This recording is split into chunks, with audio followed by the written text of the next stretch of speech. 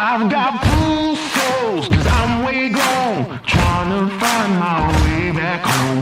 Count my bones as in desert crumbs flow. I'm gonna turn all of my stones. Rock bottom make the man and some pressure make a gemstone. Trying to put $1 to my name like Creflo. Not your boy, late to the game, it's in the blood flow. When I'm from the south, it's thick skin and tough bone. Big attitude through big lips with gusto. Trust no kings, that's why they tried to crush souls. But it's IGBO, when the dust blow, this old head be standing there. No silver, just gold. Crack no books on the hustle, I was born to grind. Yo, scared of your potential, I'm adorned with mine. 30 times around the sun, man, of course I shine. My legacy will not dwarf with time. And in my daughter's eyes, it's basic, I must not say quit. Every day sees a present like a Rob St. Nick. Walk a fine line between tenacious and patient. I can't slip, I'm fighting clocks and they can't win. I've got bruised souls, cause I'm way gone, trying to find my way back home. Count my bones as in desert crumbs flow. I'm gonna turn all of my stones. I've got bruised souls, cause I'm way gone, trying to find my way back home. Who that soldier in the mirror? Oh, oh. I'm gonna turn all of my stones. Impeccably I flow, hardest raps you know, breaking status quo, reaping what I sow, artistry like Django. Get it from my mama hip, so thick that I need tempo. Personality, spicy body banging like a bongo. Cause black women been it since Timbuktu, since Pharaoh. Sponge rollers and hot combs, lips, cheeks and brow bones. If you ain't for the culture, then please stay out of my zone. These little dummy rappers could never grace my headphones. See, I'm from a place in space where ain't no storytelling, you just had to have been there. If you want the battle, ain't no problem, say where. I got so much experience, I can't even play fair. But I'ma keep evolving and growing and hurting feelings and showing you need endurance to go in. I got mileage on this pen, I've been busy cause I've been out here schooling all these kids. Took 3 decades to have this glow up that I did. I've got bruised souls, cause I'm way gone, trying to find my way back home. Count my bones as in desert crumbs flow. I'm gonna turn all of my stones. I've got bruised souls, cause I'm way gone, trying to find my way back home. Who that soldier in the mirror? Oh, oh. I'm gonna turn all of my stones. Turn all of my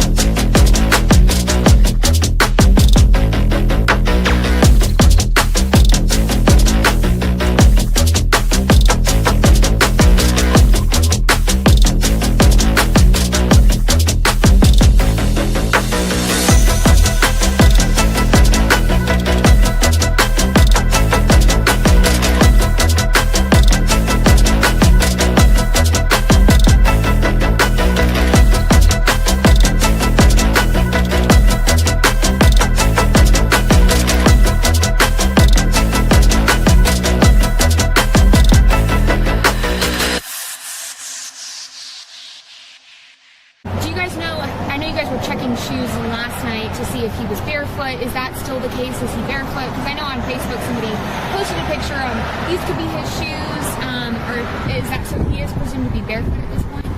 What I can say is that his mom says all of his shoes are accounted for at the house.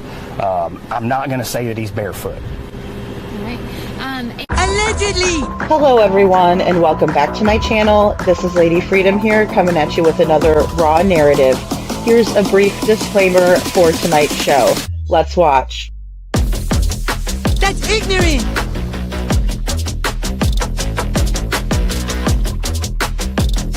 Allegedly, that's ignorant! Ignorant.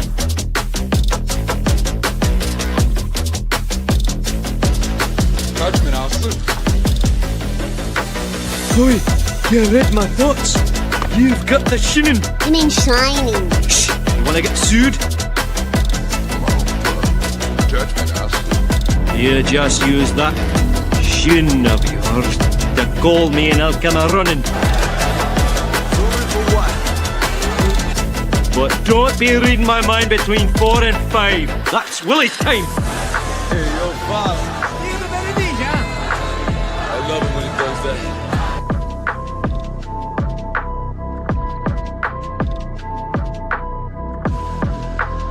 Let's watch.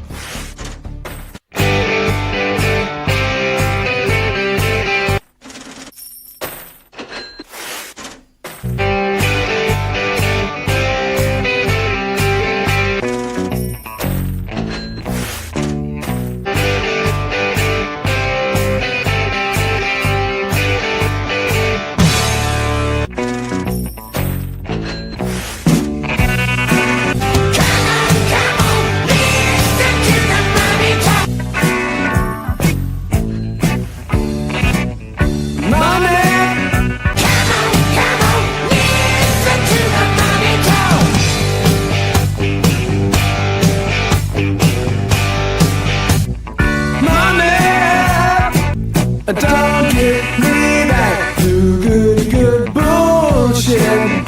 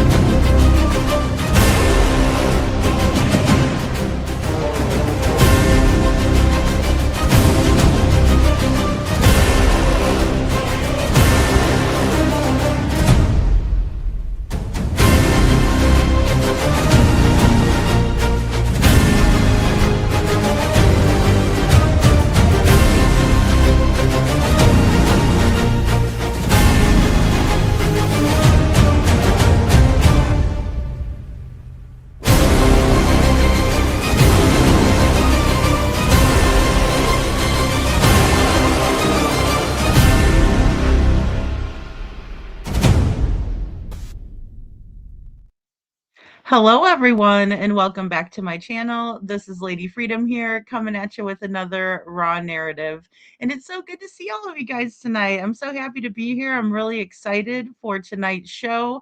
A lot has been happening, guys, behind the scenes, so just know that. And also, I wanted to present a couple of things that have been happening on Facebook to get it to a larger audience over here on YouTube. I don't know if all of these creators have multiple social media accounts, right? Because I'm like brand new on TikTok. And it's really easy to set everything up. It's just, kind of getting over there and remembering to post things over there. So I have been posting quite a bit on TikTok. Although I think this is where I could easily, follow Piper to get her updates as they come in, because I think it's really important. Just like going to Hendersonville, Tennessee, being able to be there, being able to, see everything, take everything all in, feel the area out, right? That is really priceless. And you can't fake that. You don't know until you go, right? So I'm enjoying what I'm seeing over there. Really want to kind of bring it to you guys lady freedom style, right? And that's usually with memes and, my own opinion added in there. We do have to transform content if we're going to use it under fair use. And I'm happy to do that when it's a good creator. I don't ever really cover creators that I don't agree with on some level, right? Like the cause. If I, don't particularly like someone, I don't like to get up here and bash people.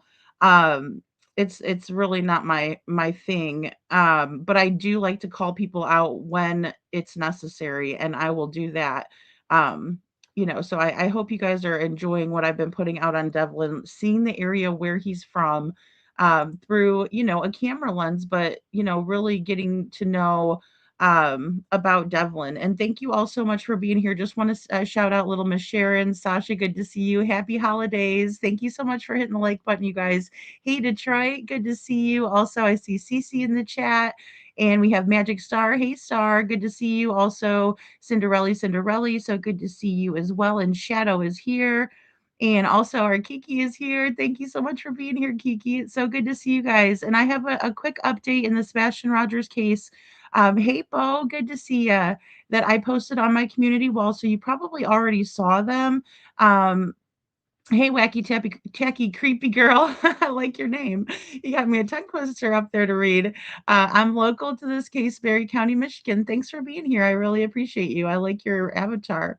And then also we have Andrea in the chat. So good to see you. Hey, Holly S. Good to see you, girl. And then we have, let's see, all of our friends are here tonight. Thank you so much for being here, guys. All of our dragon tribe is here. So um Except for I need to check on Chuchi because Chuchi's not here, and usually she's here first thing. I think she had an appointment today though, so that might be she might be sleeping on Lady Freedom's late night court, right? And I have barely had a chance. I just went into the Discord and gave everybody like a kind of a heads up and apologized for not being in there all the time.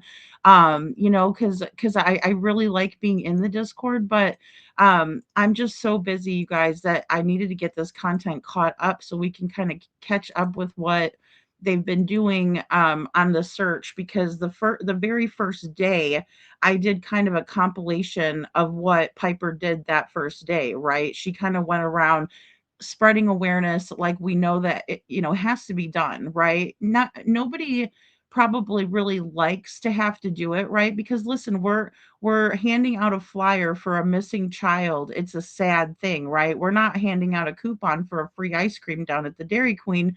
We are telling people of a tragedy that has happened, right? And that's the saddest part, is that we're going into areas where people are greeting us, hi, how you doing, and everything. And so she did a really good job of handing out the flyers, and she also got everyone to take a flyer. Holly, I know, right? So that was great. I was like, good job, because that was my only goal when I went out for Sebastian passing out flyers, was to for everyone to take one, please, right? And then my sales lady kicked in high gear, and I'm like, come on, you want one, right? But just trying to make them take one. So yeah, absolutely. Wacky Tacky says, thank you, my boyfriend's baby mama is friends with the family. Oh, cool. Very cool. Thank you so much for being here. And I invite a lot of people to come over and listen, because I've gathered a lot of research. I just haven't had a chance to put all of it out yet. But one thing that I did find value in rewatching some of this is that I can have like something to refer to as to statement analysis, as well as I can put some screenshots of things that I have in these videos as we go along. But I'll tell you, I didn't do as much as I wanted to on this video that we're gonna watch, because it's still uploading. But I wanted to get it out because it is Devlin's teacher's aide, right, who is talking, and that's where his phone was pinged in the trailer park, not at her house or anything, but when it pinged the cell tower, that's the closest location that they could pinpoint, right? Because we know cell towers, they can kind of get it pinpointed, but not exactly where. Now, if we're talking about geofencing, that's a little bit different. We have stingray technology that actually pulls all of the data. Instead of it going to the tower, it goes straight to the stingray. So they can pinpoint somebody, through the walls, like, some crazy CIA meet the Fockers kind of dad kind of scenario, right? And so, but yeah, so there's different ways of actually tracking and pinging. We should probably go over that at some point, again, because I know we have before. But I want to share this with you really quick, and not even really quick. This is Sebastian Rogers. Sebastian Rogers is very special in our community because we started talking about Sebastian as our first case here, and I thought that Sebastian would be found by now. And I really thought that, I would cover his case to get more people on it, right? Because I was a new YouTube creator and I thought, okay, I really this kid captured my heart, so I thought let's go full force on Sebastian, see what we can find out, right? So he has not been found yet. No one has been charged, no one has been arrested, no one has been implemented as a person of interest by law enforcement. Thanks, Bo. Thank you, Holly, for the green hearts. That's what we do for Sebastian, guys. We light it up green for Sebastian because he deserves it. He's been out there for far too long. He's just such a cutie pie. His little face is just adorable. Gathering of the voices for Sebastian Wayne Drake Rogers, and I'm going to be absolutely attending this, right? So I'm going to be um, doing some crowdsourcing again, because I do have a couple of things in the works, and I would like to in May, when I'm going to be around the area, go up and visit the area if Devlin is still missing at that time. Right, because we know that someone has deleted some Facebook posts, and I'm not convinced that it's Devlin. I hope it is. I'm praying it is, but I don't know. And I'm very skeptical of everything and everyone. And that's just kind of what this, um, being a YouTube creator and true crime brings with it, right? I mean, you just don't know who's telling the truth and when. There's selective memory loss, like a motherfucker, right? And it's very confusing and frustrating, and it's the things that keep you up at night, right? And then you have to wonder about people, could they really hurt someone as special and sweet and funny and smart as Sebastian Rogers, or someone like Devlin Tait, a sentimental kid as he's described to be. Everyone who Piper talked to, she made sure to ask that question. What was Devlin's demeanor like? What kind of kid was he? Was he respectful? Could he do things on his own? Yes, yes, yes, yes. Do you think he's smart enough to pull something off? Yes. Do you think he could probably survive or get into a car maybe with somebody? Yes. Right? Those are all yeses. The biggest problem I have is that working that theory through, it doesn't always work out for me, right? I hit a lot of obstacles and hurdles and dead ends there. And and things are leading me in different directions. Um, and that's right, justice for Sebastian and Seth. Absolutely. And I had a conversation earlier like that about that very subject, Little Miss Sharon. Um, because it is important for Seth to get the justice that he deserves for Sebastian, right? And I stand with Seth for Sebastian because he's the one that's doing everything that he should be doing and more, right? And he's absolutely a grieving father. Um, absolutely. You know, No, there's a whole bunch of people on there, Star. I know. I mean, a lot of people, I thought they just used Facebook in order to like connect with, family and friends. No, there's like a whole bunch of shit popping off on Facebook. That's where Devlin's whole case really popped off was on Facebook, right? In the groups, in the, community chats, in all those different places. But, Sebastian Rogers' case was like that as well. There was a lot of private groups and things that were going on that still exist, a lot of them, so hey, Linda Hall, good to see you. So yeah, we definitely see this throughout, you know um but with Sebastian, um he's going to be missing for 2 years. On February 26th, 2024, he was reported missing by his mother, Katie. She reported him missing at 6:38 a.m. She said that he went to bed at 9 o'clock, that there was a thud in his room around 10, and that he basically vanished overnight. And his stepfather wants us to believe that Sebastian's a ninja, right? And that he just poof disappeared. So you'll hear that a lot here where I just say, oh, they just went poof, right?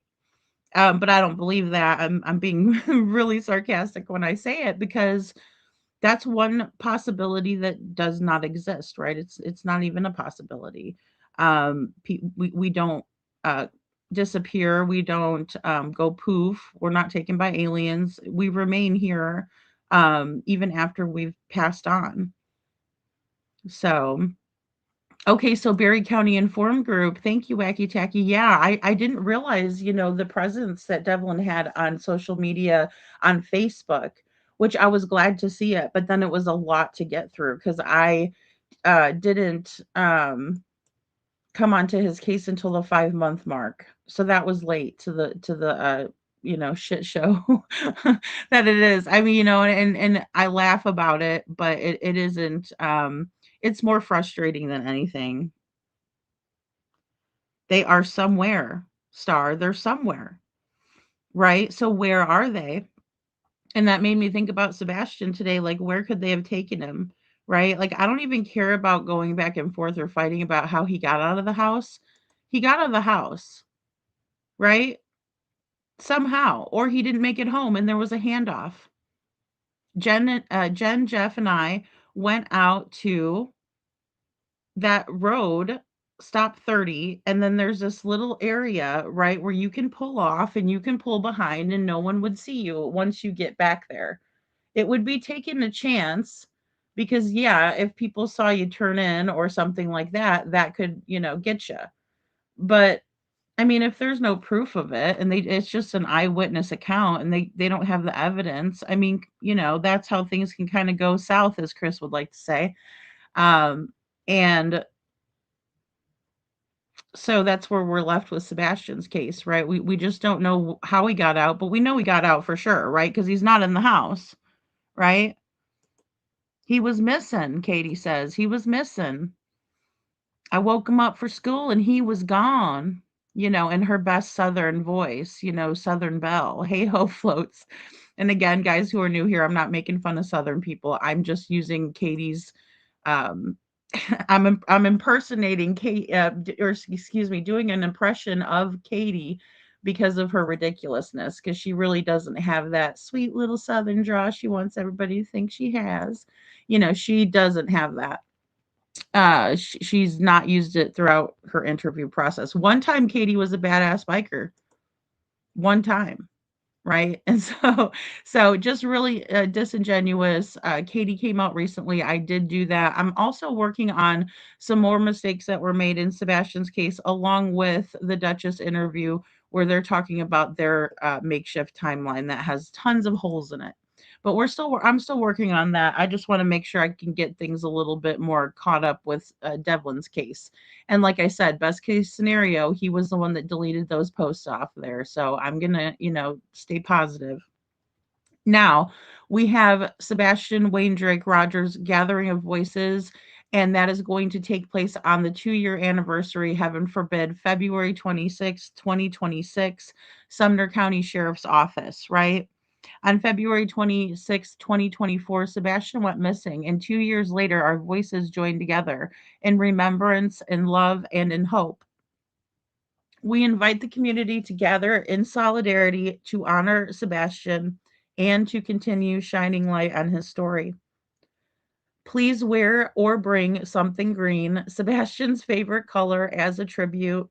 We will be gathering February 23rd through the February 27th, 2026, right? For updates and support, facebook.groups/justice for Sebastian, right?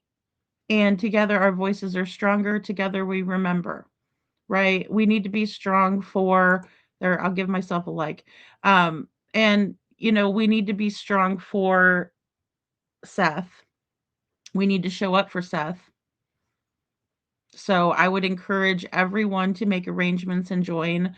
Like I said, I'll be doing the best that I can to make sure that I get there. Especially to help out with everything. I do need to get together with Betty and talk with her. And that way, I can know what she's doing. I actually um reposted this, I think from Jen's page. It was either Jen or Seth. I don't know which one. Golly. Um we do say snacks. Yeah, exactly. Or we do not say snacks. That's where she did the snacks thing, was when she was a biker. Folks.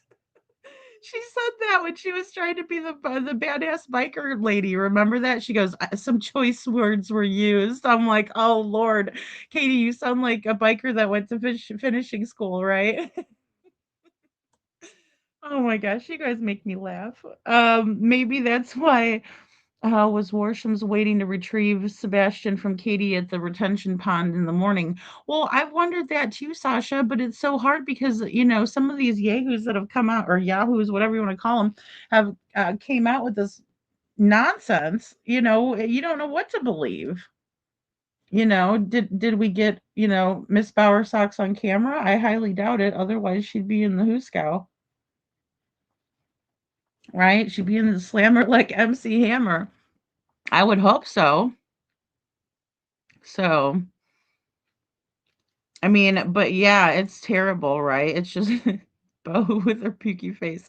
I should have said barf bags engaged, right? But yeah, this absolutely breaks my heart, you guys. It really does, just to see Sebastian up here in 2 years. Um, so we definitely have to do support, share it out. I hope we get 1 million people that show up. You know what I mean? But I think again, let's just put it out there. Peaceful, kind, courteous, no matter what, even if people aren't that way to you, that doesn't mean you have to be the opposite with them, right? Stand up for yourself, stand up for what you believe in, but there's no reason to act a fool and put yourself and stoop to their level, if that makes sense. That's my take on things. Jen and I talked about it during Pigfest a lot, right? Because we were of the same mentality. Um, Peaceful, the way that Sebastian would have liked to have been represented. I hate even saying that. I feel like Katie now. So boy, oh boy.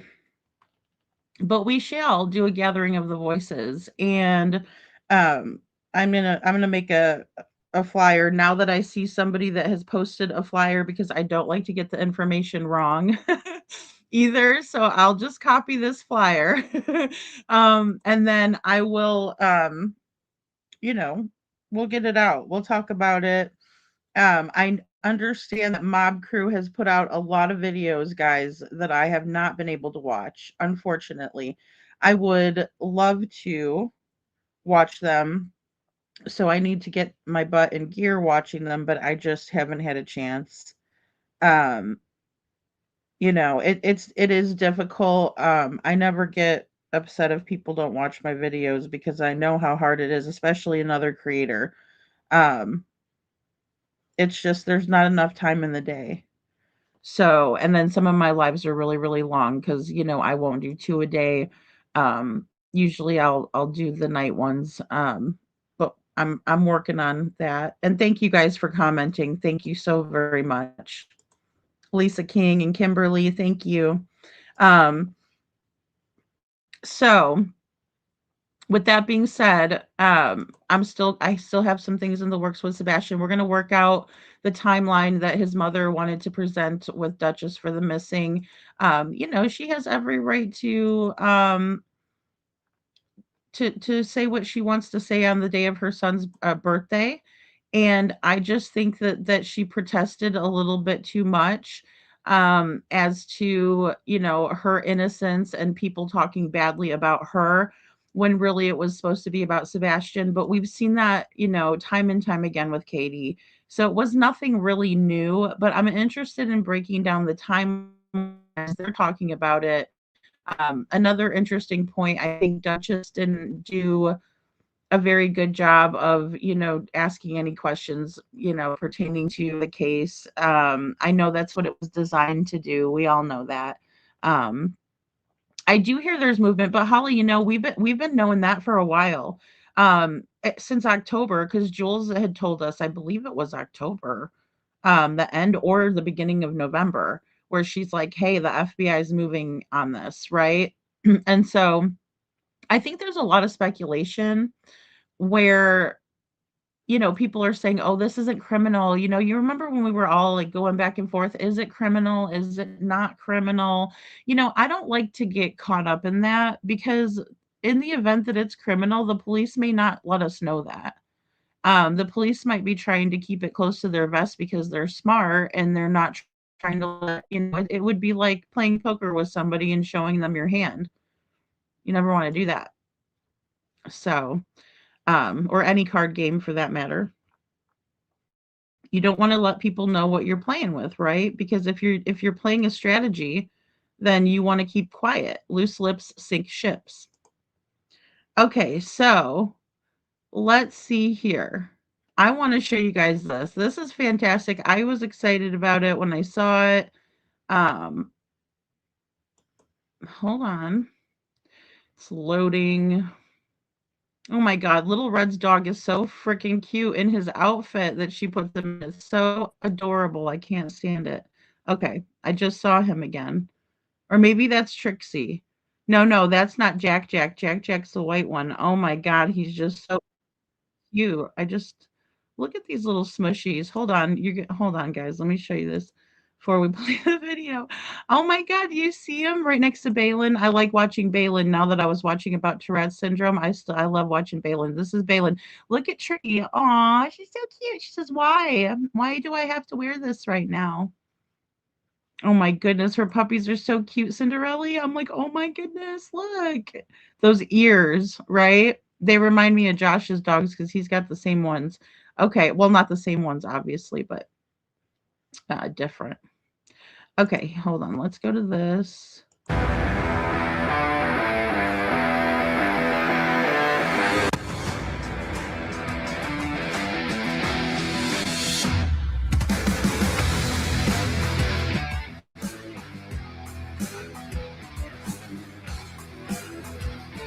Right, we're at the laundromat now.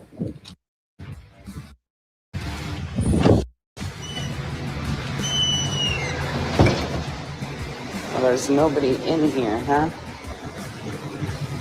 So unmanned laundry mat.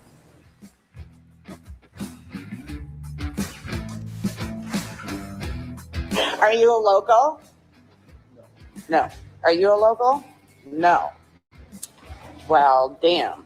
Okay, guys, so there are some benches that Devlin could have slept on, and given the fact that people were giving him blankets and pillows, he might have just had a blanket and pillow so he could stay the night in Laco Laundry.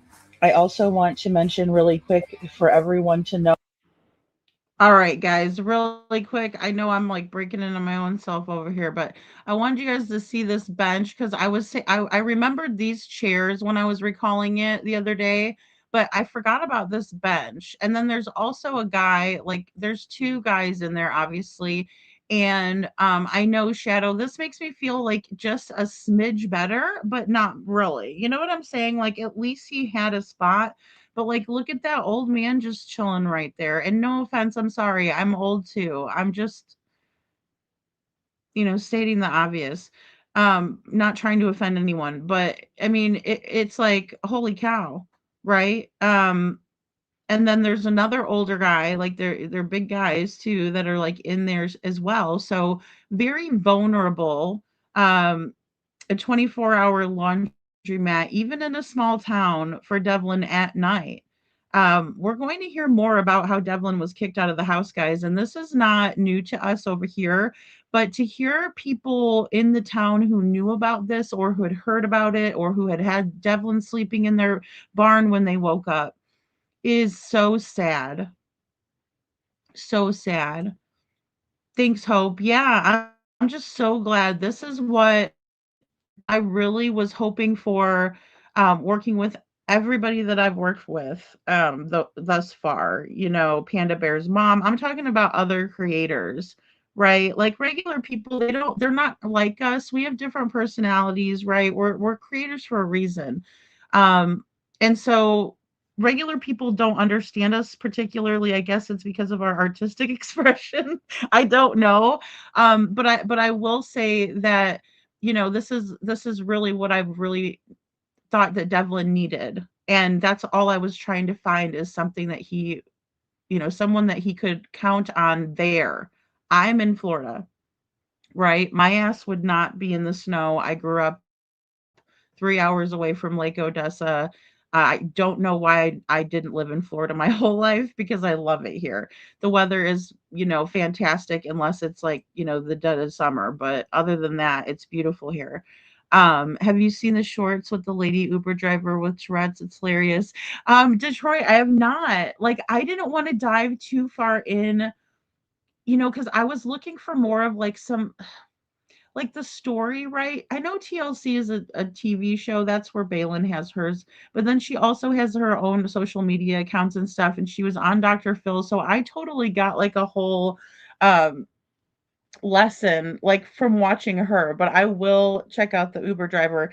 Actually, Balin was in an Uber with the one guy, and it was funny because she kept saying falafel, and then she started saying body like a falafel. Yeah, I just love her. She's awesome. uh yeah, so the Sebastian Rogers case is starting to look basic. Extra meds as to talk to CP that night, and a thud and a boom on ice in the garage out. Yeah, in the morning, transfer to Kathy. I mean, I can see that happening just that way, Sasha. I really could. I really could. That is another that is a third option that I think could work all the way through for getting Sebastian out, because we know he got out. You know what I mean, girl? We know damn well he got out. You know. Hey Joe. Joe says I like to be able to read deleted messages. Joe. Oh my gosh. Yeah. But see, they've been notorious. See, the reason why I think it's probably Tammy, and I'm not trying to, blame her. I'm just saying it's probably her, because her and Sabrina have been notorious for erasing things on Facebook. See, and that's why my brain goes there, right? And then it also goes to, but it could also be Devlin who did it, right? Because his story is getting a lot of traction, and he might now be hearing about himself. Does that make sense? Because in the beginning, nobody was covering Devlin, right? I mean, we had three news stations who covered Devlin, right? But that's it.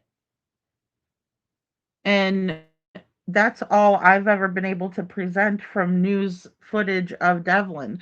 There has never been a press conference for Devlin, right? Because almost 19 when he went missing. So he went missing when he was 18, but a month later he turned 19. So he was basically almost 19 at that time, right? when you're young, you're like 19 and 3/4 or 18 and 3/4, right? But I mean, yeah. So considering that, also he was emancipated by a judge. We have to consider that as well. Um, but then I think his special needs were considered, and the fact that his family called him in, I think as a courtesy, the police officers said, yeah, we'll look for him, right? We all know him. We're gonna find him fast, right? I think they thought we were gonna find Devlin fast because um, Devlin was always around town. He was always out and about, so to speak, right? So you've been doxing all day, Joe. That must be exhausting. My lord. Balin is not a name. I really, really, yeah, you're bald. Yeah, Joe, you're bald. Okay, that just took care of it. Thank you. Thank you, Bo. You're bald, Joe. Suck a pencil. Oh Lord.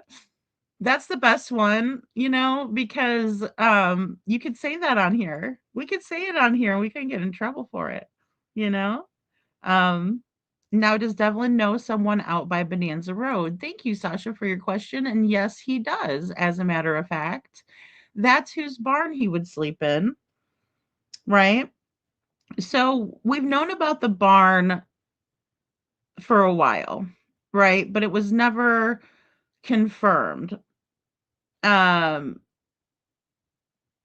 there's been Facebook posts about the barn, but he also stayed at the auction barn before as well. So Devlin was staying at multiple places, right? Because clearly, and as you guys are going to see, there's only this bench that would hold Devlin barely, right, to sleep on it overnight. And the owners having the cameras up and things like that probably didn't want Devlin to be sleeping in their 24-hour laundromat, right, every single night. But Devlin didn't have a choice, you know? So I'm going to show you guys the rest of this. Oh, that there were two gentlemen in the laundromat who are not locals.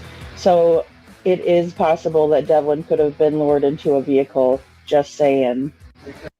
Okay, and I know that his Life 360 pinged him in a separate location, right? We went over that yesterday. However, the fact that there was, two locals, or excuse me, two non-local people in there, what if Devlin did decide to hitch a ride with somebody? So I think that's something to consider. And especially since the last place that he was said to have been was at the laundromat, charging his phone. Oh, there's a board right here. Good. All right, we're going to hang it on this board right here. You notice nothing is here. Nothing about him. And for people, I'm going to leave a couple here for people to take. There's like 3 or 4 of them there. Okay, guys, 2 things. Notice the camera here. Now, they were doing an update the day that Devlin went missing. So the cameras were not working that day. Also, just a huge shout out to Piper and her husband for being the boots on the ground that I prayed for. Thanks a lot, you guys. One flyer out here for Devlin, though. That one. Anywhere we stop, not at the dollar store, not at the pizza stop, not at the other place, not at the laundromat. I see one. I see a flyer, you guys. Whoever owns that antique mall store right there. There's all over. They're all up and down. They are all up and down 4th Street, you guys, that we're seeing. Both sides. Not every single building, but. You're going right there? Yeah, we'll turn right out here. Okay, I'm told that this is going to be where his phone pinged last and where Tupper Creek is, the trail, and where the dogs lost the scent. Will be on the left. We're on the Devlin Tait hunt. This kid right here. Oops, there we go. We're at the Sunoco.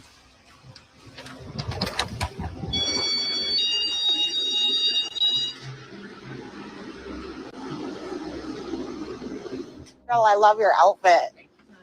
Do you know this young man? I do. You do. You know him personally, or you just know him from? Yeah, I don't wanna. From town. Does he frequent in here a lot? Before he went missing, he was. Yeah. Yeah. Okay, can I leave this so that, or you could have? Yeah. Awesome, awesome. Thank you. So you said you did know him personally though, or not like personally, but as a customer. Yeah. So he seemed pretty put together, really always respectful. He's a nice kid. Good kid. Yeah. Very competent of doing his own things, paying for his own goods and shopping for himself. That was one of the last things he did was he bought a boost charger for his phone. A boost charger for his phone. That's the last thing. Okay. And when was that? Do you know? It was a couple days before. A couple days before he went missing. Okay. Thank you, honey, very much. Okay, so he was in here a couple days before he went missing and bought a boost charger. All right, guys. So in there a couple days before he went missing to buy a boost charger. So a couple might have been Saturday or Friday. Now, this is why I was saying for the longest that the weekend before Devlin disappeared matters, right? Friday, Saturday, Sunday, Easter weekend, Monday, court Tuesday, right? And then, of course, it's always the first 48. However, we need to understand what was going on with Devlin in order to find him, especially because there are so many different scenarios that he could have encountered or put himself in or what have you. So just keep that as a note. That is somebody that said that he came in and bought the charger, which I find to be curious as well. And we've talked a little bit about that, and we will more too. 800 feet. Your destination will be on the left. Destination is on the left. I'm gonna go down here. Let me show you guys where we're going here.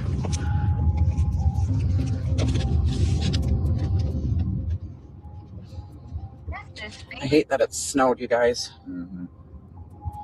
I really hate that it snowed. I wish I would have got to this one a little sooner too. So that's the trailer park, so I think this will wrap up, but they said it's a dead end. But this is all the trails behind in here. But this goes all the way back to the water back right here, so.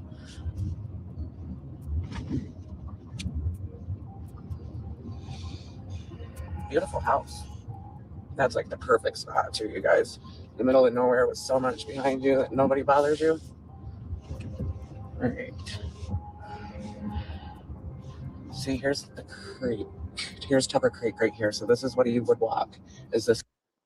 Okay, guys, and here's Tupper Creek, and we know that the last scent was around Tupper Creek and Bonanza Road.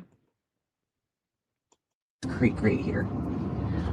But there's not really any, there's not like a path to walk. I'm gonna pull over here just to show everybody. Like, I bet you that this is the path right here that you can walk it. I mean, I do have my binoculars in there if you wanted to look through them. In all honesty, I feel like this is a walking path. You see how looks like people have walked that maybe with their dogs. Once I've hung some flyers, I don't have time to walk all this today, you guys, but I'm getting a feel of what I need to do in hanging flyers.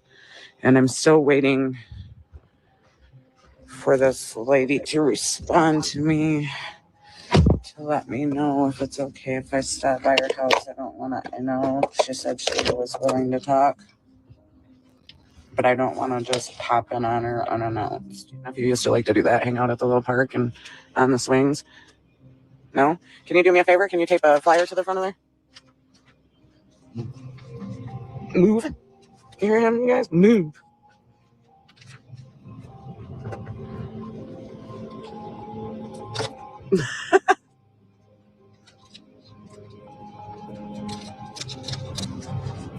Put one on the other way too.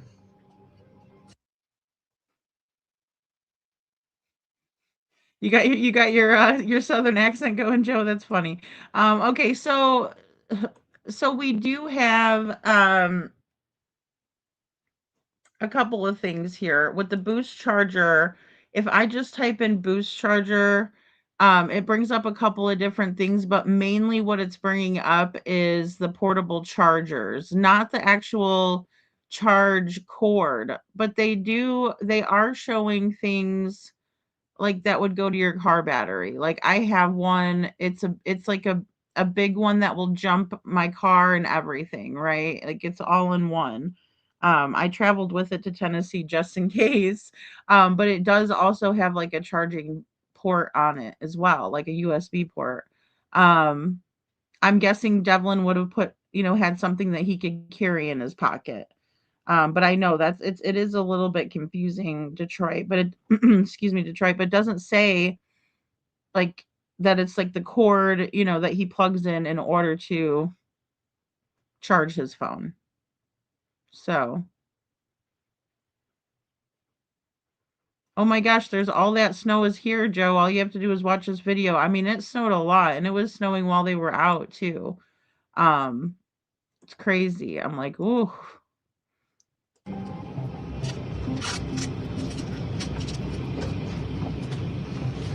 Oh, and guys, because I've edited this video, so I didn't want you guys to think I didn't want anybody that's watching this on the replay to think like, why are they putting his flyer on the porta potty? It's actually near a park, that's by the trailer park where his phone last pinged. So they were driving through the trailer park, and this is where they kind of ended up right here, by the trailer park. Yes, it is. Oh no, you weren't up there. That was cold with your door open. Shit. You know me. Yeah. Turn this shit up, homie. You turn this shit up, homie. I'm trying to get to the back of it and see where the trail is to the creek here. I'm back. Yelling at me. Put your seatbelt on. I'm not driving. Yeah, but everybody can hear ding, ding, ding, ding, ding. That's why I put mine on. I don't care. I'll listen to it. I'm that psycho that sits through it. I don't care. I was just going to say, that's their problem. Let me, buddy. Where's this road go? The same place? I don't know. Let's go. Do I look like I live here? I want to get to the back of here. That's what I want to get. I had to look at my map. No, let them call popos on me. Let them know I'm doing their job again.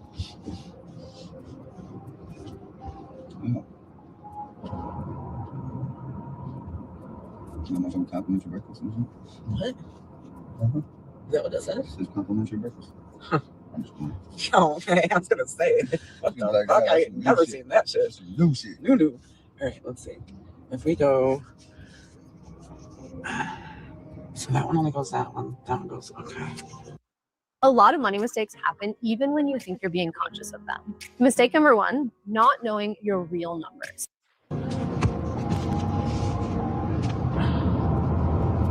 I think all the ways lead back to that freaking creek thing. I think this is just a circle, I think. But it'll all lead back to that Tupper Creek. Squirrel scattered.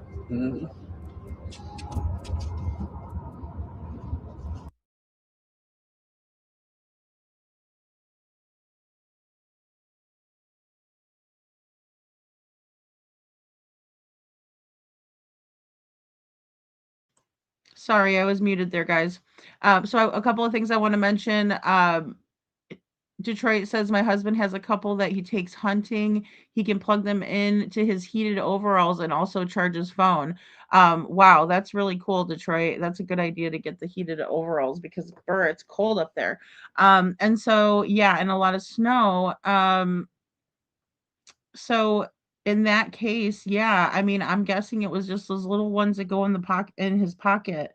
He had a charging bank that Matt said he had given him, but apparently that one was broken.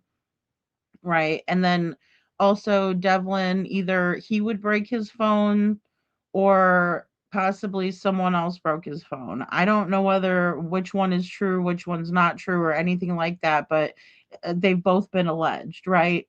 So, and considering how much we know about this case thus far, it's a strong possibility someone else broke something of his.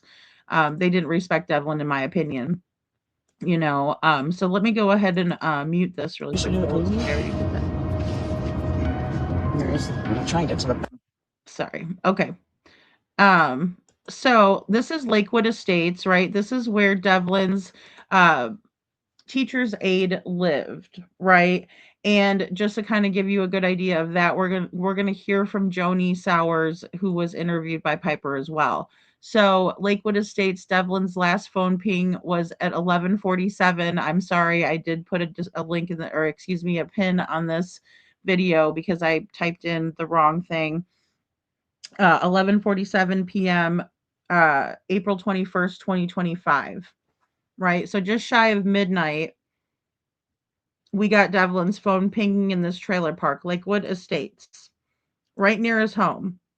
It's also the location that Sabrina led the police to. I put the scanner call into the next video that we're going to be watching. Just waiting for YouTube to upload it, and of course for us to get through this. And so, and again, I sped this video up. These folks are not speeding, through the neighborhood. I sped the video up, to save us some time. But again, we get to see a good layout of the area, and we've kind of looked at it through the maps whenever I can get my little man to work it. But sometimes he doesn't want to work it. Like last night, he didn't want to go to Carl's. Maybe he's creeped out by Carl's. But here they are, nevertheless, going through the trailer park. Some of the insides of these are very nice and new, updated. Also, this is where Sabrina led the police when she called Devlin in missing at 10:32 p.m. We know the exact time because of the scanner audio, which again, we're going to play here soon.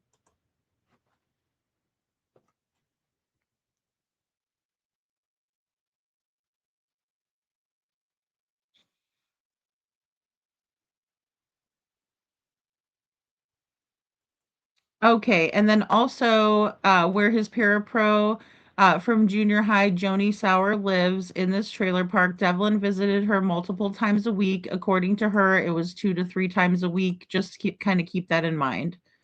All right, I think that's all I had to read. Freaking creek thing. I think this is just a circle. I think. But I'll lead back to that Tupper Creek. Where this guy?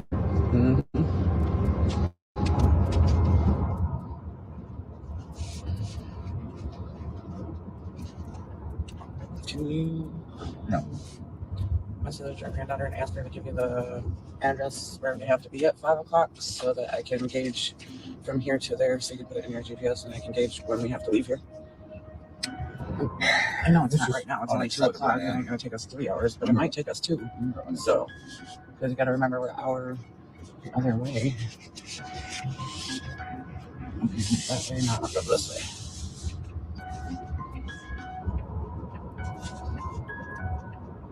Okay, so it does just wrap back down here, back around the park. So, yeah, that same road wraps, just like I said, if it wraps the same place, it does. It does. Alright, let me get the other address back in here in a minute. It's a good hubby, you guys.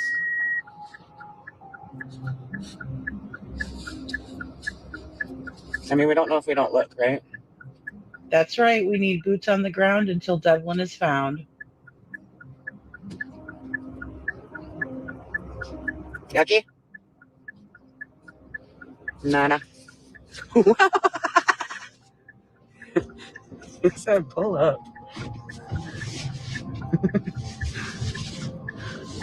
There. Yeah, he does have a good eye. That's why I bring him with me. It's easier because I'm driving, so I'm paying attention to this. And it's hard for me to... Yeah, we got to get some better equipment, you guys. We didn't really plan on... We're just kind of scoping out today and making a plan. Yeah, we're not in hunter's territory right there. So. Don't worry about that anyway. But when we come out, we have vests that we wear. They're out there ice fishing. They're out there ice fishing, so the water is definitely cold enough and frozen over that they are bringing equipment out there onto it. Oh, look at this. They even got a mirror. Okay, guys. So yeah, this part was really, disheartening for me. I was like, oh, when I saw this, I was like, damn, because of course, I believe the guy that I'm working with, that it has said that he would lend his boats to us, but it's like every time that we wanted to get out there, the weather wasn't permitting it, which really sucked because we really should have gotten a team together earlier. So it's a sore subject for me, and I feel really, really bad because I would love to have them out there. But of course, if they're ice fishing, like out in their little shanties, and they're cutting the hole in the ice and all of that stuff. I mean, my grandfather was a fisherman as well, and ice fishing was a big thing that he did as well. So, um, I know enough about it to know that yeah, it's completely frozen over. They put their equipment out there. They got their just as she's describing here. So I was like, damn, but we're in full swinging weather. Is that way when it's up north like that, right? Yeah, thank you. Lake effect snow. Detroit knows what I'm talking about. That's right, girl. It's bitter cold up there, especially with the wind and lake effect snow. My daughter bought them for him and her husband last Christmas. Yeah, that is so cool. I love that. Um, Most definitely. Most definitely. So yeah, a big hindrance, guys, for the boats. Also, the launches have to be dry. They can't be, wet and safety is a major concern. And again, that's why I was saying please pray for them today. As far as I know, everything went off well. They didn't find anything today, but they also, made it back safe and that there's a lot of good positives we'll talk about in a little bit here. Right here for you for the curve so you can see if somebody's coming around it. What? We don't have that. Looks like this is a snowmobiler trail too. You see that? Yeah, it's a private road too. Yeah. Now I know in the thicker woods it can be kind of dangerous for the snowmobilers and stuff, but that might be an option for maybe looking. I don't know enough about it, but I was just putting it out there in the video. Um, yeah, I bet it's cold. Yeah, there too. Exactly, Magic Star. I was definitely thinking about you for that, for sure. That must be where you have the wake access because everybody's tracks are going from there to there.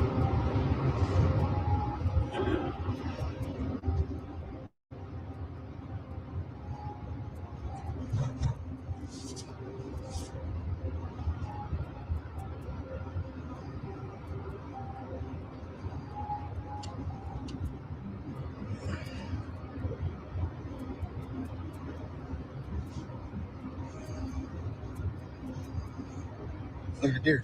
Oh, you guys, look at the deer.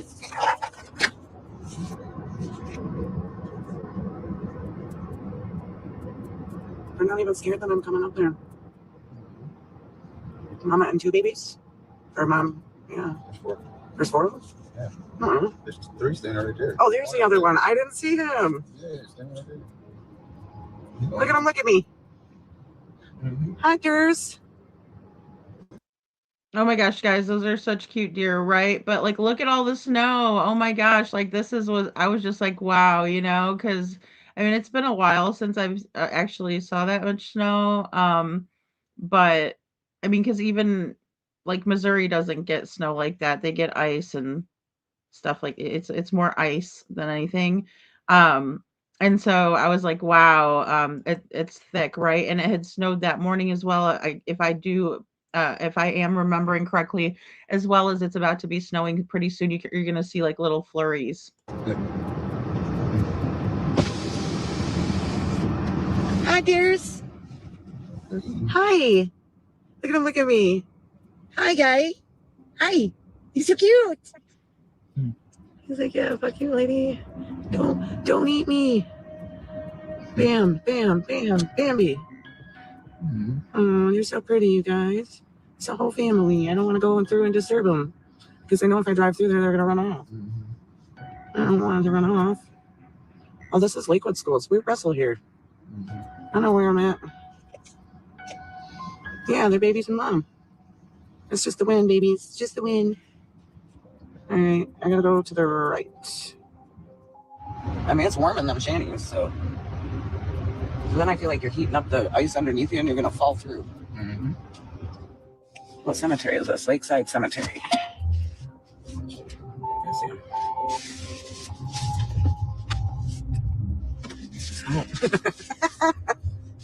What is that our luck?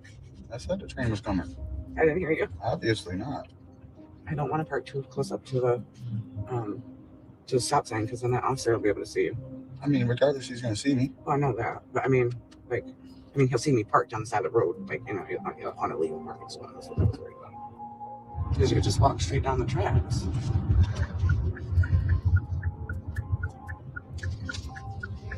Just gonna ask him.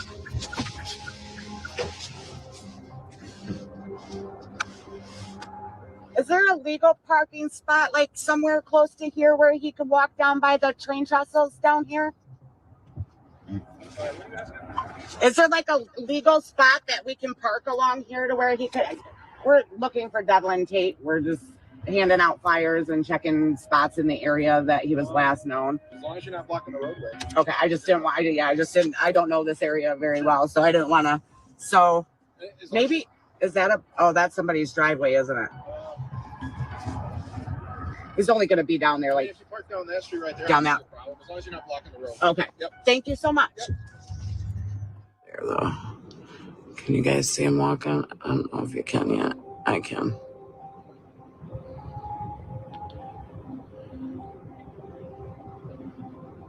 See, guys, and I couldn't see him until, like, I think he's coming up right over here. There he is. Yeah, here. There he is. Bigfoot. No, I'm just kidding. I gotta roll this window up. He can't really get down in there. It's a lot of water down in there, but he wanted to be able to look from up above. There. You can see. He's gonna walk up from the top and try and look over.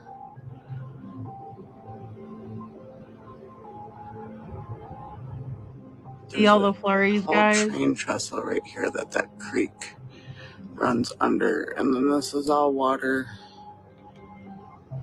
And I'm gonna run over there and grab him. You see anything? I'd like to come back with some boots. Yeah. Some warmer clothes. Okay. McFappé. Oh, McFappé. Okay.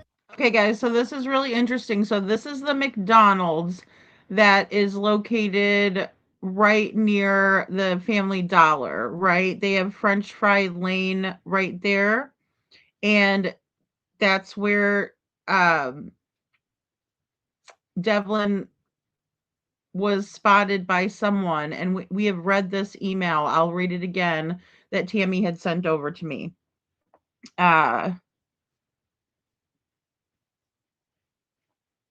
Oh, he needs a new place. A highly talented psychic who needs a new PlayStation. Oh my gosh, Joe, I have no idea who that is. I thought you were talking about another. Well, I mean, I can't say they're a person of interest, but I'm looking at everybody.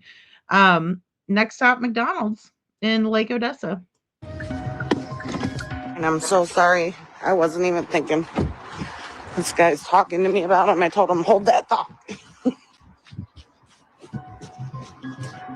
Okay. What was your name again? I'm Josh. Josh. Okay. So, what? Yeah. What is? I don't know this place yet. Sewer Plant Road, I believe, is this road right out here that goes around the backside. Okay. And the day that he went missing, my boss seen him around the dumpsters around Family Dollar, and I called somebody. I don't remember who I called and told them that, but I don't know if that ever got relayed out. Okay. So there's dumpsters that are behind the Family Dollar. That's kind of in that general location, and you said that's. I think I went to that Family Dollar. I think. Is that where Marco's Pizza is as well? Yeah, yes. Yeah. Okay. Okay, so really quick, guys, I just want to pop in.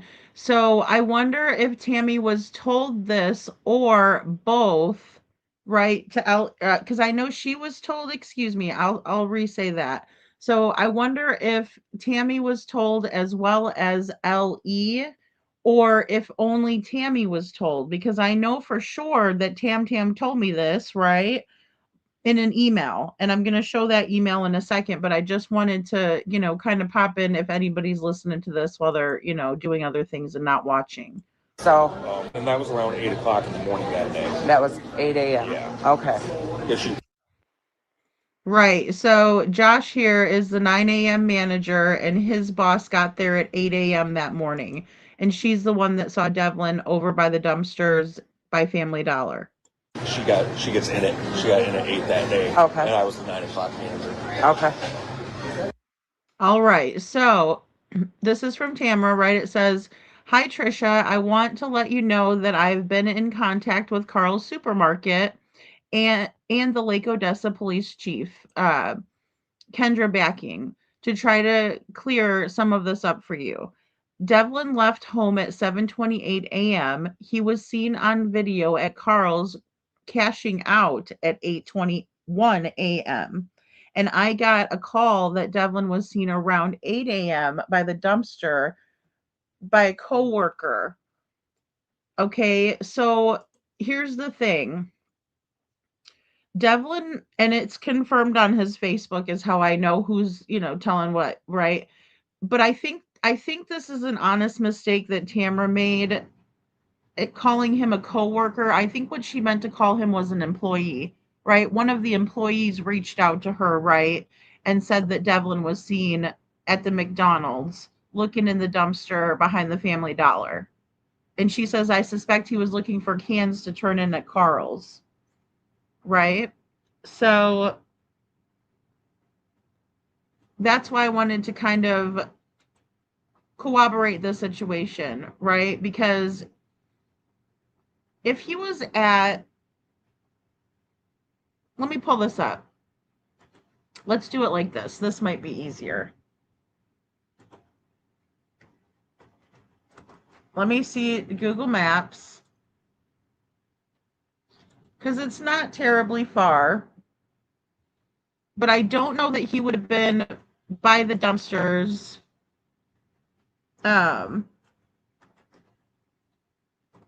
Over by, the Family Dollar and then made it to Carl's by 8:21 to cash out. Now he could have. I don't know how fast Devlin walked, and he did have long legs, right? So, and another thing that I wanted to point out as well is I know that we talked, oops, sorry, let me do this. Let me get this up on another one. Sorry for my big face in your face. Okay, Google Maps, there we go. So if we're looking, okay, so here's French Fry Lane that goes to the McDonald's. Here's the McDonald's. Can you guys all see that? Sorry. All right. I like to call it Whack Arnold's. All right, so we're over here, down over here by the McDonald's, and of course you would move it, yeah, but okay. Now, right here, so I'm assuming, now this is me just assuming, that the employee might have driven this way down and this way and to get to Dairy Queen, and might have seen Devlin in the back here, or if this is flipped around, because I'm not sure which view we're looking at, but it looks like the parking lot is here, and we'll see that in Piper's video, right? So if the employee is going down this way, she could probably maybe spot Devlin when she's coming up this way and on, right? However, or this way and turning. However, that would probably have to be a pretty good eye. I'm guessing maybe she traveled this route instead and went this way, because then she would have had She would have had a perfect view of the parking lot, right? So just a thought, just a theory. And here we go with this. So here is Family Dollar, and here's Carl's Supermarket.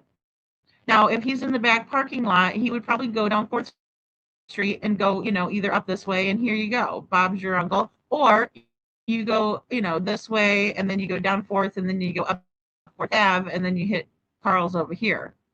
Carl's front door is right here. Boom, shakalaka, right? So that's where you would see that. And so that's my best guess on the events of the morning. But if Devlin was in fact searching for cans, right, which I can see why Tammy would think this, right? If he was back here searching for cans, the McDonald's employee either went this way and saw him or went this way and saw him that morning at 8 a.m. She was supposed to be at work at 8. So I'm guessing that she might have been driving past there around 7:50 in the morning, 7:45. I don't know how punctual this gal is, right? So, I mean, it just depends. Maybe she was running late that day and she made it to work right at 8 o'clock. When you're a manager anywhere, you know, it's always the best practice to get there a little bit early. So I'm going to say that she probably got there a little bit earlier. But I also have an issue with 7:28, and maybe I shouldn't, but it would be a tight squeeze. So we're in Oak Ridge over here. If Devlin decided that he was going to take the back way, a shortcut, right, and he might go this way, or he might go down this way and walk Tupper Heights up to Tupper, you know, Lake or whatever road, and then you would hit the Family Dollar right here. So this would be his route, most likely something to this effect, where he would be going this way right here, right? So that might take him, oh, I don't know, because it won't show me exactly, because these are not roads that are, you know, drivable or traveled by car, mostly, according to Sabrina, which I would tend to believe that because of the circumstance and how she explained it. But nevertheless, it would take him a little while to get there. So 8 o'clock, if he left at 7:28, it took him 32 minutes, right, in theory, to get to Family Dollar. And then if he was still at Family Dollar, right, at 8 o'clock, I don't see how he would have been able to get to Carl's and check out and do everything by 8:21. There was also a police release out there that stated that Devlin left his house at 8:21 a.m. So it's still very much up in the air about the timeline, right? So I just kind of want to point that all out so you all can see it and, you know, make up your own distinction or your own mind about it. Okay, guys, so let's go back to this video. And again, this is one of the managers out at McDonald's in Lake Odessa letting us know that his boss, in fact, I'll use his words, in fact, saw Devlin at 8 o'clock. All right. Well, I appreciate you taking that. Yeah, I'm going to hold on to this and I'll ask you to put it on. Yeah, real quick. Awesome. We just put it out. And when he would come in here, he was always respectful and real, sweet kid. Real nice, real you know? kind. Yeah. And he could do everything for himself. He ordered his food on his own, paid for it on his own. He did everything. He ordered and paid for his food. I interviewed him twice. I just didn't think that the fast-paced environment would be. Oh, you interviewed him for a job Yes, here? Okay, yes. okay. I just didn't think that the environment would be right for him. Right for him. You know. Okay. Just very fast-paced. Right. Okay. All right. Well, I appreciate.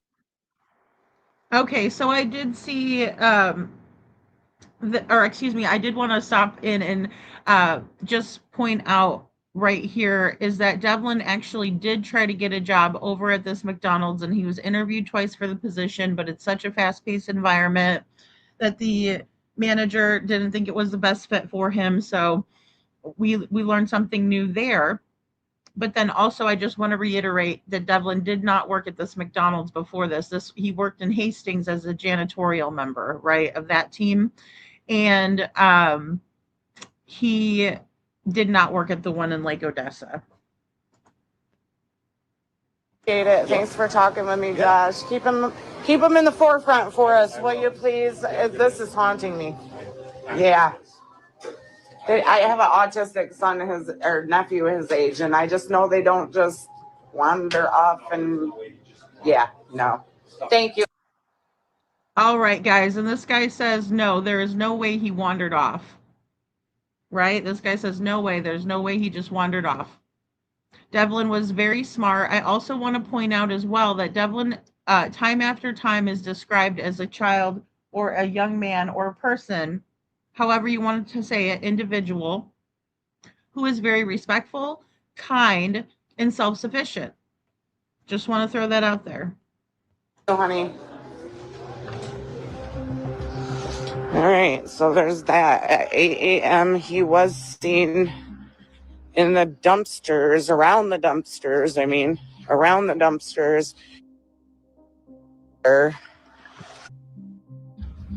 That this road, motor vehicles. Oh, that's a trail. Okay, so there's a trail that goes right through here to that Family Dollar. Okay, so maybe he walked this trail through here to the dumpsters at that Family Dollar. That's this lift station, pumping station. Water.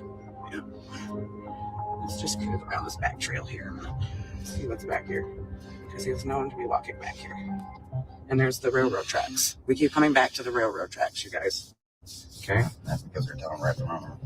Yeah, but I don't get a sick feeling because right here we're at where we were, basically. Let me wrap back up around here. And here's the Family Dollar. So he was seen over right here. Okay, so at 8 a.m. that morning, he was sighted here around these dumpsters by the general manager, I believe is what he said to me. I'll have to go back, and that's why I take video of you guys, so I can go back and see what they said and get my stuff completely straight. But I do believe he said it was 8 a.m. and he was last seen by the general manager because that's what time they open. Okay, guys, and it's very, very difficult for us to get the story straight, right? We know that here at the channel because we have been covering Devlin since the 5-month mark, and being so late to everything, taking everything in, it's like drinking, like I said in the beginning, it's like drinking from a fire hose, right? Because so much information coming at you. Good to see you, Justice for Noog. Thanks for being here. So Josh said that his boss started work at 8 a.m. that morning, and she said that she had saw Devlin by the dumpsters behind Family Dollar that morning when she came into work. And these are the dumpsters behind the Family Dollar, right? So you see that big parking lot that we just looked at on the map. This is a close-up. Thanks to Piper. Look at these. We can see all of the dumpsters back here. And Devlin was known to collect cans and bottles to recycle and turn in for money.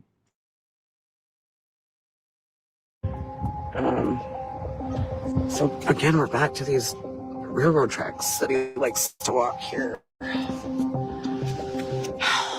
Give me some answers, Devlin.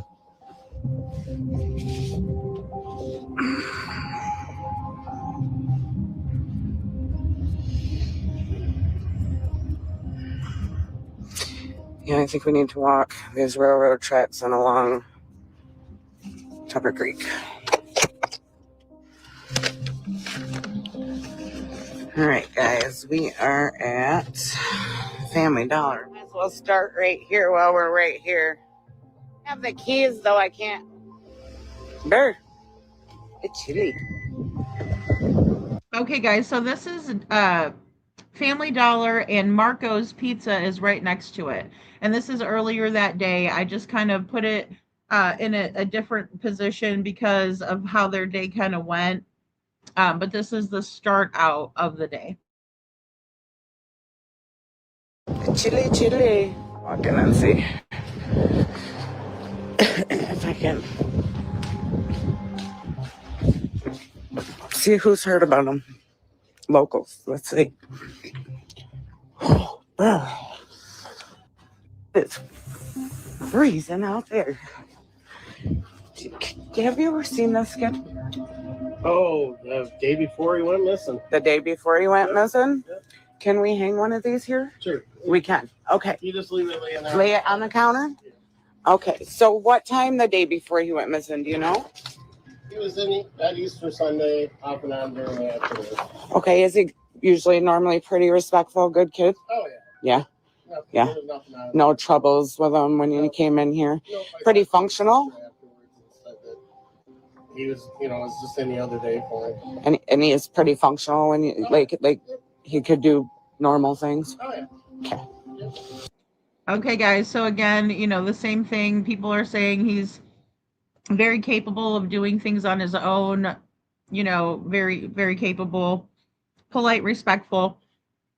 I also wanted to point out as well that everybody has knows Devlin, right? Everybody knows he's missing. Everybody has heard of him. That's local. That's another checkbox that I kind of want to, mark off of our list here, our mental list about how Devlin was perceived in the town, as well as, do people know that he's missing? Yes, they do, especially if they're from the area. All right, just making sure people are keeping them in their mind. I appreciate you. All right, so that's the Family Dollar. He is in here quite a bit. He was in here the day before he went missing. Let's see about Marco's Pizza. Ooh. All right, so here she is heading over to Marco's Pizza, but also, they just said that Devlin was seen in the Family Dollar the day before he went missing, right? Which was Easter Sunday. Just want to reiterate that. So, such an easy community to work with, not like Sumner County, right? In Hendersonville.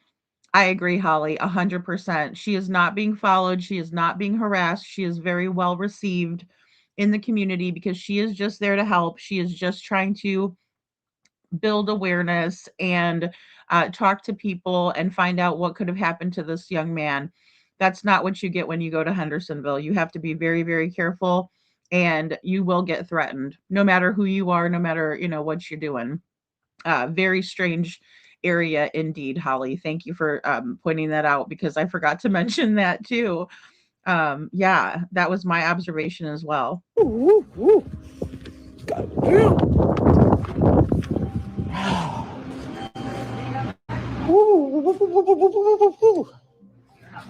Have you seen this kid? No. Have you heard about this? Yeah, I heard about it. Okay. It's been a long time. Yeah, since April. So Nothing at all. Nothing. Did it wrong with somebody? Yeah. Yeah. I figured if something bad happened with hunters, if it was, you know what I mean? I mean, there's a lot of places, Where's Tupper Creek compared to here? Do you know? No. Okay. Okay, guys. So just to let everybody know, to reiterate, this man is standing in line to get his pizza, and he knows about Devlin being missing, right? And he's even kind of speculating a little bit on it. So again, the awareness is high in the area. People definitely know about Devlin and know who Devlin is. We're about to hear from one of the workers as well about that. Yeah, so that's Piper Justice for Nuke. She is a digital creator on Facebook, right? And she's been covering his case mainly on Facebook, I think. I don't know that she has a YouTube channel. Thank you. She's got boots on the ground looking for Devlin. Yeah, exactly, Detroit. Exactly. Thank you, Detroit. So yeah, I'm really excited about it. I think it's a very good thing. And, the more awareness that we have about Devlin, the better. Because it looks like everybody in his town knows about it for the most part and knows Devlin. But we need to make sure everybody else around knows as well.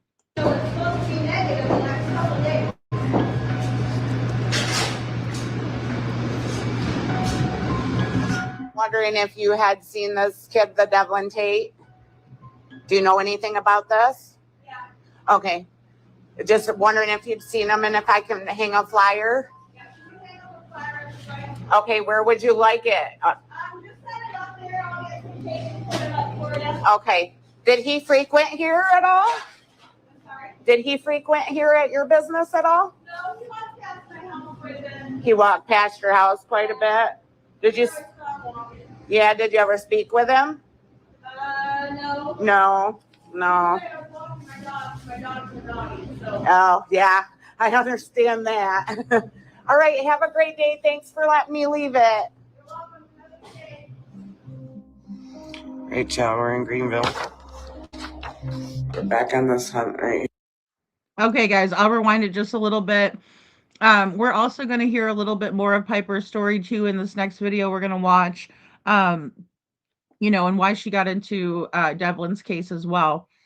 I also just want to mention that this is where she's going to Greenville. Now, we talked about the Greenville lead, and then I made a call out to the hotel to get their email so I can email them a flyer. Well, they didn't have an email that I could email the flyer to. So I'm very grateful that Piper was able to go out there and give them the flyers in person. Also, I sent one to the Dairy Queen. No one got back with me about it. So we're about to hear about the Dairy Queen on that situation. Also, just want to point out again that Devlin was well known in the community, and people would see him walking past their house and things like that. Stand that. All right, have a great day. Thanks for letting me leave it. Right, y'all, we're in Greenville. We're back on this hunt right here. We're at the Dairy Queen in Greenville. In the community board. But that's like their thank yous and stuff like that for... Hi, how are you? Tired. Do you guys know who this boy is? Did he work here at all? I've never seen him. I think so. No. How long have you worked here for a long time? Yeah. Yeah. 3 years. Like 3 years? Yeah. Okay. So you definitely know who he is. All right. Thank you, ladies. Okay, great guys. And so these gals, thank God they were there. They've both been there for 3 years, so they know that Devlin is not working there. And I hate to say it, but if somewhere like Dairy Queen would not pay someone under the table, and that's the first thing I thought of. But again, we need to check, right? We just really do, because maybe he got in the door somehow, slipped through the cracks a little bit, and was saying, oh, I'll get you my paperwork or whatever, and he hadn't got it in. There's a lot of different things. So that's just part of it. But and then no, Detroit, Piper did not go to Bob's Barn yet, but I'm sure that's where her research will head her. Just because as I've been watching her, she thinks a lot like I do, and kind of I'm watching her go over everything that I've already done, and so I can see her going there, if that makes sense. Yeah, absolutely. I can see her going to Bob's, as like just the next logical step, because she is very logical in that regard, and how she's been doing this. Like I said, this is a whole day that she has done all of this in one day, right? So because it's such a small area, you could just knock this out. And that's what I was complaining about for the longest time with people. I'm like, why aren't you guys actually looking for this kid, right? Which the search and rescue groups have been, but this is a little bit different when you're doing some kind of, for lack of a better way to call it, investigative journalism, right? You're talking to people, you're trying to get people to talk with you and to understand the story better, right? The series of events better. And so that's what she's doing right now. And I think it's been a long time coming, and I'm glad that she's doing it. Oh, and it also helps me sleep better at night that the leads that I call in and things like that are being listened to. So this part coming up is pretty cool too, guys. Actually, can I leave this here just in case he frequents in here or somebody sees him by chance? Here, we can hang it up. Okay, awesome. Thank you so much. So no go with the Dairy Queen. Ooh, wait, it's cold.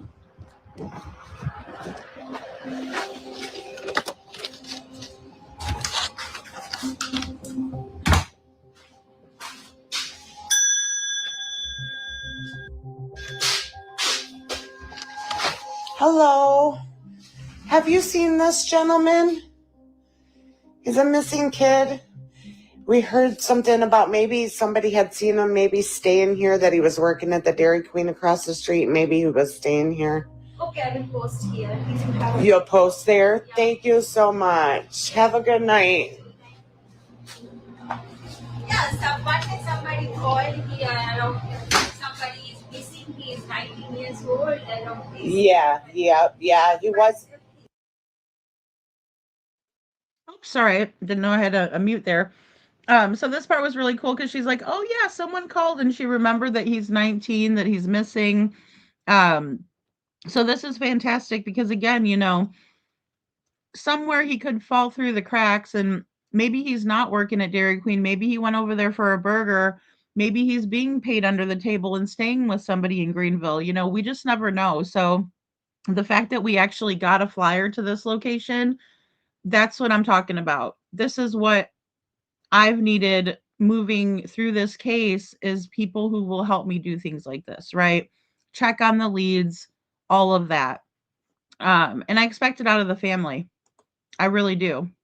He's special needs, so he's, got a little bit slower of a mind. So more like, more like a child, so. That's fine. Okay, I can. All right. I appreciate that. Have a great day.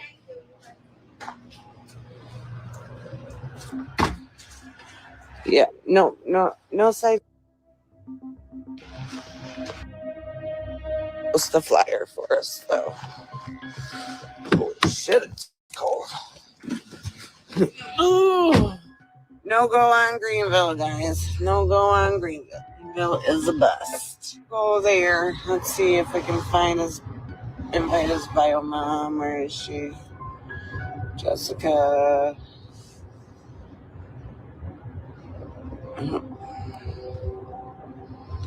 There we go. There we go. Yeah, it's time to go home. Go to bed. Get up. Go to work.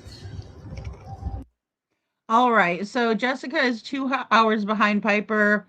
Jessica's 2 hours behind me. And then at some point, there's a 3 hour difference between Eastern uh, Standard Time in Michigan and, Florida, and then over to Arizona time, right? So it does, because their time zone doesn't change. But as of right now, Jessica is only 2 hours behind Piper, but she never did join the live. In my experience with parents of missing children, they would be available to receive this confirmation on the Greenville lead. And it's very, very disheartening that she's not. And then Detroit, I saw your question. I just wanted to wait till I had a chance to pause. Piper is the creator that Jessica is going to be talking to, and that's what we're going to watch next on this video. So, because I got it uploaded, yay! So it's ready to go right as we're finishing up here. All the good stuff.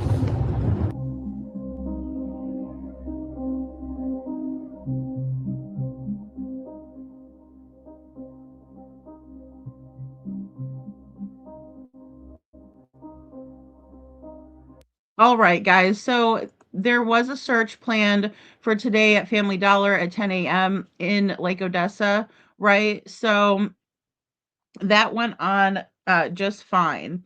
Everything went well. And I do believe they posted it as well. I've heard.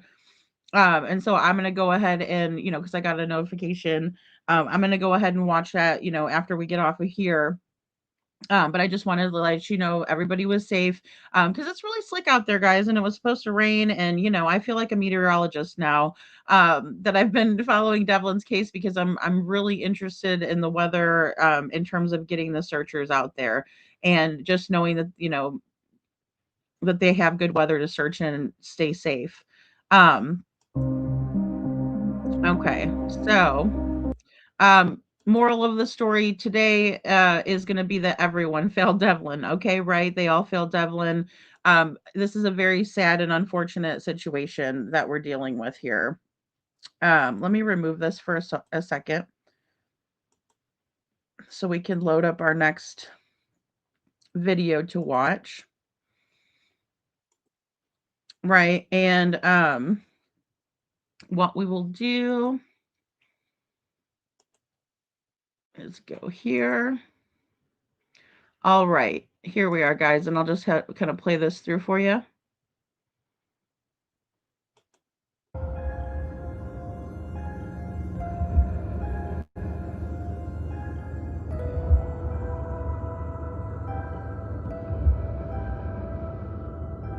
he felt as safe with this lady that he was one of his favorite teachers and liked her so much that he knew what kind of car she drove. He knew that she lived in the area, and he found her. Like, he found where she lived because he likes her so much. So the Joni Sayers, I don't know how to say her last. SARS. She was one of Devlin's teachers, and that's where the phone was kind of pinged last.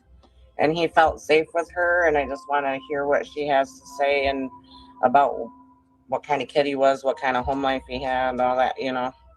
Teachers know a lot of things. But tomorrow I have Lori Hansen in the morning, and then I have Jessica in the afternoon or evening. Hi, Joni. This is Jessica. How are you? Hi. Good. How are you? Good. So I hear he was a special student to you, huh?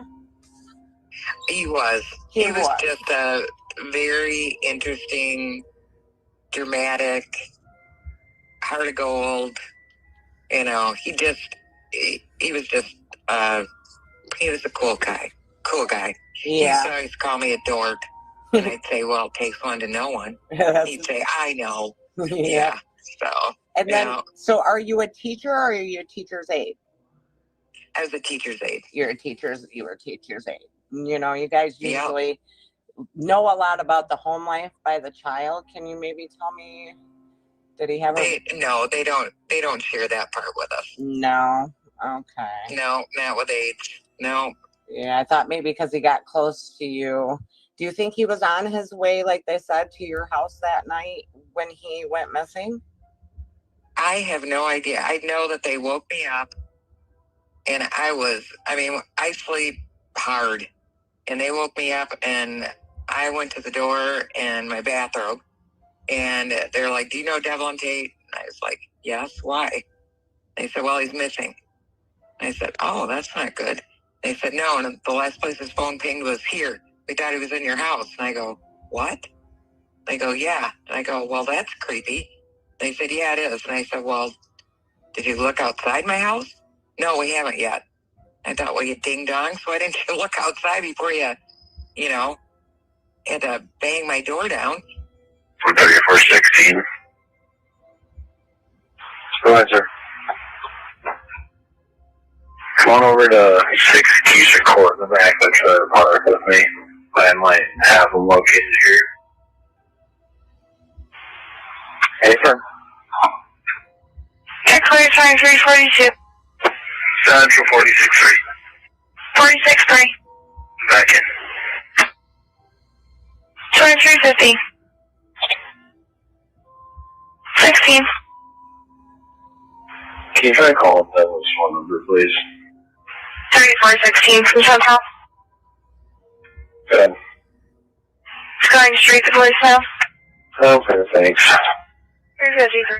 And then they went and looked around my house and took off, and I thought, oh, crap. I never looked in my house while they were here, you know?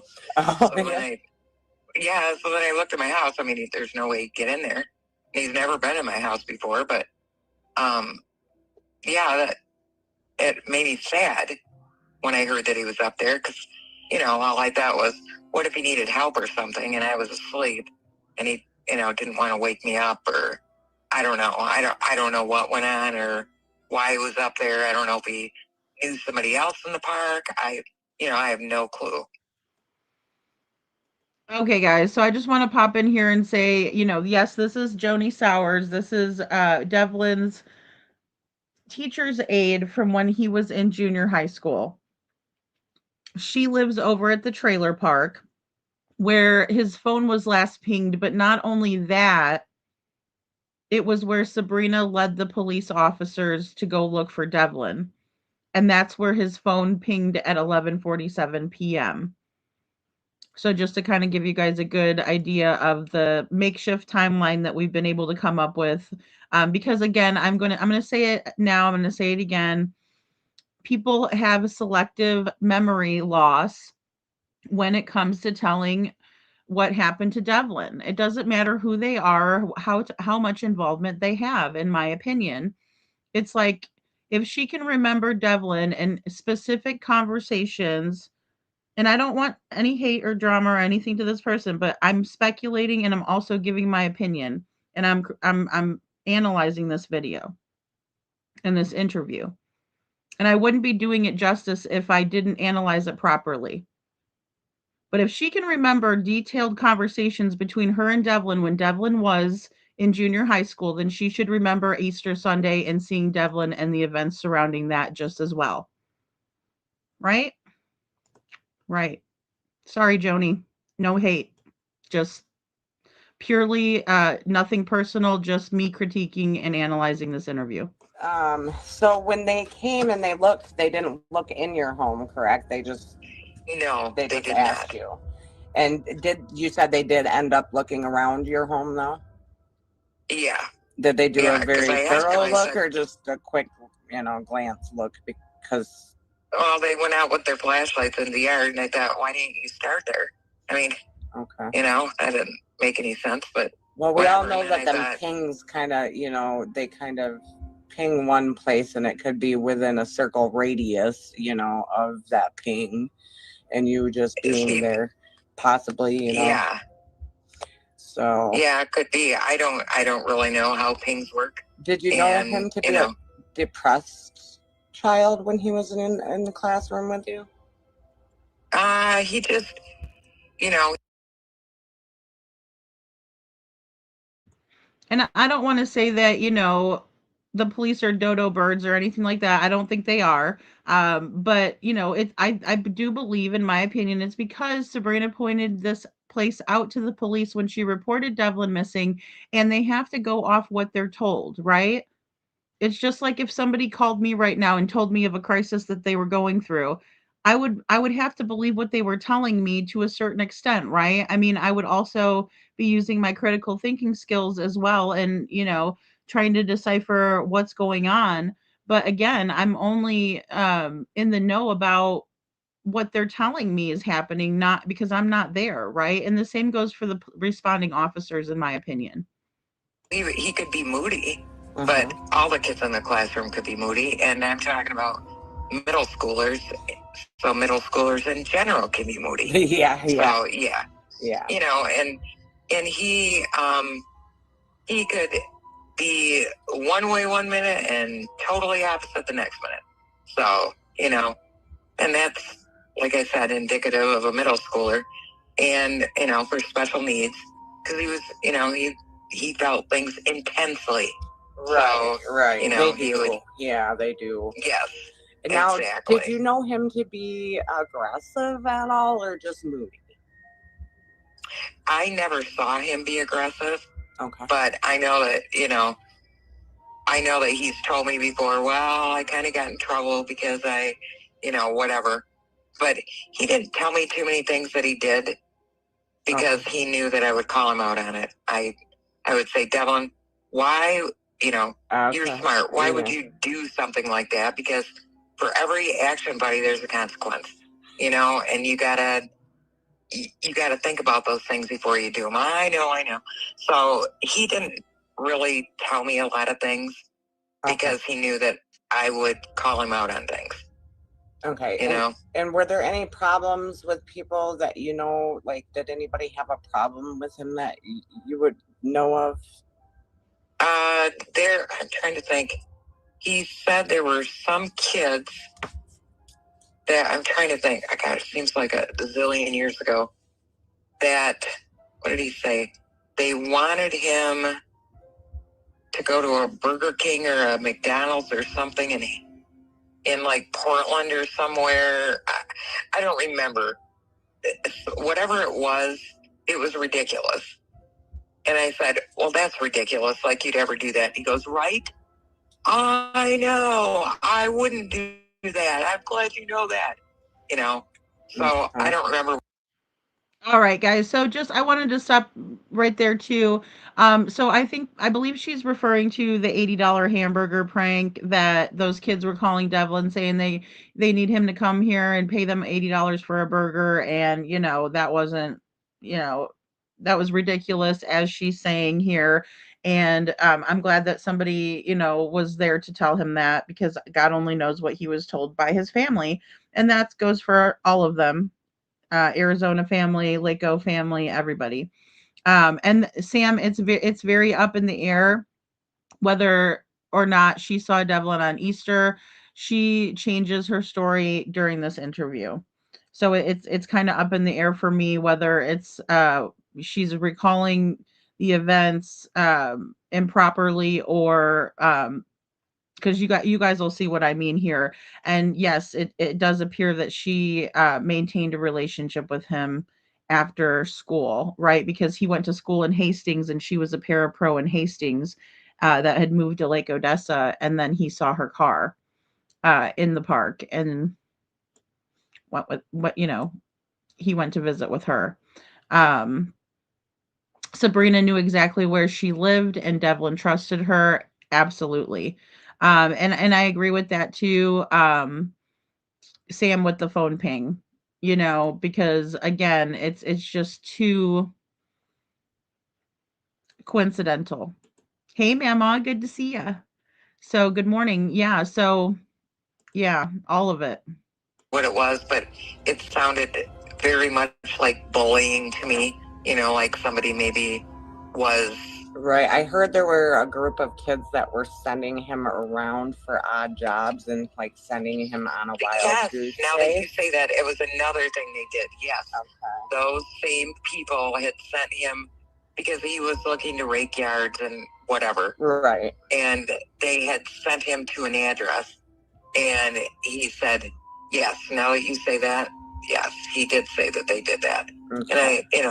And I just, was like, well, you need to not talk to those kind of people, Yeah, it's pretty bad though when a fire cadet a fire cadet was fired for bullying Devlin, right? So he's going to people who he thinks are, well-respected, responsible members of the community who have the power and great responsibility that comes with it. And he was being bullied by the fire cadet, right? And so now Joni is recalling and saying these were the same people that were bullying Devlin and, pranking him on the odd jobs, right? So, and hashtag Devlin's army for whoever decided to make that executive decision and fire the fire cadet for misconduct, code of ethics, maybe violations as well. Well done. They're not good for you, right? So you know that.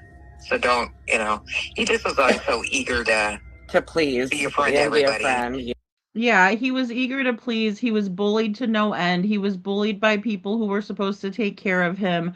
I don't, I'm sensing a little bit of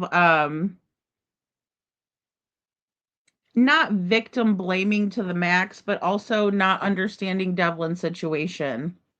And that's a common theme throughout, right? That we see with poor Devlin. Yeah. Yeah, exactly. Yeah. So now, can you explain to me how he came to find your house? Because I thought that was kind of funny. Oh my gosh. Well, when I worked at the school, our classroom faced the parking lot. So they could look out and watch me pull in or, leave for lunch or whatever. So they knew what vehicle I drove, And when I purchased my mobile home, I would share things in class of, oh yeah, I bought a new house or whatever. Oh, where are you living? And I'd be like Lake Odessa, because that sounded so far away from Hastings, And little did I know that he moved to Lake Odessa, and all of a sudden he was at my door one day, knocking on my door. I go, Devlin, what are you doing over here? I hadn't seen him in a couple of years. He goes, well, you told me you lived in Lake Odessa, and I knew you lived in a and he knew what car I drove, and he just walked around the park till he saw my car. So smart kid. I was like, oh yeah. Yeah. I mean, like, I always worked in special education, and just like any other sector of the world, people have their strengths and their weaknesses. He can put two and two together. He just emotionally, sometimes he, wasn't that smart. So. Right. Okay. Now, how often did you speak with Devlin? On a daily basis? Oh, no. He'd probably stop up at my house, I don't know, a couple times a week. Usually. Okay, guys, so I'll rewind that just a little bit too. But she just confirmed that Devlin, knew what car she drove. So Devlin dropped out of high school. And so he wouldn't have probably saw the parapro, and I don't know how the school system works out there, and if the junior high schoolers are with the in the same building as the high schoolers. But Devlin did duck out of school early. So there's that, but she had told the kids that she moved to Laco, and so he already knew that. And I have to just reiterate that, it's been said time and time again that Devlin has a very, very, very good memory. And so, places he's been once, things he's been told one time, numbers, things like that. He's very intelligent, where he can recall that information once he's given that information. And so I think that the story does hold water, even though I do find it to be slightly inappropriate.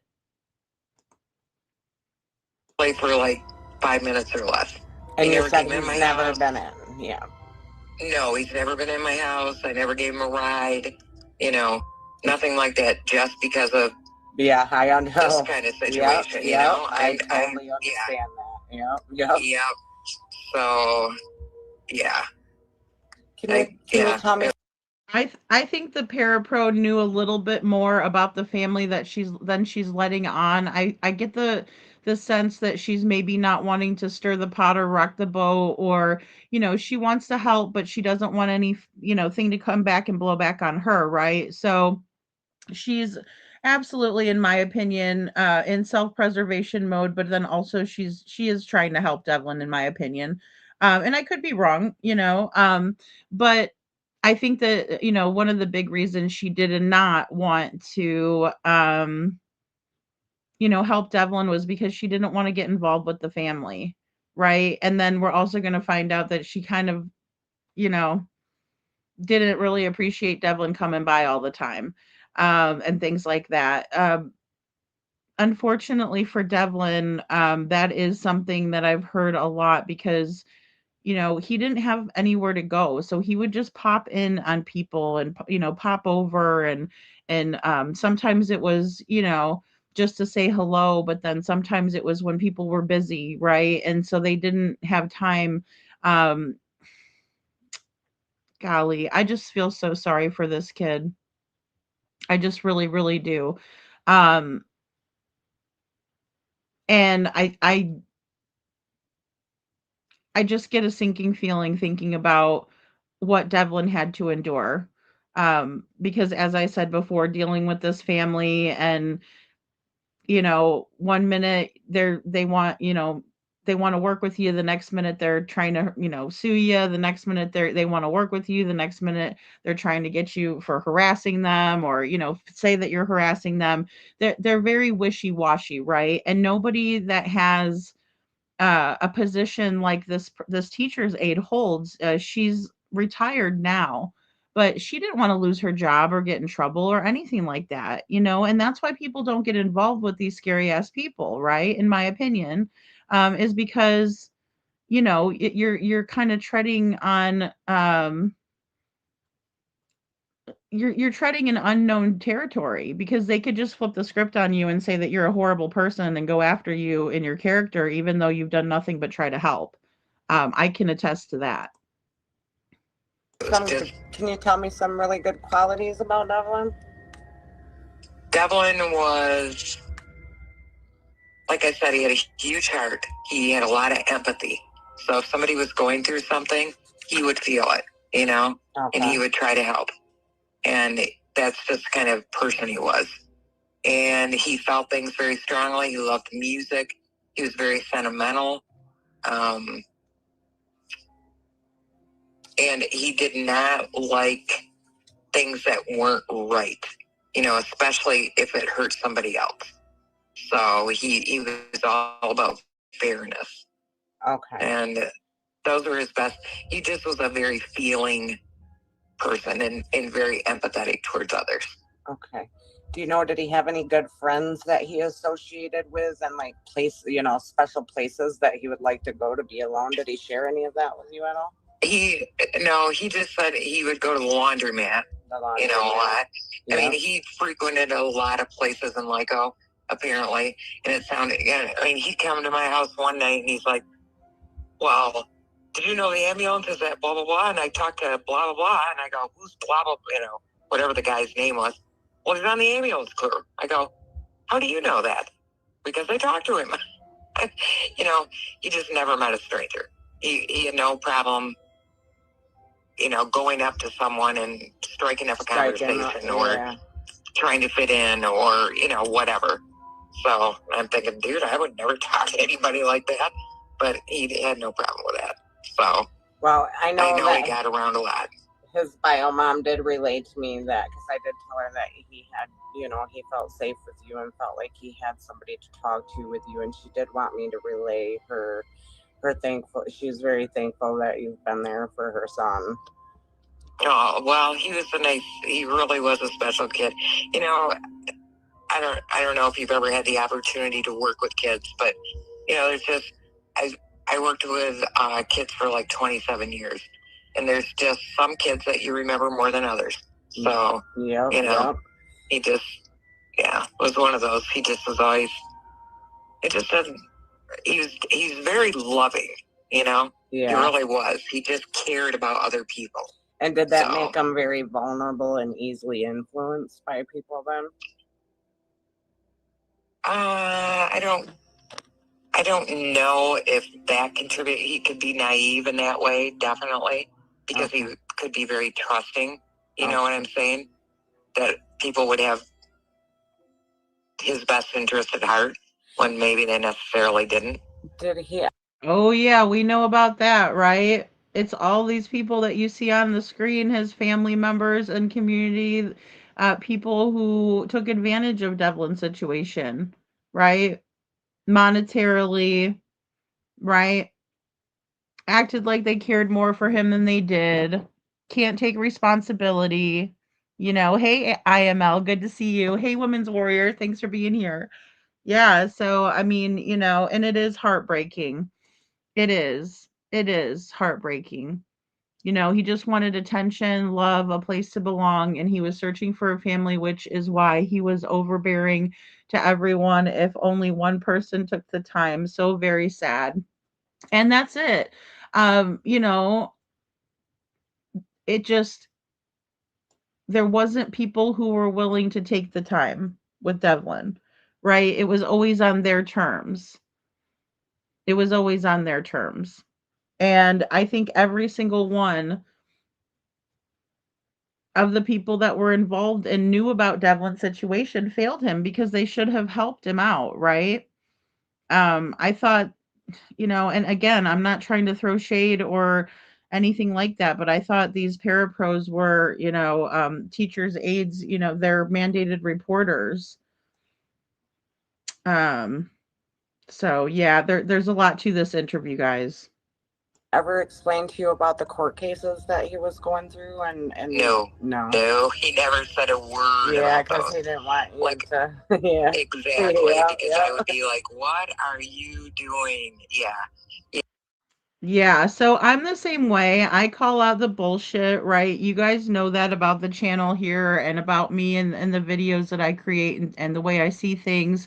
I'm the first one to notice if somebody's, not being consistent, right? And you guys are really great at that as well, helping me with that. Looking for knowing what to look for is half of it. But when you care about people, you hold them accountable, right? The opposite of love is indifference. So if you don't give a crap about somebody, you don't care what they do. You don't care how their decisions influence what's going on with them, especially if you're trying to help them already and they're making bad decisions, right? And lying and grifting and causing trouble. Um, I do not think that Devlin's mother was a good influence on him, period.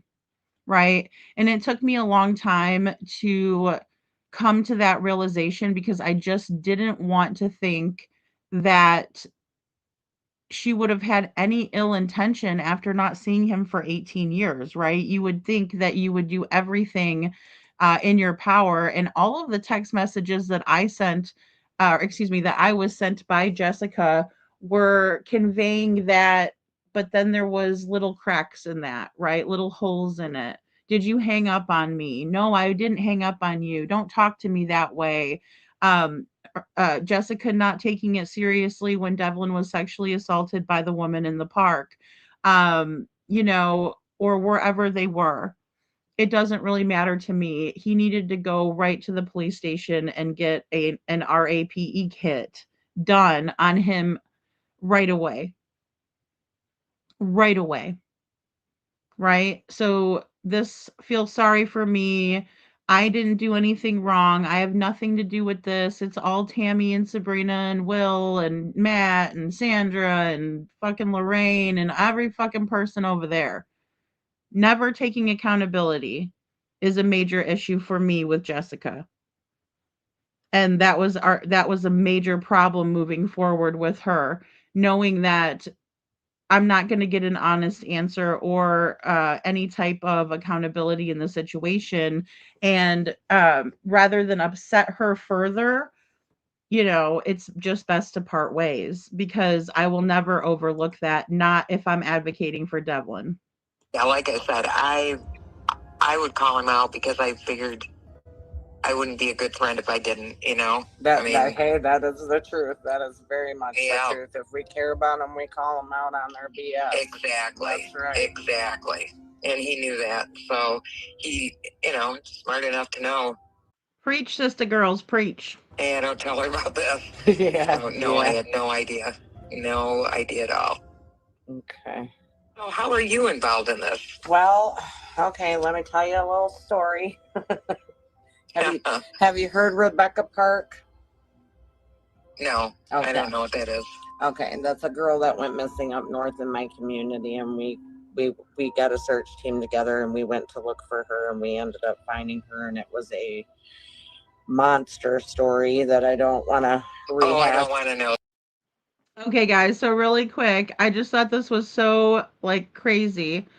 So I've covered Rebecca Park's case, and I have a video of Piper up on my channel along with this other hero that I put up here. Hold on one second. I just want to go back, but I don't want to go back too far. And I just thought that was crazy. So when I was looking through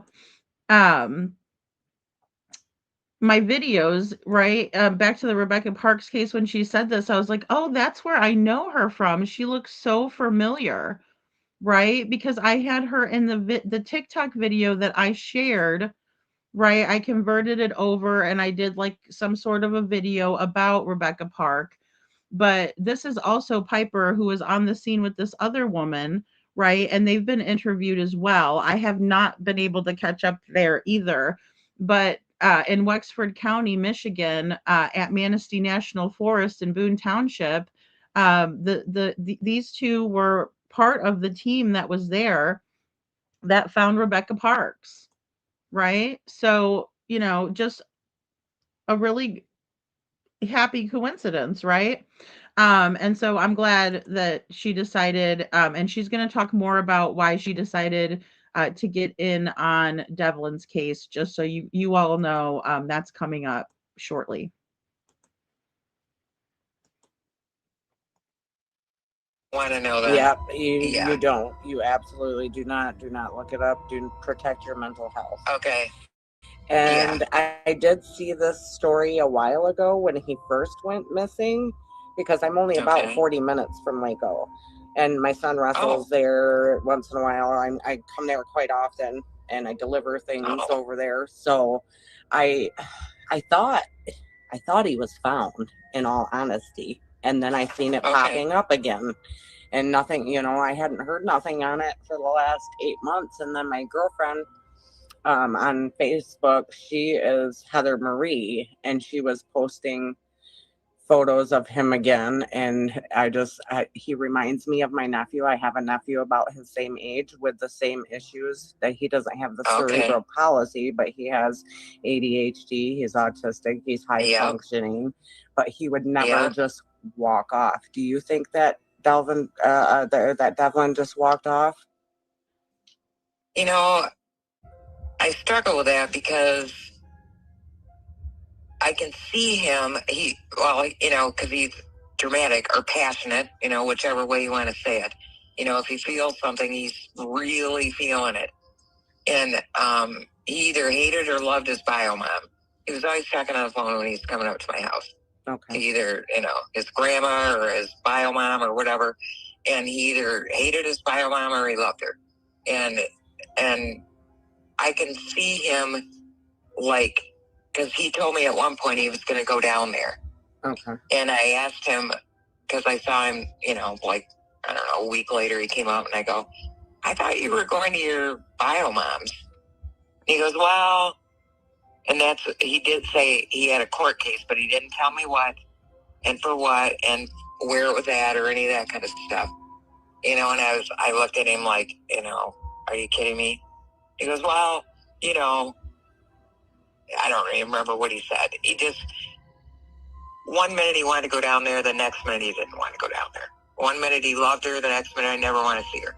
So that all neutralized each other. I thought, what are the chances he's ever going to see her? When I found out he was gone. Yeah, and I agree with what she's saying here. So she was like, his bio mom was kind of a person where, he would say good things, he would say bad things. Because I think in my heart, and I know she didn't mean to word it this way, but I just want to say, in my opinion, Devlin loved his family no matter how they treated him. He just didn't want to be abused anymore. And any of us who have been in abusive relationships or situations with abusive family members, that's all we want, is for them to stop abusing us. We love them. And it hurts us sometimes unrecognizably, that they're doing that to us, and how could they? And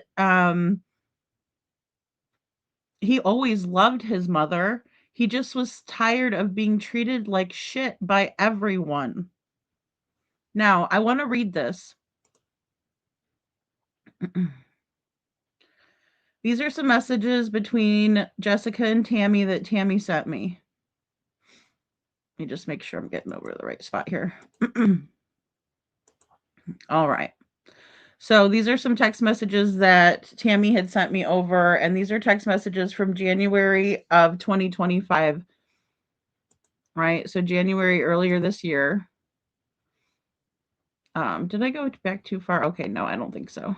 All right. So it says Jessica Devlin's mom, right? Because this is Tammy's phone. And so this is going to be Michigan time stamps. Thursday, January 9th, about 3:39 p.m. Jess Devlin said you are in the hospital. ... I hope everything is okay. ... No, I'm just kidding. I won't do that every time, guys. He's pissed because you won't answer him at all. I need to talk to you about him when you can and are able to take a few minutes to talk or text. Right? So this is Tamra reaching out to Jessica in January. They were talking, all of them, about Devlin, right? Talk to you later is the one up here, I'm assuming, right? And then there was more text messages before this. We went over a whole bunch of text messages from September to October. I'm sorry. I believe they started in August, September, October of the text messages between Devlin and his mother, right? And then Tamara was so kind as to send me this, right? And so she's reaching out to Jessica asking about if she's in the hospital and can she talk for a few minutes about Devlin. Then later on that night, Jessica texts her back, I've been in the hospital. I literally just got home from Phoenix and Devlin can go. right? I've been in the hospital. I literally just got home from Phoenix, and Devlin can go right ahead and be pissed. I'm going to need a few days to figure out, because right now I'm not really sure how to handle Devlin when it comes to him finding out what's going on with my health, because I'm not too sure he can handle it. Wow. So she doesn't give a hoot whether her son is upset, right? And she's going to need a few days. So she's had 18 years, 17 years, whatever, of space, but now she needs a few days. That's not what she told me. Not at all what she told me. Hey, Joseph O'Neill says, who was the broad in the park? I'm not sure who that is because his mother never found out. He reached out to his mom and told her that he was essayed in the park, and she did not get a name for the person, nor did she get tell her son to seek medical attention for what happened, in my opinion, from the text messages that she shared and what the story that she told us here on the panel. Thanks for being here, Joseph. So now we see what's going on, Tammy says to her in the green. Jessica tells her, I have cancer. This is January 9th of 2025. Jessica says, I have cancer, and given his history with your dad and the way he still is about his passing and everything, right? So she tells Tammy that she's got cancer, and she knows how upset Devlin is over her father passing, but she's still going to, in my opinion, lie about the cancer. And he's already going through it in Michigan. I'm not sure he can handle that right now. So I'm not sure how or what to say to Devlin next time I talk to him. And again, Devlin has been going through issues since mid that we know of, that we actually have proof and knowledge of, since mid 2024. And now we're right in the beginning of a new year of 2025, and Jessica's lying about her cancer, in my opinion, and telling Devlin or telling Tamra that she knows it's going to be so difficult for him and that he's already going through enough. So we'll just add insult to injury, or pour salt in an open wound. Okay, that's not a mother, in my opinion. Cancer, where? What kind? Is it curable? Now, just to let you all know, Bill Tait passed away from cancer in 2023. So very recently. And now you can see that Tamra's worried about Jessica. What do you mean cancer? Is it curable? Is it what? Is it this? Is it that? Oh my gosh, right? She's showing concern. Jessica says, I've been fighting leukemia on and off for years now. I was in remission for a while, but it's back now, and that explains my symptoms for the last few months. Okay? So she's telling Tammy that she's got leukemia on and off. I hate it when, my leukemia acts up. So Tammy says back to Jessica, he's going to go off on Matt. He's telling Mama that she doesn't control his phone, and on and on. And Jessica says she might not control his phone, but I do, so he better watch the way he wants to talk to your mom. Right? So they're ganging up on Devlin, or Devlin might be talking bad. I'm not sure if they're co-parenting at this point or if they're ganging up on him. But now I see that they're ganging up on him, right? So if I'm just reading this, part myself and not seeing the rest of this, I might think that, she's parenting. But no. Tamra says he's calling Matt to go off on him because I guess Matt said something to him about he shouldn't be talking to Ray. He just called you a dumbass, right? That's not how adults act. That's how a tattletale Tessie tells, right? So she says, Jessica says, tell him to come say, or excuse me, she says, tell him to come at me like that to my face right now and see how fast I go to boost and turn his phone off right now. Having a phone is a privilege, not a requirement. Tammy says back to her, he said you should have called his GD phone if she didn't believe me. Right? Awful. Awful. It makes me sick. It makes me sick. You know, Detroit calls BS. I just hung up on him again. Jessica says, I just hung up on him again. So bet he's talking shit again. And I literally just got AJ to take a nap and Devlin woke him up with his bullshit. Well, what do you guys think would happen if Devlin actually moved there to his mom's? He'd be kicked out too. He'd be on the streets of Arizona and not the streets of Lake Odessa. And I bet you he wouldn't know very many people either. And I bet you it would be a very horrific situation to put AJ in as well. Yeah, justice for Nuke. She had all that time away from him, and it didn't make her think one bit about or introspect or think about how she could change things or nothing. Better herself, nothing. Justice for Nuke says, exactly, lady. 17 years, has another kid raising it, but treats Devlin this way. She has 2 other daughters. And I'm not sure what she told Piper or maybe, you know, because I gave Jessica a ton of concessions myself, so I completely understand it. Um, you know, we're just trying to help after all. And, you know, so, but she was telling her that it was her other daughter's birthday, right? And I'm not going to say her name. She said it a million times up here, but she has 2 other daughters. The state of California took those kids. That's why she went to Arizona. So I don't know what she's telling this other person, but from what I've seen, this other person working really, really hard for her son, I don't think it's proper. All right. Jessica says to Tammy, yeah, well, I'm thinking that after his bullshit last night that I'm done paying a dime on anything until he's willing to check himself in somewhere he can get the help he needs. I'm definitely not purchasing any type of ticket to Arizona until he does so. Right? But I thought she didn't have any money to purchase a ticket to Arizona.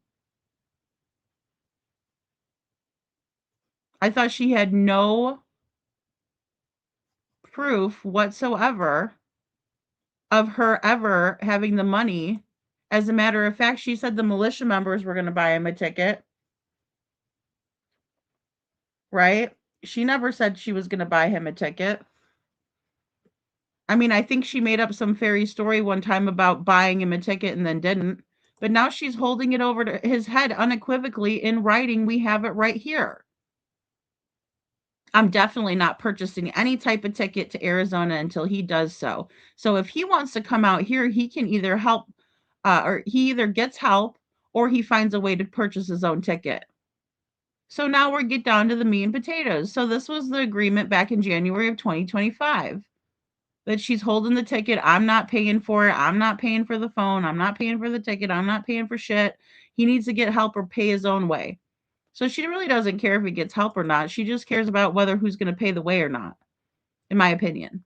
He doesn't know any of this yet, though, right? So she's talking shit behind his back. So somebody that he's supposed to trust, right?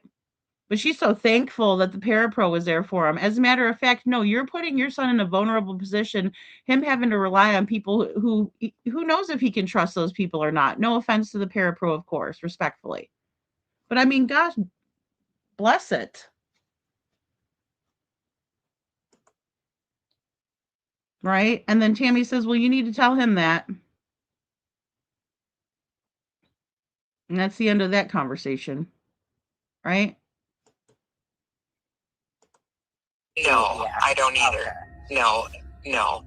But he would, and I don't know this feature, but if I was to guess, I would guess like if he got SNAP money or anything. Yeah, which he probably did. He did. He did receive EBT money. Yes. Yep. Okay. Well, I could imagine him say he got $50 a month. I could imagine him spending $44.50 the first day, on chips and pop and hey, some gum and if I can see him doing that. So I don't see him saving for that kind of thing. Okay. But I don't know that. Right. But if I were to guess that about his personality, because sometimes he'd come into my house and he'd have a pop and a candy bar or a bag of chips, and I'd say, "Man, you must be living in the lap of luxury because I can't afford all that stuff." "Oh, you can too." He'd just blow it off. But I think, where do you get all that money? Right. And then other times he'd be like, "Oh, I'm just really hungry because I haven't eaten today." And I'd be like, "Really?" I'm thinking, what about the 15 snacks he had 2 weeks ago? Okay, but where is he gonna put the snacks? What is snacks not that is not sustainable food or healthy for him, right? But where is he supposed to put these snacks at? I mean, it's not like he carried a backpack with him around, not to the best of my knowledge, right? But she's like, "Oh, come on, Devlin, you're not starving." Well, I mean, if the kid comes with candy bars and pop, that means that he's probably not eating very well, right? And then, it's kind of odd to me that a teacher would overlook something that is just like slapping her in the face. And I know that she didn't want to get involved, and I understand that the Tates can be very aggressive and they can be very what's the word? Argumentative and threatening, right? But they don't scare me, but they scared a lot of people in town, and they scared a lot of people and veered them away from helping Devlin, right? To the capacity that he needed to be helped. Um, you know, and that's what's sad because even the parapro got all this shit pinned on her, and now here she is talking about it. Just to put it into perspective from where I'm sitting. Let's spread those out a little bit, dude. But Yeah. So after that first night, has law enforcement reached back out to you or come back? Oh yeah, I had like 6. They stopped 6 different times. Okay. 6, yeah, different variety of departments.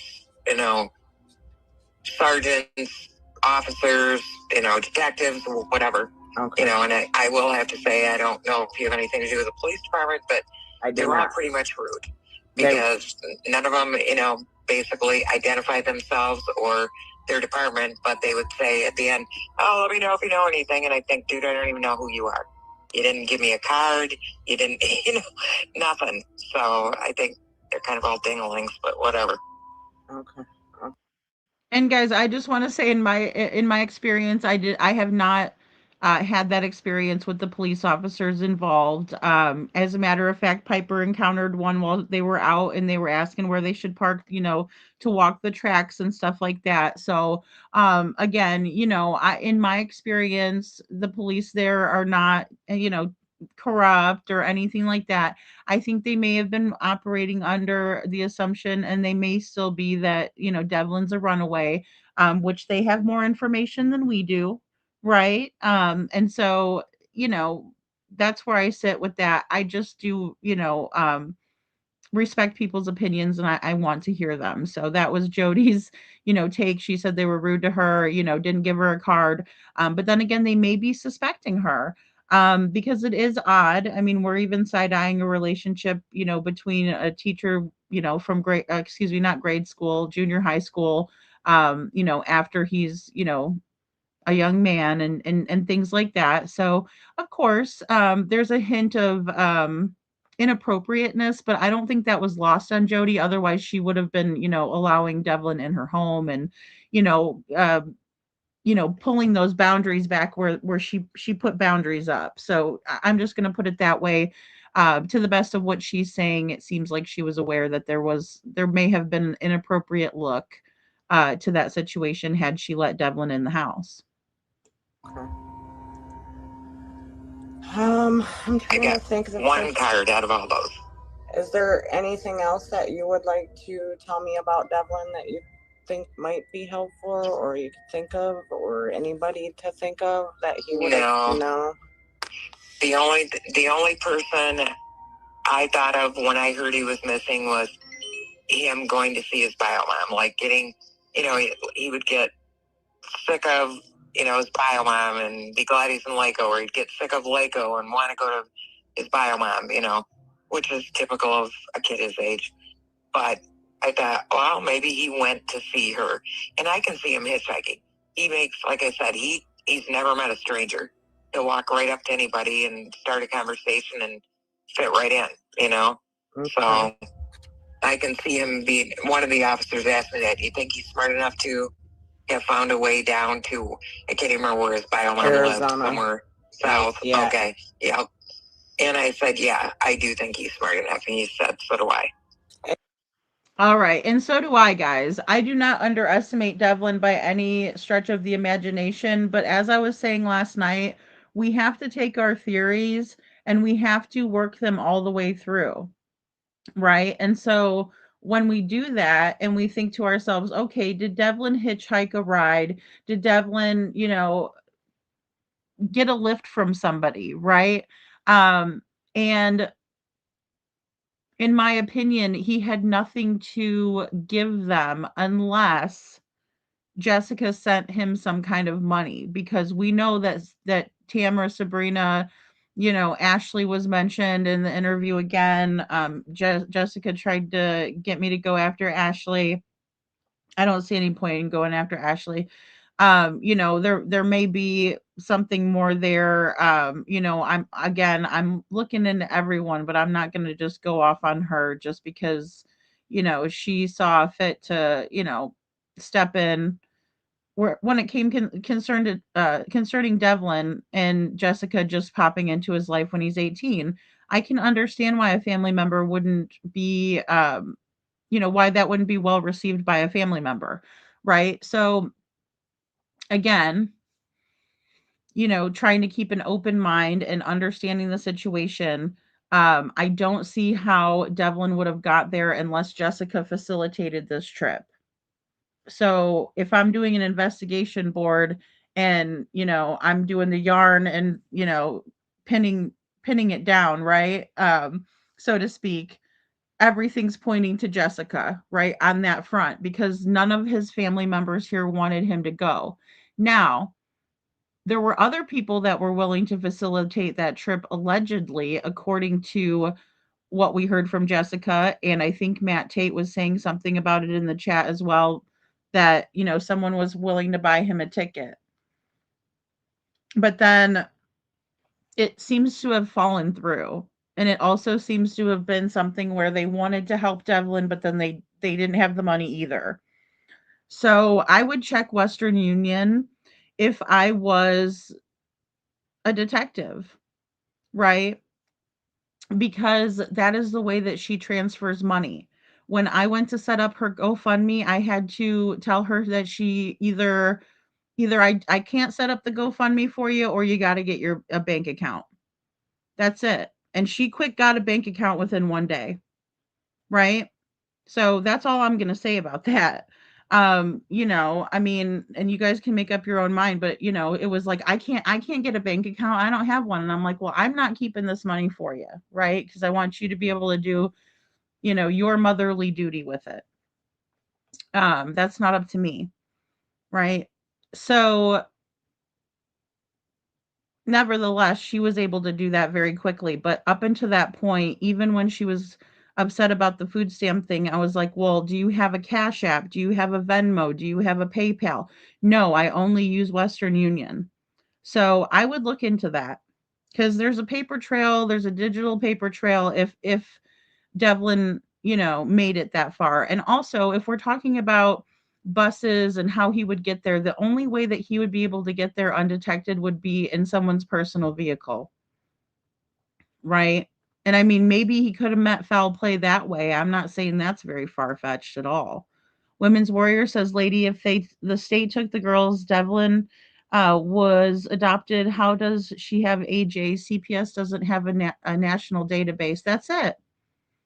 You hit the nail on the head, Women's Warrior. And we've talked about this at length at this channel, right? You guys know how I feel about CPS and how they've failed children. And we've talked about it. Like I said, I'm not afraid to point it out when it is evident, right? Like when we talk about Sebastian Rogers. It's very evident that they were there many, many, many times. I don't give a crap if it was 2 times. It was 2 times too many. and they didn't do proper protocol and procedures, and someone got fired, right? So, but it doesn't go state to state. So what happened in California in that instance, in Sebastian's case, didn't transfer over to Tennessee. And then subsequently, oddly enough, what happened in California in Devlin, Jessica's case, right, is that she did lose her other two girls in California. And so when AJ was 4 months old, she allegedly, according to what she said, hightailed it to Arizona. Right? So what are the reasons that 3 children moved is possibly concerning, depending why? Well, and that's why in the beginning she told me something completely different. She was telling me about, the one daughter of hers, the child is, of a very, and I'm not going to say it, but of a cultural difference, right? And so in that regard, where there's a cultural difference, um, some cultures hold the children very close, right? So I was under that impression, right, from what she was telling me. That's not what she told someone else, right? So yeah, justice for Nuke, it's something. Hey Seth, good to see you. Thank you for being here. Which is why CPS and DCS should have a national database. Boom, Seth. Thank you. I didn't even know you were here. Thank you for being here. Yeah, this is what I'm talking about. You know, and it breaks my heart for these kids. It freaking breaks my heart for them. There's no reason why this shouldn't be there shouldn't be an oversight. It just needs to all be connected, right? So then that way they can look up, when they get a call in, oh, we think that somebody isn't, taking very good care of their child. Well, they can go in the database and say, oh, shoot, okay, well, yeah, we do definitely need to take this home visit a little bit differently than we would on just a first call in, right? Or, sometimes people call for reasons where, you know, the child comes to school and they have a bruise, but really it was because they were roughhousing with their brother or, whatever. And those will get checked into as well. So, I mean, for something like that is totally different, um, than what Sebastian went through and what AJ could possibly be going through right now. I have to consider it, and the thing is that, again, I'll have to, reiterate this, but I've said it before. I was mainly trying to, help her find Devlin. So I was trying to get, the most information about Devlin. And so, she might tell me things about AJ and I would say, "Oh, that's so good," or "That's great," or she would send me pictures and things like that. And I will say I didn't notice anything in the pictures, guys, or, I would have a major problem. Um, so there's that from my account of that. Look, I'm not out to get anybody. I'm just out to report the truth and the way that I see it. You know, so thank you guys for showing Seth all kinds of love in the chat. You guys are great. I remember taking Christmas duties. Hopefully next year one of my kids takes over baking, cooking, and not cleaning up. Right? I love to do all the cooking and baking, but I just don't want to have to clean it up. Oh no, coffee, crime, and cats. Hey KJ, Matt. Good morning. Good to see you. So no, he's in school. He is in school, Detroit, which is another good thing.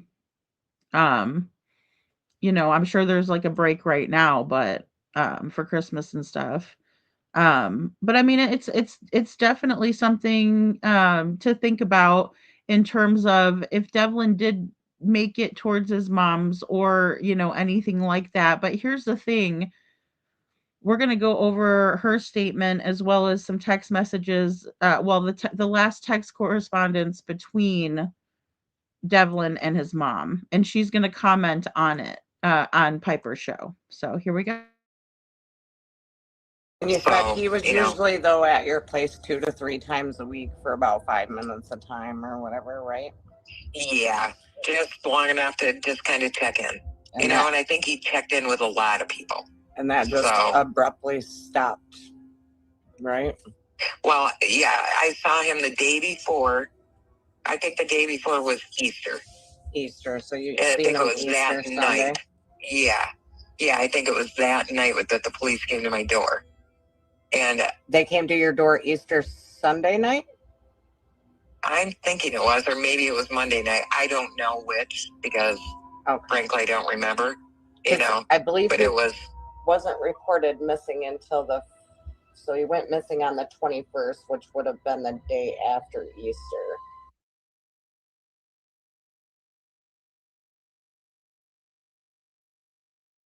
Sorry, guys, I was muted. So yes, Piper is correct here. Look at her head, and her head is in her hands. That's how I feel, and that is my general stance most of the time. Then I'm not on my podcast with this case, right?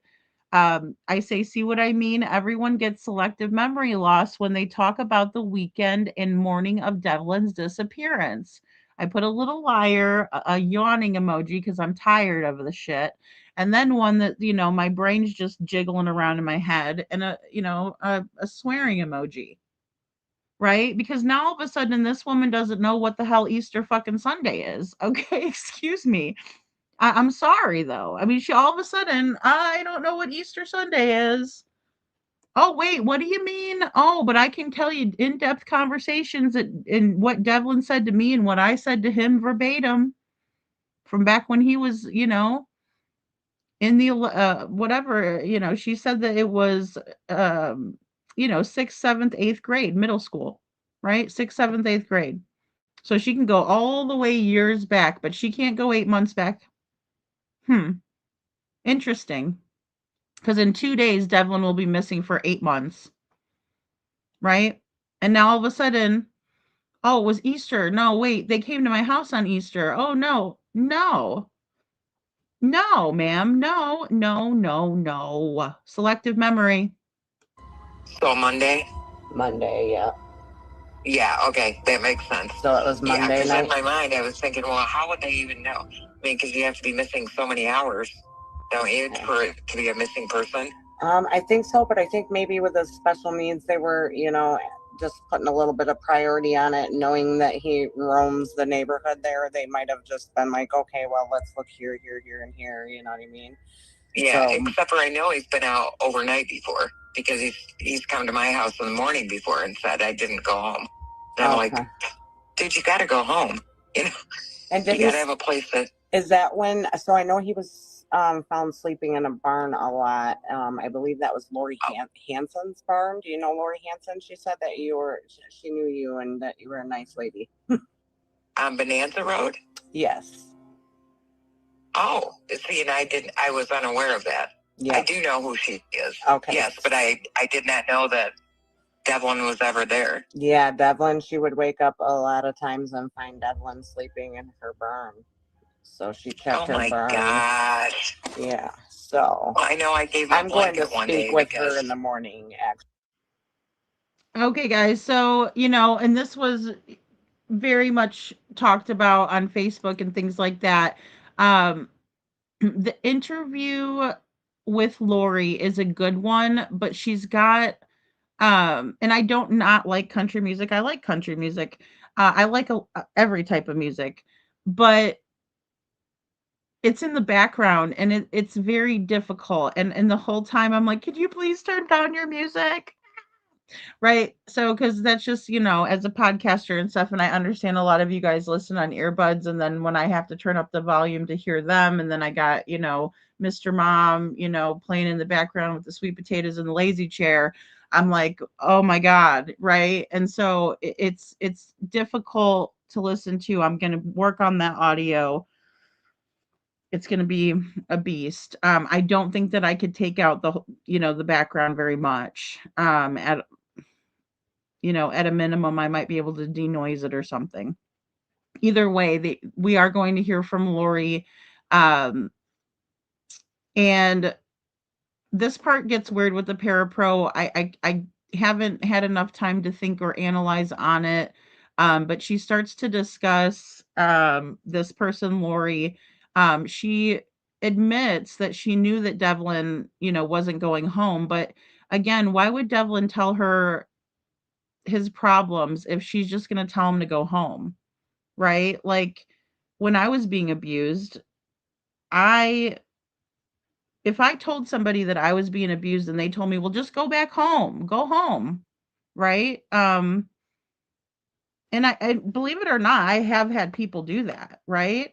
They victim blame or they say, just go or whatever, you should be back there, be grateful that you have, someone who works, or be grateful that you have a house over your head or whatever. People don't understand the severity of a toxic environment or abusive household. And so she would just tell him, go back, and out of her own mouth, I'm just going by what she said.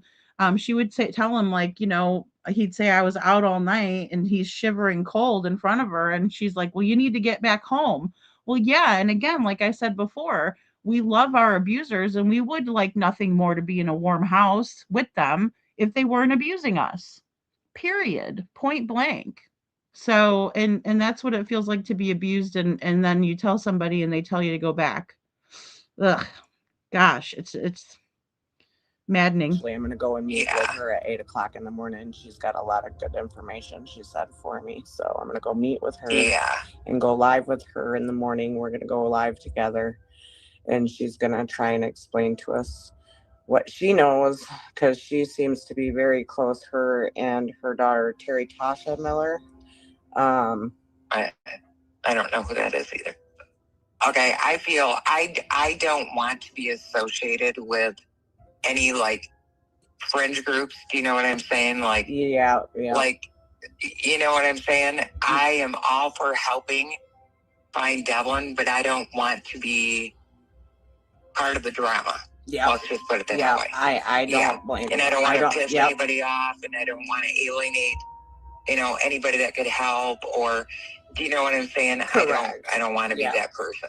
Yeah. No, and that's why I appreciated you haven't said any names. I only said Lori's name because she mentioned that she knows you and that you were. And I do know Lori. Yep. Yeah. I mean, I don't know her well, but I know her. It's hard not to know people like her. Yeah, that's what I said too. I was like, everybody's got to know everybody there. Like, it's literally all within walking distance everywhere I've gone. Yeah. That's I'm. And guys, trust me when I say that everyone in Laco knows everyone. Everybody knows everybody, right? Or somebody knows someone cousin or their aunt or their this or that, right? They're all, it's a very small town, right? Just to kind of put it into perspective. I'm sorry that he had to spend nights in a barn. I did give him a blanket one morning because he came to my house and he wasn't dressed appropriately for whatever the weather was. It was like, it seems like it was spring or something, so it was very cold out in the morning, and he was shivering, and he was at my house in the morning, and he usually didn't come in the morning. He usually came in the afternoon, just strolling up, and I was like, Devlin, what are you doing in the house so early? And why don't you have enough clothes on? He had like a t-shirt when he needed like a coat or something like that. And he said, well, I didn't go home last night. And I go, what do you mean you didn't go home? Well, he missed curfew and got locked out, or I don't remember what it was, but I said, dude, you have to be warmer than that. And my heart broke because I should have taken him into my warm house. But like I said, I'm not doing that. Because, I don't know his family. I don't know the circumstances. I don't want to get in trouble, because that can be misconstrued. And so I gave him a blanket. And I said, here, take this blanket, get warmed up, go home, get inside the house, get some heat, take the blanket. And then he came back like 2 days later and he said, oh, I'm sorry, I left your blanket at the park and somebody stole it. Like, what the heck? So he didn't go home, obviously. He spent a lot of. All right. So, apparently, obviously, allegedly, from what we can deduct, Devlin didn't go home. He took the blanket and went to the park. Sam says, I'm going to be honest, 100% honest. I don't know what I would say to someone in that situation, lady. What would you say? If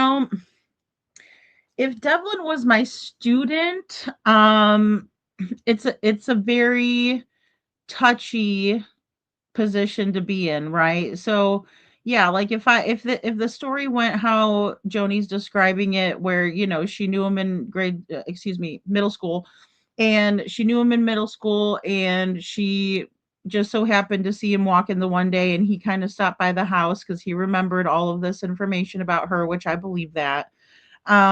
Just kind of getting to know Devlin's personality and mannerisms. Um, I would have got him some food. I know for a fact that I would not have let him come in the house. And I'll give you an example. I knew of a young man that would come over who was like 19 years old. And if Nate was outside, he would talk with Nate, but then he would start coming to the house like when Nate wasn't around. And I had to explain to him that that's disrespectful, and that it can be misconstrued, and things like that. So I think I would have had no, I know that I would have had a conversation on Devlin's level, right? To make him understand that I'm here for you, I care for you. I would have given him more of an opportunity to allow me to assess the situation, whether I should be reporting or whether I should just be helping, right? And especially like if he came to me and said, "I'm hungry, I didn't eat today. I'm a mom, and I'm going to feed him." I'm going to feed him. It doesn't matter. I'm gonna give him something to eat. I'm gonna go in there and make him a sandwich. I'd say hang tight, on the front porch or whatever. I'll be right back, bud, or whatever. Um, I would absolutely set up boundaries though, because that's really important to keep herself in her professional situation and Devlin safe as well. Right? Because people talk, and what if they're like, well, you're over at that teacher's house doing XYZ, and things like that. So it could have made the bullying worse. Um, but to my knowledge, this wasn't the only person that Devlin would come and check in with. Women's Warrior says, what if she told him to go back and he started making things difficult, saying that he was going to speak out about their relationship and she panicked allegedly? It's a possibility, in my opinion. Yeah, I mean, I can kind of see where that thought process is too. Women's Warrior. I don't know Joni's stature. I did kind of look her up. I did look her up a long time ago. And because somebody had sent me some posts of hers, and I just kind of wanted to see who I was, dealing with, I guess I should say. And to me, it doesn't seem like she would be able to hurt Devlin.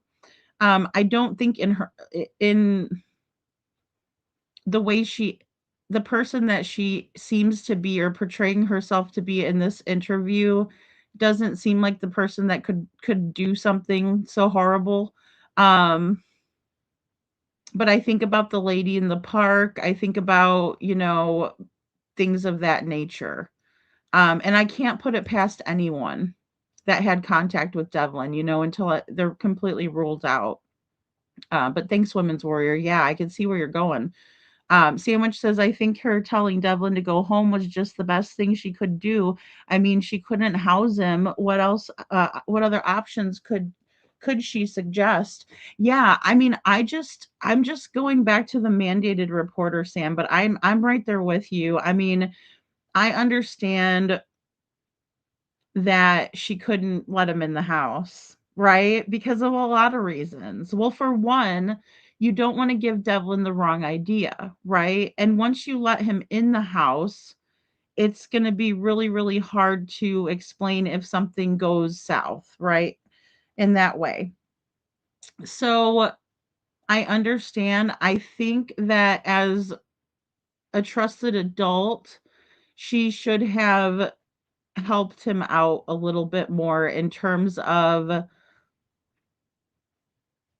maybe trying to help him with some resources, because she absolutely knew that he was out in the cold. And yes, a blanket is very helpful, and I'm sure he used it and was grateful to have it. And so I have to, go after, say that kindness and the way that she was kind to Devlin, even though if he stopped by, she wasn't, always prepared to have him.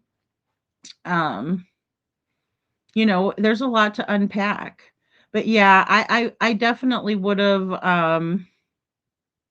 I would have fed him and I would have reported him. I would have reported it to Adult Protective Services. No doubt. Yeah. Yeah. Um, Good morning, Faye. Thank you for being here. Balancing your personal knowledge with your professional scope with young people who show up at your house is a very delicate situation. KJ Mack, very well said, as always. And I agree 100% there. There is a balance.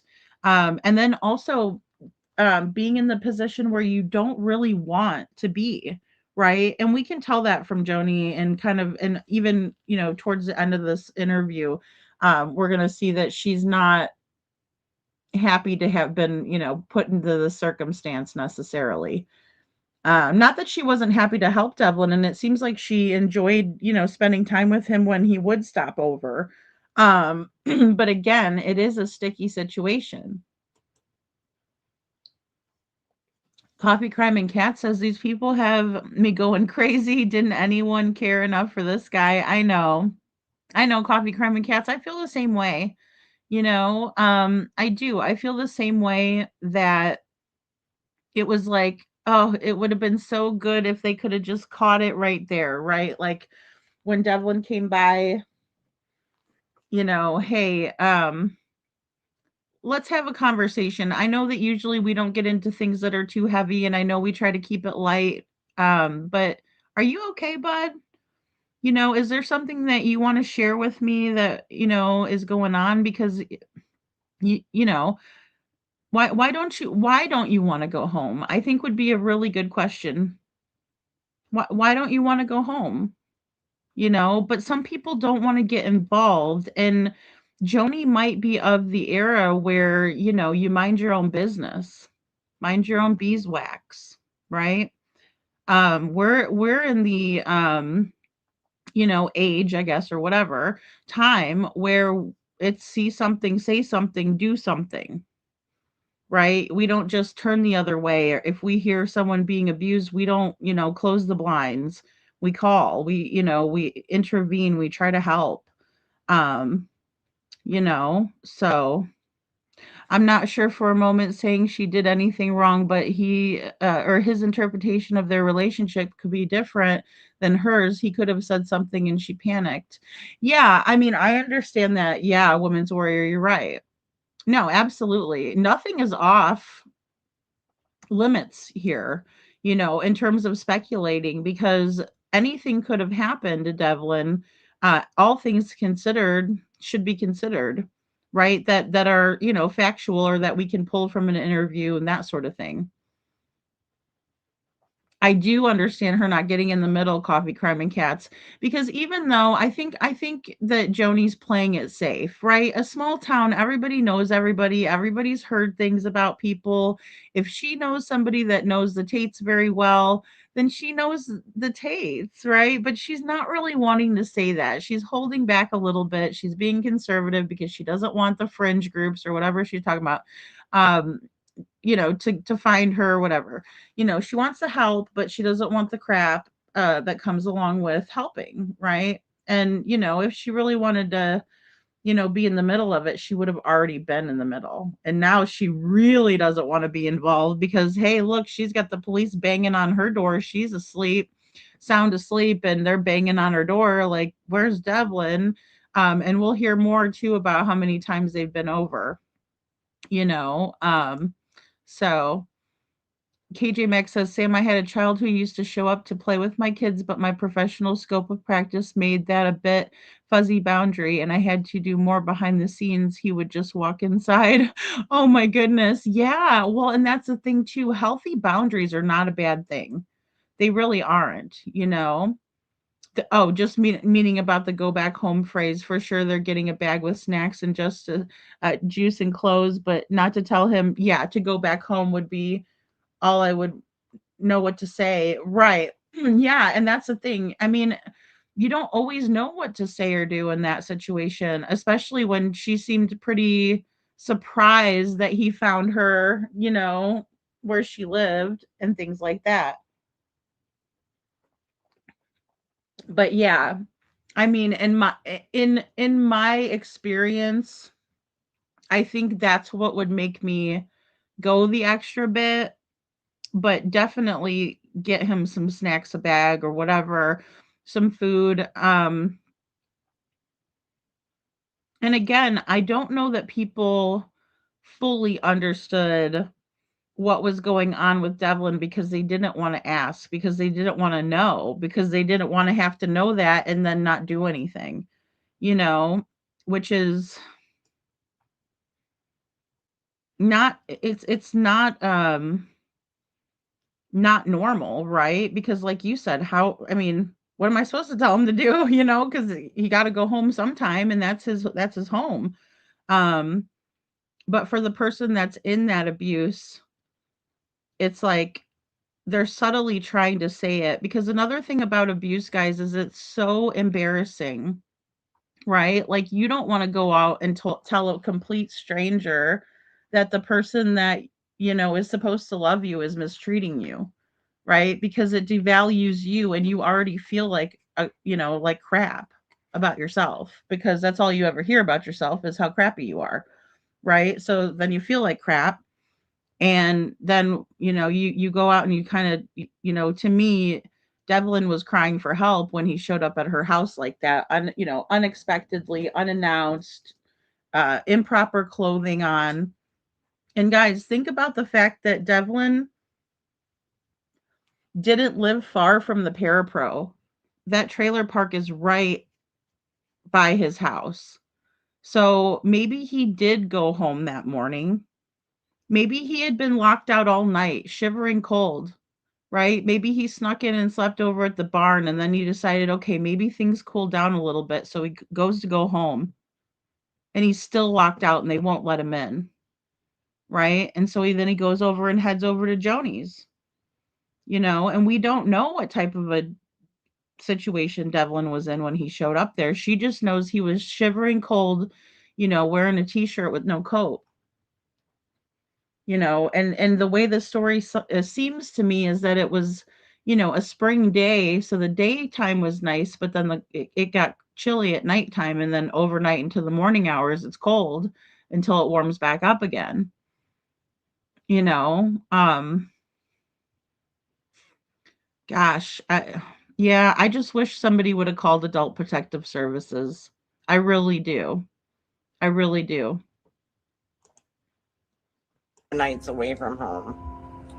And, that very well could be, once again, he didn't share. I think I was, I don't want to say a happy place, but a place where we didn't do drama. You know what I'm saying? Yeah. We didn't get into heavy stuff. We just enjoyed each other. Tried to make each other laugh, or, he'd tell me about a song, or, whatever. Now, So, yeah, I do notice that he made a post on, and it's kind of concerning to me. That's why I asked you if he seemed depressed at all, because he had made a post on April 1st about, I'm sorry, everybody. I'm truly sorry. I can't handle it anymore. I can't handle the way Tammy treats me anymore. And then it was, ew. That's Like he completely muted everything he said. Oh, Okay, guys, so the call did drop really quick, so I just kind of did some movie magic and switched it around a little bit, but I just want to revisit this really quick. So there were two posts that were deleted off of Devlin's Facebook page, right? And I fully trust in law enforcement that they are looking into this. So someone deleted the post off of Devlin's page.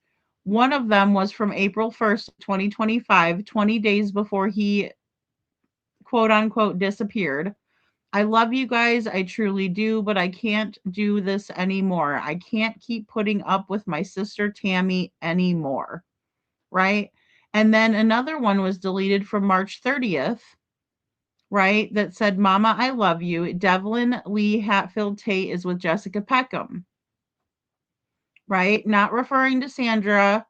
So both of those text messages, in my opinion, would come back to Tammy or Sabrina not wanting that out, right? And then I confirmed with Piper today that her team was looking through Devlin's Facebook posts and they were in fact up, right? Up until a couple of days ago. So we've narrowed the time frame down to that because shit, I put those up January 22nd, right? So they must not have been watching, right? They must not have been paying attention, you know? And that's why we need all hands on deck because they've been going around deleting all this shit for a long time. They are notorious for deleting things off of Facebook. And that goes for Jessica's Devlin Tait Informed page. That was a major issue, right? Things getting deleted left and right over there as well. Right? So much for freedom of speech.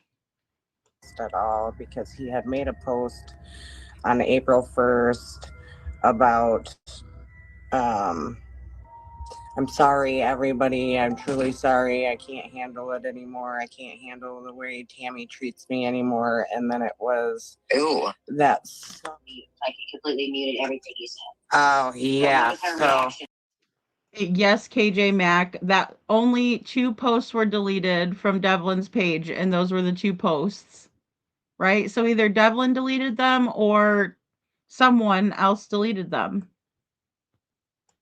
her reaction to that was just that was really sad, and that Devlin would listen to music and get kind of melancholy. That word.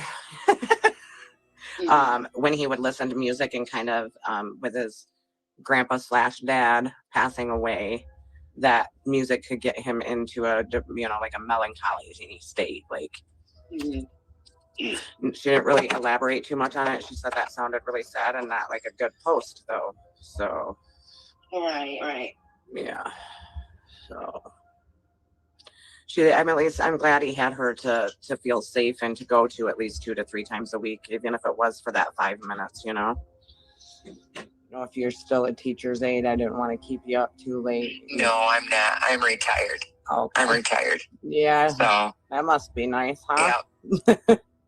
Well, no, because now I'm living with my parents. My dad's on hospice and I'm on dementia. So. Oh. Yeah. Wow. Yeah, that's not great. Just working at a different capacity. Yeah. Okay. Yeah. All right. Well, I really appreciate you taking the time to speak with me and letting me get to know him through your eyes a little bit. Yeah. I hope I was helpful in some way. I think about him all the time and I always just pray for the best, whatever that may be. I don't know what that is, but I pray for the best for him. Okay. Yeah. I appreciate I'm gonna do my best, and you're still there, right? And right there in the trailer park, correct?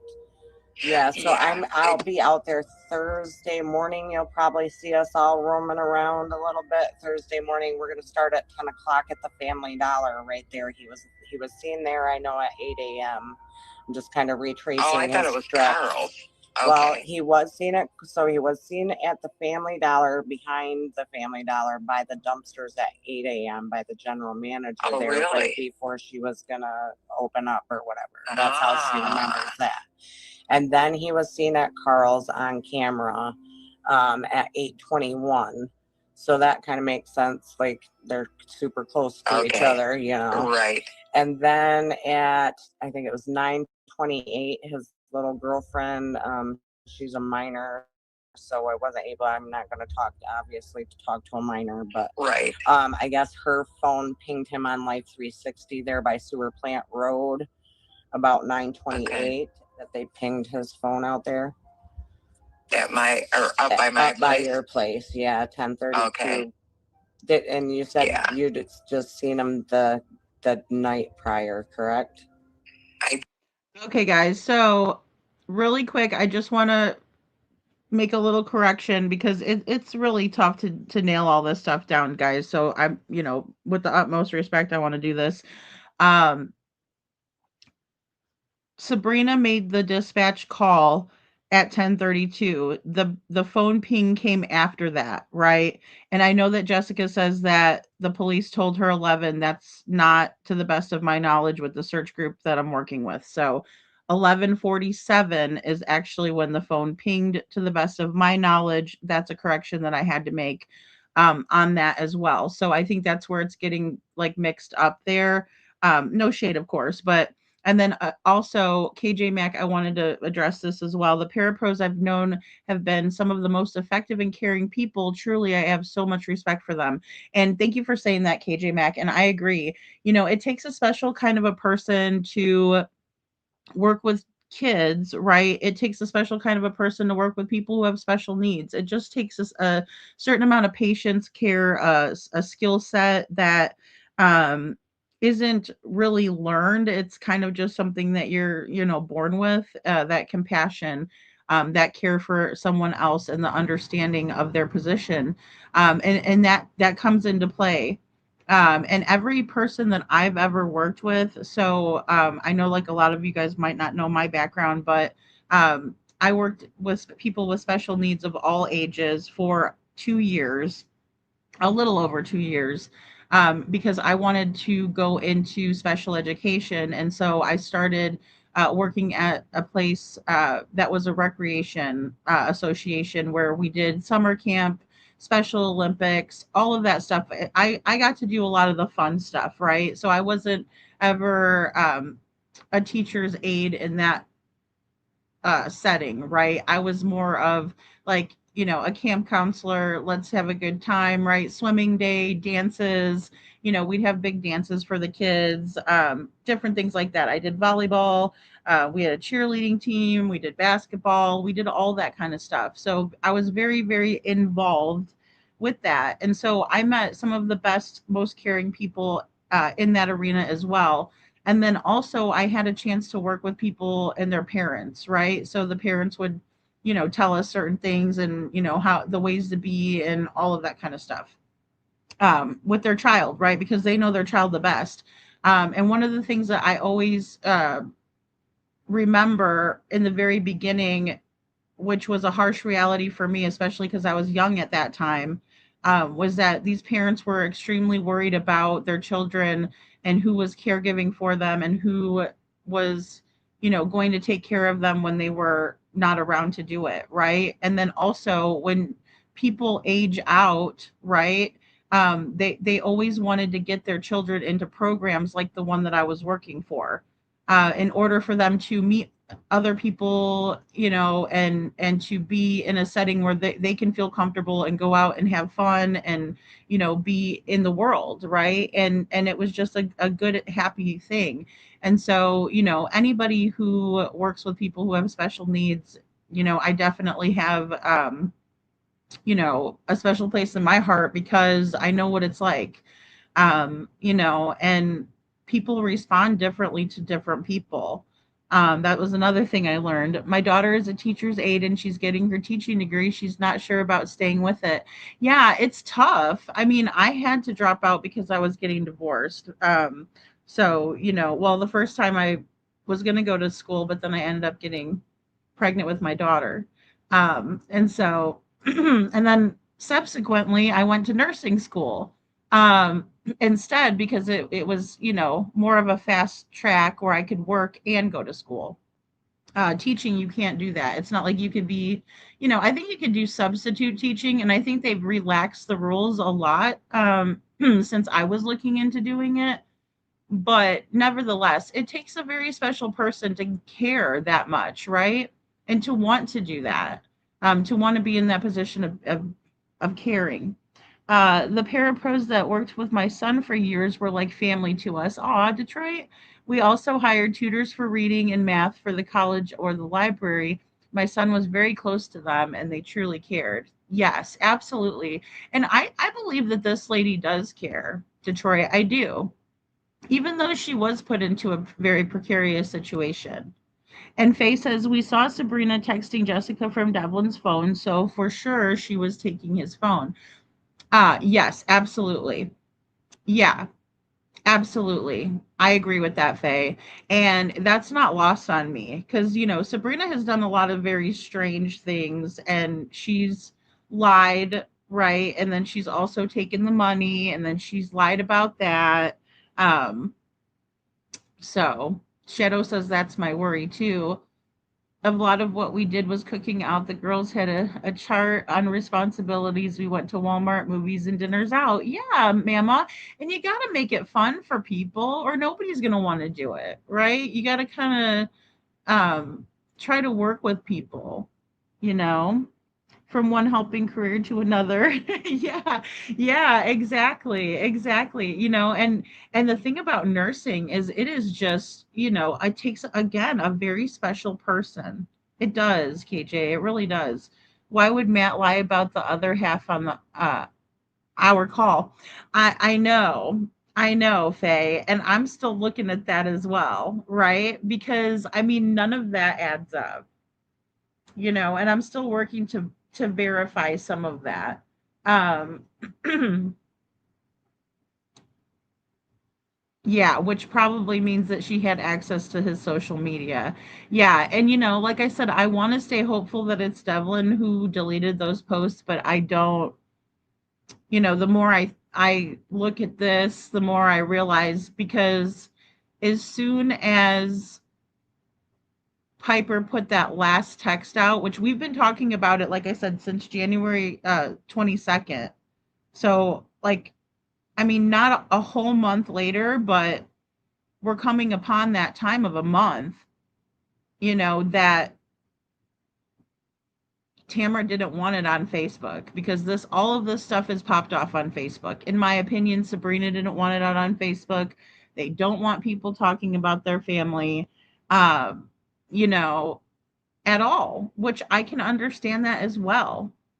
Um, so I know exactly. It's a lot, KJ. It's a lot. And especially when you start out, as a CNA, it's all about care, right? Like it's all about shaving people's faces, doing their hair, you can, make sure their nails are good, like every single thing for them.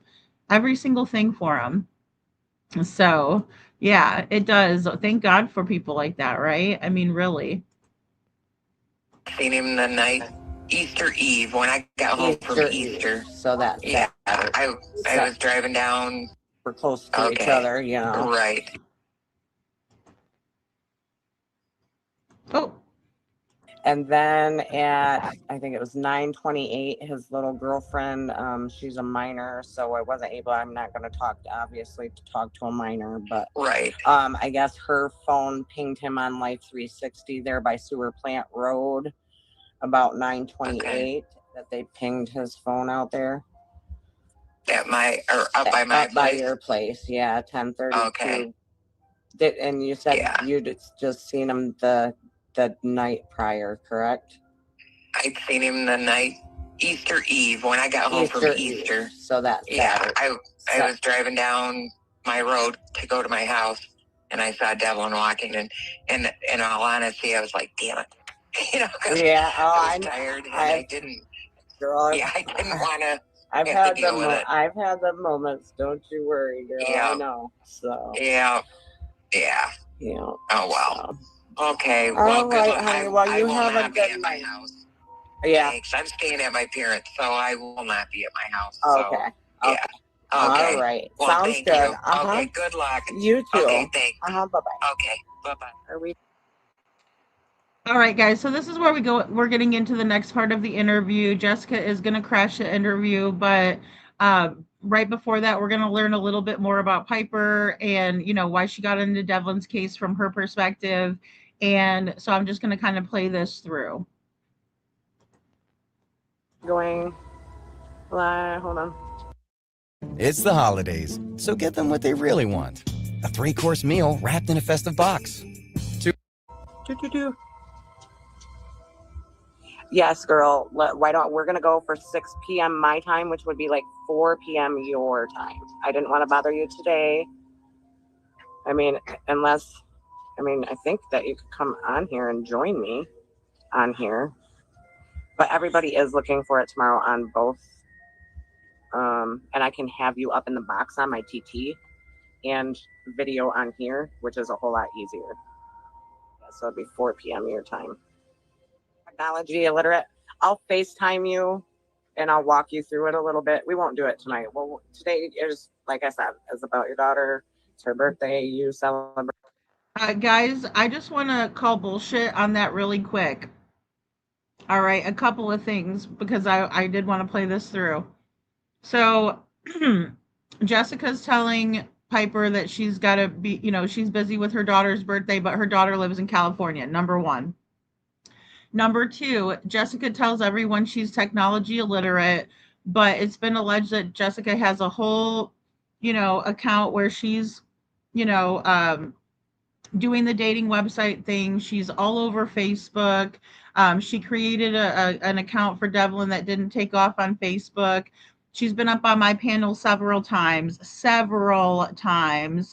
right? So she's not technology illiterate, no matter what she's saying to this poor woman. And, I know this lady is tough, so I'm not trying to, be condescending, but I'm just like, oh boy. You know what I'm saying? Because that's a whole crock of shit right there. That she's oh God, I don't know what to do. I don't know what to do. But she's going to tell on herself later on because, let's just watch. Let's watch. Right, that and worry about that right now. And that is not what I wanted, an empty joint tube. Well, because I think everybody, and that way I can talk you through TikTok, and it's so much easier that way for me to be able to go live with everybody that way. We'll do it tomorrow, girl. I'll give everybody something to look forward to tomorrow. And I'm tired. I'm gonna smoke a joint. Becca's case was the first one I've helped with, you guys, as well. To that extent, 6 years ago, my brother was murdered and he was missing, and we had to kind of do the same thing, and we ended up finding him as well. But the police were very involved in that one. We didn't have to do a whole lot of work.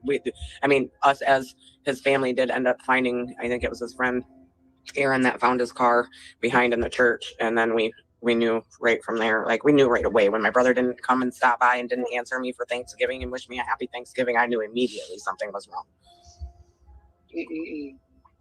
So, and he was stabbed 74 times by his best friend, by his kindergarten. Like they were friends since kindergarten, you guys. What the heck is wrong with people?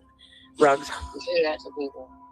Yeah, so they've never found his phone, and if he went missing on Monday, and like Heather said, the trash was taken on Wednesday. If that was searched after the trash was taken, of course it wouldn't be there.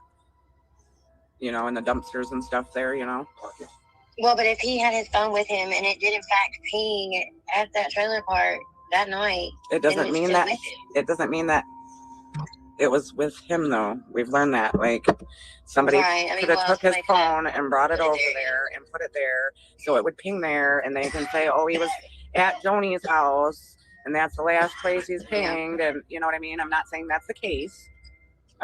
We know how this stuff can go, that people plant things. All through Bio Mom's house with her last night on FaceTime, you guys. I did not see any hide of Devlin. She was on the phone with me on FaceTime last night, and she was doing everything she needed to do through all the rooms and taking care of her son and talking to her boyfriend. And no, I do not believe Devlin is there. Nothing short of me going down there and looking for myself personally, but I don't believe that he's there. What if he got on the bus? Okay, guys, so really quick, they're going to talk about going on the bus and everything like that. And again, I just really think he would have been caught on some cameras, although if they didn't look or notify anyone at, the bus depots or whatever you want to call them, bus station, whatever, then maybe they wouldn't know, right, to look for Devlin on the footage. So with that being said, I think there's some good points that are going to be brought up here. But I also think that when it comes to Jessica's involvement, I've talked to her at length. You all know that she's been on the panel, and things like that.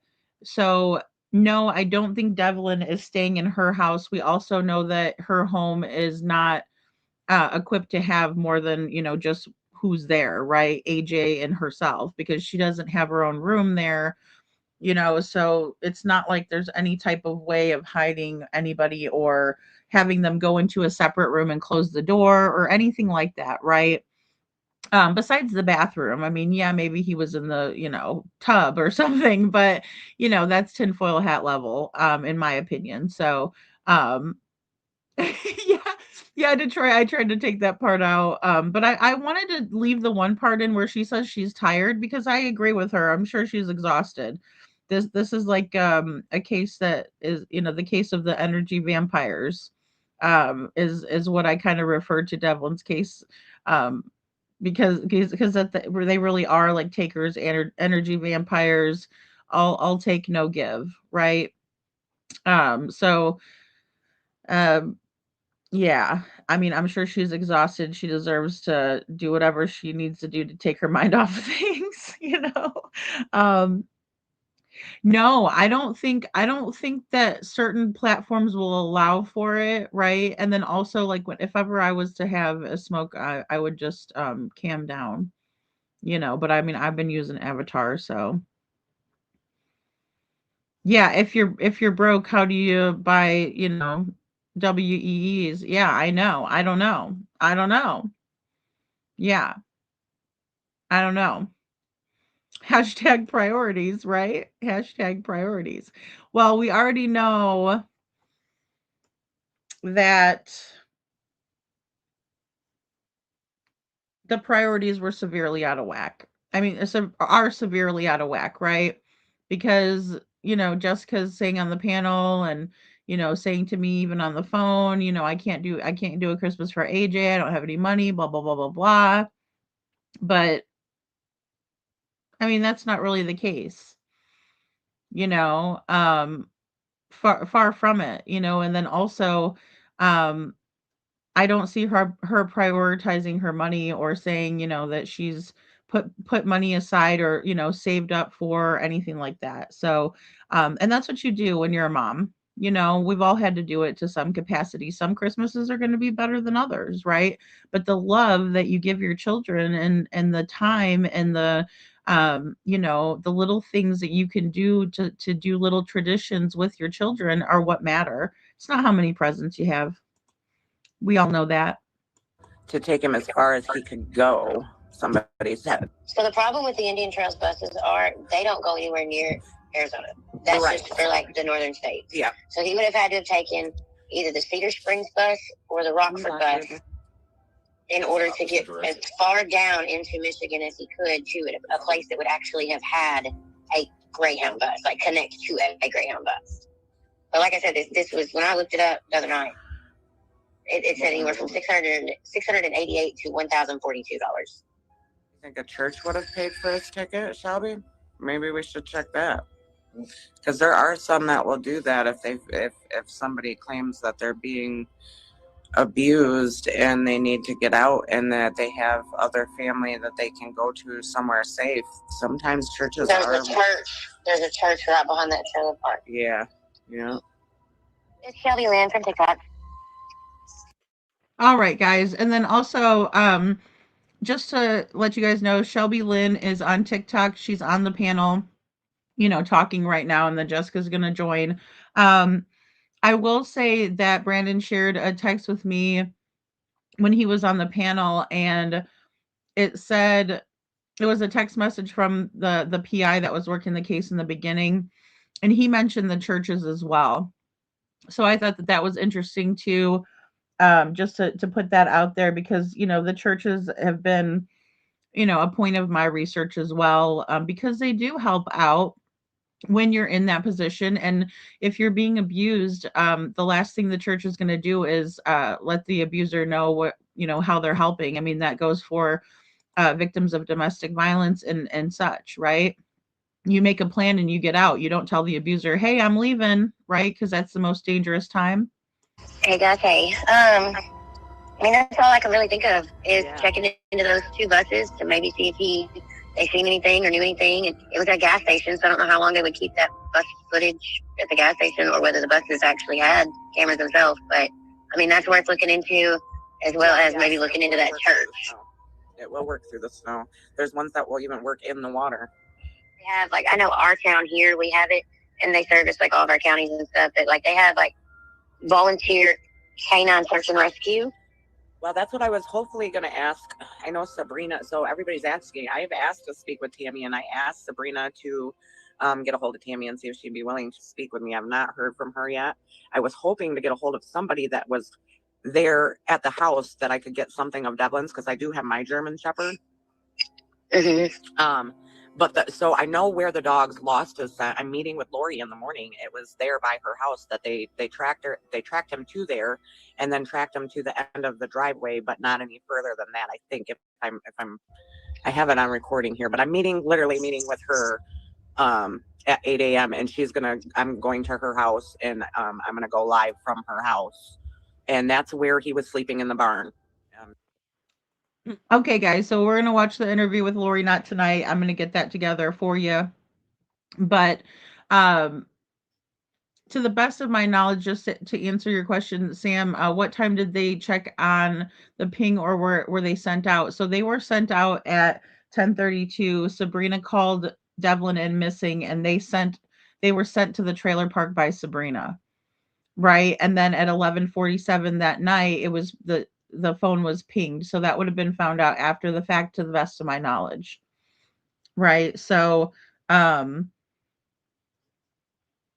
yeah, all very, very bizarre, right? And then the dog tracking bonanza in Tupper Creek. I don't know if that's because Devlin had, familiar routes that he would take so often, that they could have caught a scent of him, right? And I'm going to ask Jules about it. I've just been, kind of taking it easy on her because I know she's still recovering from everything. And then, I wanted to wait until maybe they gave her, full duty back or something, so she could take the time to heal up. But I probably will reach out to her and ask her that tomorrow. Just for my own sanity and understanding it, because to from what I know thus far about the dog sense and things like that, the dog could possibly pick him up if that was a route that he had just traveled, in my opinion. But I definitely want to double check that, so no, it's important, Sam. That's an important piece to the puzzle, right? Because I mean, everything's pointing over towards Sabrina when she does that, right? Even though she's trying to point towards the parapro. It's the same thing when they start pointing fingers at each other. I start looking more at them, and it just kind of backfires. So, She would wake up in the morning and find him sleeping in the barn. So, and they know the family, her and her daughter know the family very well. Yes, they have had dogs out there. So it does seem like the police have been on this one a lot more than at least what, with Becca's. Joni did say that they were really rude to her, though, that they have kind of. It seems like ding dongs. Yeah, that's what I was going to say. Yeah, so, I mean, but at least they're looking. So, I mean, that's more than what they were doing for Becca in the beginning. Do we know that they're still actively looking, though, or has it really kind of just gone cold at this point? I think it has kind of gone cold at this point because I didn't really see anybody out there actively looking. I mean, I only ran into that one state trooper that I spoke with, and I let him know what we were doing, and he was really polite and was just like, hey, yeah, park down here along the side of the road and just make sure you're not, impeding traffic if somebody comes along. My mom said, yeah. All right, guys. So I just want to pop in and say that I know it's been a major misconception that people were only searched initially, and then now the search has gone cold. There are active searchers, right? I have people with boats that are ready. It's the weather is standing in the way of safety when it comes to searching, and also it's going to be tough to find Devlin if he is out there under the snow, right? So and the search teams really want to be careful not to disturb things and all of that. Also, don't forget that Jules is going to plan to go out and search as well. But again, it cannot be when there's blizzard conditions, below temperatures, lake effect snow, all of this, because it's just not safe and it's not going to be productive. There's a time and a place for everything, and we just really need to be smart about it. And so that's really what's going on. And I know it seems like um no one is searching now, and it's because of the snow, right? The lakes there are so frozen over that people are driving their big old trucks and stuff out there, putting their shanties up and ice fishing, on the lakes now. So that's a big one. That's really a huge hindrance right now, is the winter. Now coming into the spring, it's going to be full steam ahead. And anytime they get nice weather, the team that I, have been working with, they're out there, right? So just so everybody knows that. And in my opinion, the police are doing the best that they can. I just don't think that maybe they know all the crap that's been going on online. Yes, he could navigate a website. We'll see, then he would be able to apply. Hold on, let me pull her up here, and we'll just ask her a couple tonight while we're already on here on Facebook, and then we'll do the actual live tomorrow. That way, you can ask her a few of the. And this is his mom. This is his bio mom down in Arizona. Yeah. The Jessica Peckham. Yeah. Okay. I consider that his mom at this point, because I mean, she's seems to be. At this point. Yeah. It seems to be that the other side of the family is kind of making me feel real biased about this. I don't know how to feel, because I really feel like I'm not getting nothing out of them. Here we go. I feel like there's something funky about it. So I want. She said she was with. No, and I agree with this, Shelby Lynn, as well. And that's how I felt in the beginning too. And again, like I said, watching their process it is very spot on to what my process was, right? So me watching it is very difficult, because everybody has to figure things out on their own. It doesn't matter, what I could say anything, and people are never going to listen. They have to figure it out on their own. So these ladies will, though. And I was in the same position. Well, why is she being so forthcoming? And the ones who, are right there, are not, that is a huge red flag, right? But as I got to know the situation and how to deal with and understand, who I'm dealing with here, I've come to a different conclusion altogether. So, and then also, here comes Jessica. I just want all of you who have been here and who, are familiar with her, to listen to how she answers Piper's call. That's the only reason I'm doing it, is because she said she was willing. I didn't want to bother her today, but she jumped on her and she said she's willing. So she said, "You're not a bother." Okay, let's see. Racking my brain. There's like 1,000 different options here, and we don't have the slightest idea of any of them. None of our leads are pointing towards anything. Hey, girl. I'm here. All right. Hi, Jessica. Okay, who are we talking to? I had to jump off and figure something out real quick. That's okay. This is my moderator. She's helping me. She's been doing a lot of behind the scenes work for me, and she had a few questions for you. Okay. Yeah. And I know Jess has probably asked us already. But like, how long before he went missing? Talk, and how did that conversation go? I guess navigate me through the last time you talked to him, and like whether he was depressed or upset or said anything like that he wanted to leave home or anything like that. Okay, that's one of the things that I had brought up in chat, but I think Joni got off before Jess could see it. Before Devlin officially went missing, he was making aggressive comments about coming out here and not caring about what the Michigan courts had to say about it. And that's why a lot of people think that he could be out here with me. Devlin's not out here. I don't know what happened to my son. And the last time I talked to my son was 2 days before he went missing.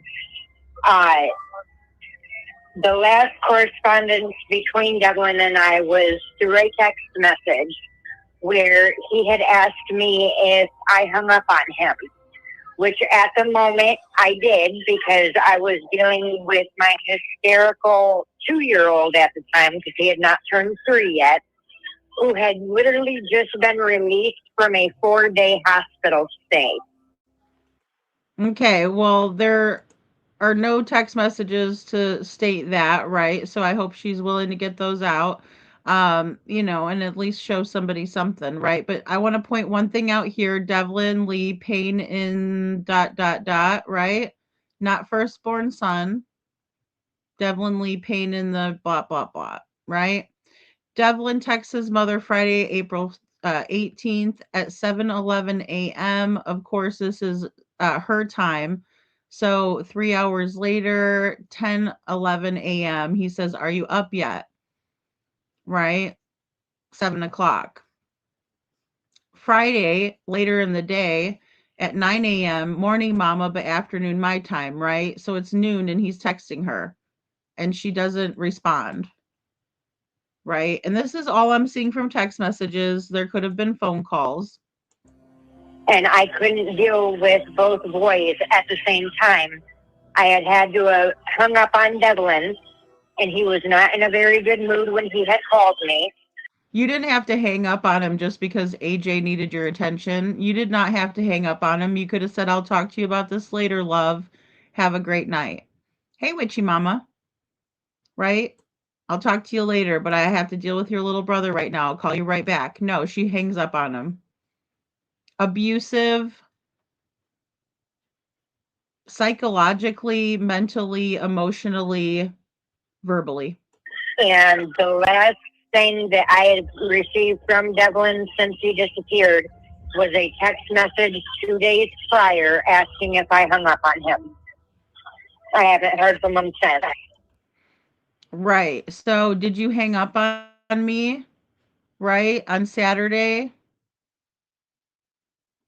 But there was nothing before that either. And then on Sunday, there was absolutely nothing from Devlin to you and nothing from you to Devlin. So you did not text your son or talk to him on Easter. I'm sorry, but what's wrong with you as a parent? Because for someone who's said that they just love their son, they just can't wait to have him live with you and everything would have been great and you should have let him catch a case and it doesn't matter. Where were you on Easter? Right? And you were hanging up on him and you never called him back. Right? 2 days prior, did you hang up on me? That's Saturday, April 19th. Nothing on Sunday. Just so everybody knows. Egg, grocery, and gas prices are going up, but getting an exam and x-ray at the dentist, that's... Yeah, and I have no reason to believe that you're involved. I just didn't know, like, maybe if he had said something in that conversation, like that he was having issues, that he wanted to run away, or anything like that, just to get an idea of maybe what direction he might have been headed in. Just to kind of give us a few, like, leads into maybe how he was feeling right before that. I don't know. Which I think I've pretty much gathered that, you know, like, he was not happy at all with the situation he was in. No, in fact, when he called me that morning, he was upset with people in the household. As far as if he were to run and leave state, the only place I would think of that he would be going is coming out here to be with me and AJ. But we're going into 8 months and he's not here. He would. Okay, but you told me that your son wouldn't run. You got rude with Jen and I for speculating as to what could have happened to your son. These women are doing the exact same thing. Their brains are exactly where ours were. They're going over every single option. Shelby Lynn even says at one point, there's so many different options that could have happened. I've been racking my brain, right?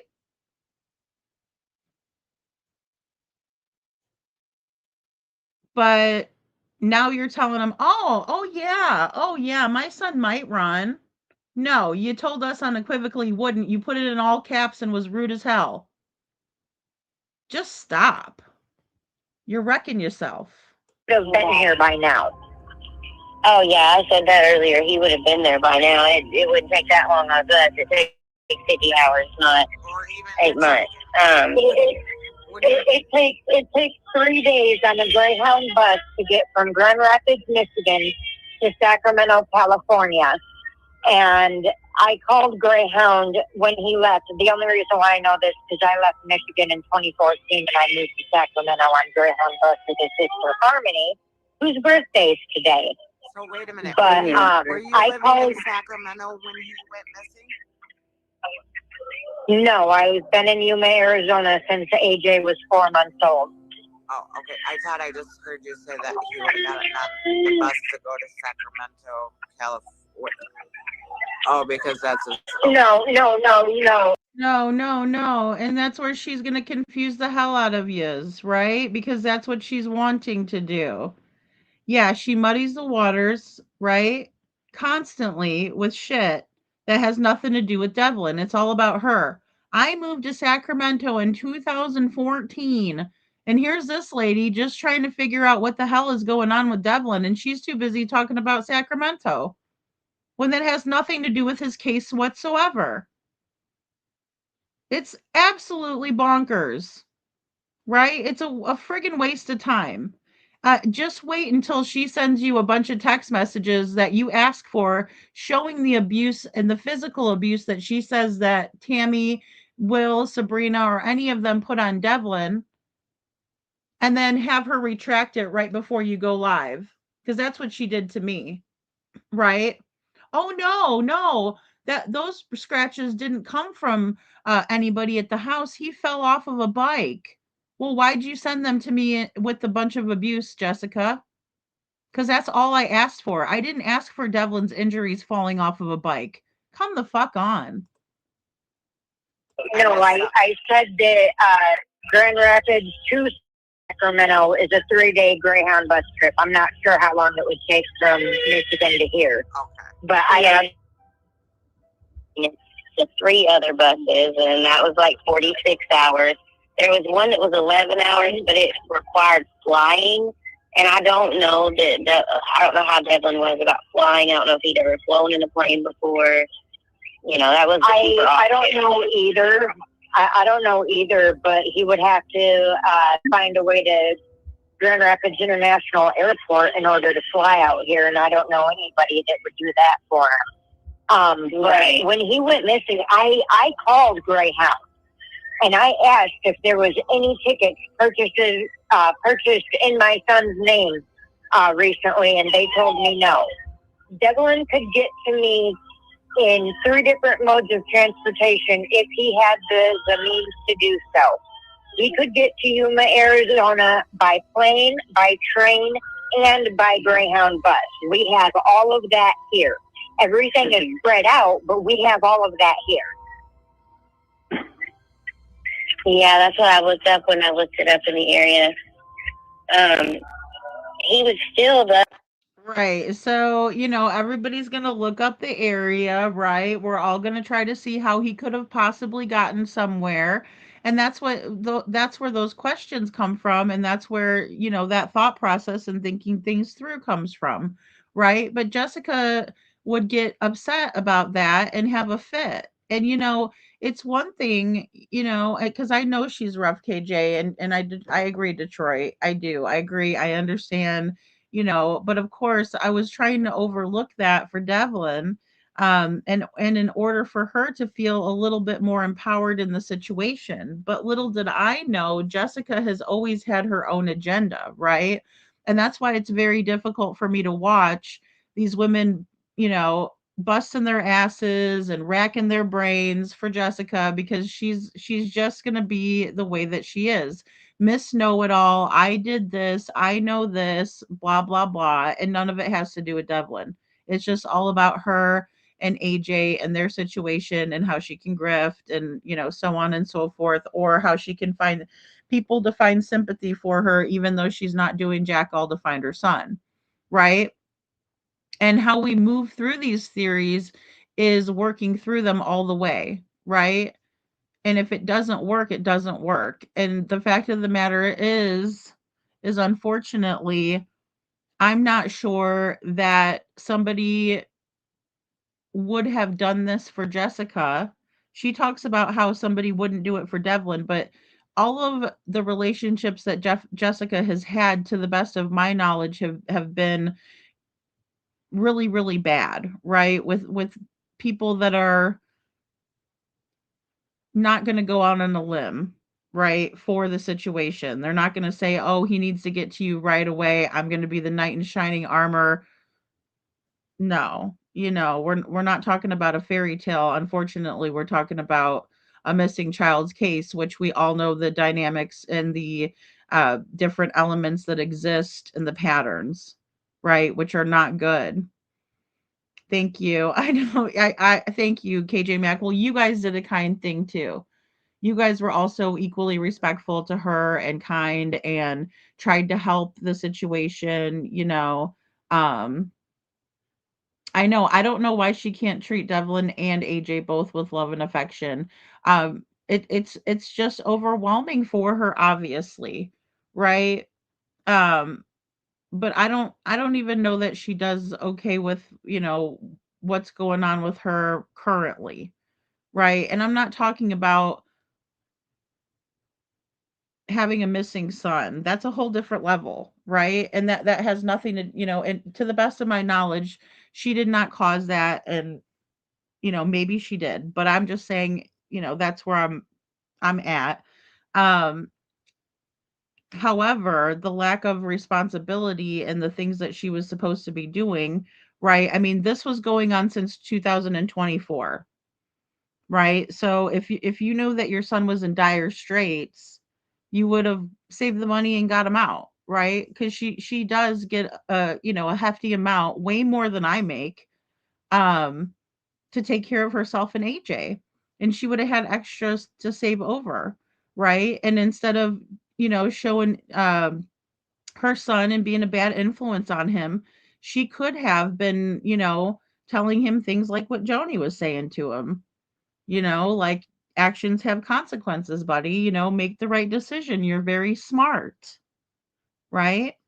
Faye, now that she's been on camera, um, absolutely, no, and unequivocally, no doubt about it. And I've also spoken with other people who have confirmed that as well. So, I was wondering why there were certain times that she didn't want to, take a phone call, or she would go MIA after a certain of day, right? And it was hard for me because with the time difference, I wasn't even really paying attention. And also, I have too been racking my brain and researching and calling people and interviewing people and talking with people and, theorizing, um, and things like that. So it's a lot, right? And then I don't have time to babysit her. I don't have time to make sure she's doing the right thing as a mom. I was just, you know, hoping she would, right? Because every time I would send her resources, I just thought she was on it, right? Because the first one I sent her, she did do it, and she got a positive result right away, right? And then she just stopped. And I could understand if maybe she didn't get a positive result right away, why that would deter her. She would feel like, the resources are bunk, or, why would I do this if nobody's going to help? No, that's not the case. Chuchi sent the United Cajun Navy's information to me. I sent it to Jessica. Jessica got a hold of them because she's in Arizona. They linked her up with Find 911 or 911 Find, whatever it is. Excuse me, because they help to find local resources. And so she signed paperwork with them. And then they realized that they needed to get some local resources, so they ended up reaching out to Backwoods Search and Rescue, who has been on Devlin's case since day one, right? Since early on, the very beginning. And they have searched for him. They are actively searching for him, right? But that was the resource that was already working, right? But that's the thing. I didn't know there were resources at all going to anyone, because when I came into this case, it was Laura Corn on the Cob, Panda Bear's mom, giving misinformation, right? So, and people have done that. They have, it's kind of, a way you got to navigate through these people that are actually people who care about Devlin, or people who want notoriety, or look at me, right? Yeah, she has shown herself on my panel, KJ Mac, and the only reason why I didn't press the situation was because she said that she doesn't have teeth and that she was very self-conscious of her looks, right? And I told her, I said, "Well, that doesn't matter. We're not here to judge you. We just want to hear from you. So if you don't feel comfortable coming up on camera, you don't have to." Right? But she did do it on this other channel. Right? Not this time, but not, the next time she's interviewed, she's going to be interviewed the next day from this happening. And right. So after that, you guys will be able to see her, and I'm going to get that video out here too. So, but yeah, I just don't see how he would have made it undetected, unless there was a car that was brought specifically from her, paid by her, someone she knew, something like that. But then again, it's a lot of coordination for someone who can't even call a resource, right? I'm not saying she's incapable. As a matter of fact, the reason why I'm upset with her is because I know how capable she actually is. But no, I don't think that she could have coordinated anything like this, unfortunately. Because then we'd be able to find him. So, in order to get onto a Greyhound bus, and I was telling Jess this earlier, there's Indian Trails bus, two bus stations, one in Cedar Springs and one in Rockford, and he would have had to have gotten on one of those that would have connected him ultimately to a Greyhound, because there would be no other way to get to the Greyhound. They're all so far in proximity. He could get on Greyhound right in Grand Rapids. Yeah. And he had ways of getting to Grand Rapids because he was going there for appointments for Tammy. Oh. Okay, that makes more sense. She seems to be the only one that wasn't a speaker. Yeah, I know, and I appreciate you so much. Like, you have no idea, and I know this has to be hard for you. I myself have an autistic son, and I could not imagine being in your shoes. I have 3 autistic children. Harmony and Devlin share a father. They're both high functioning.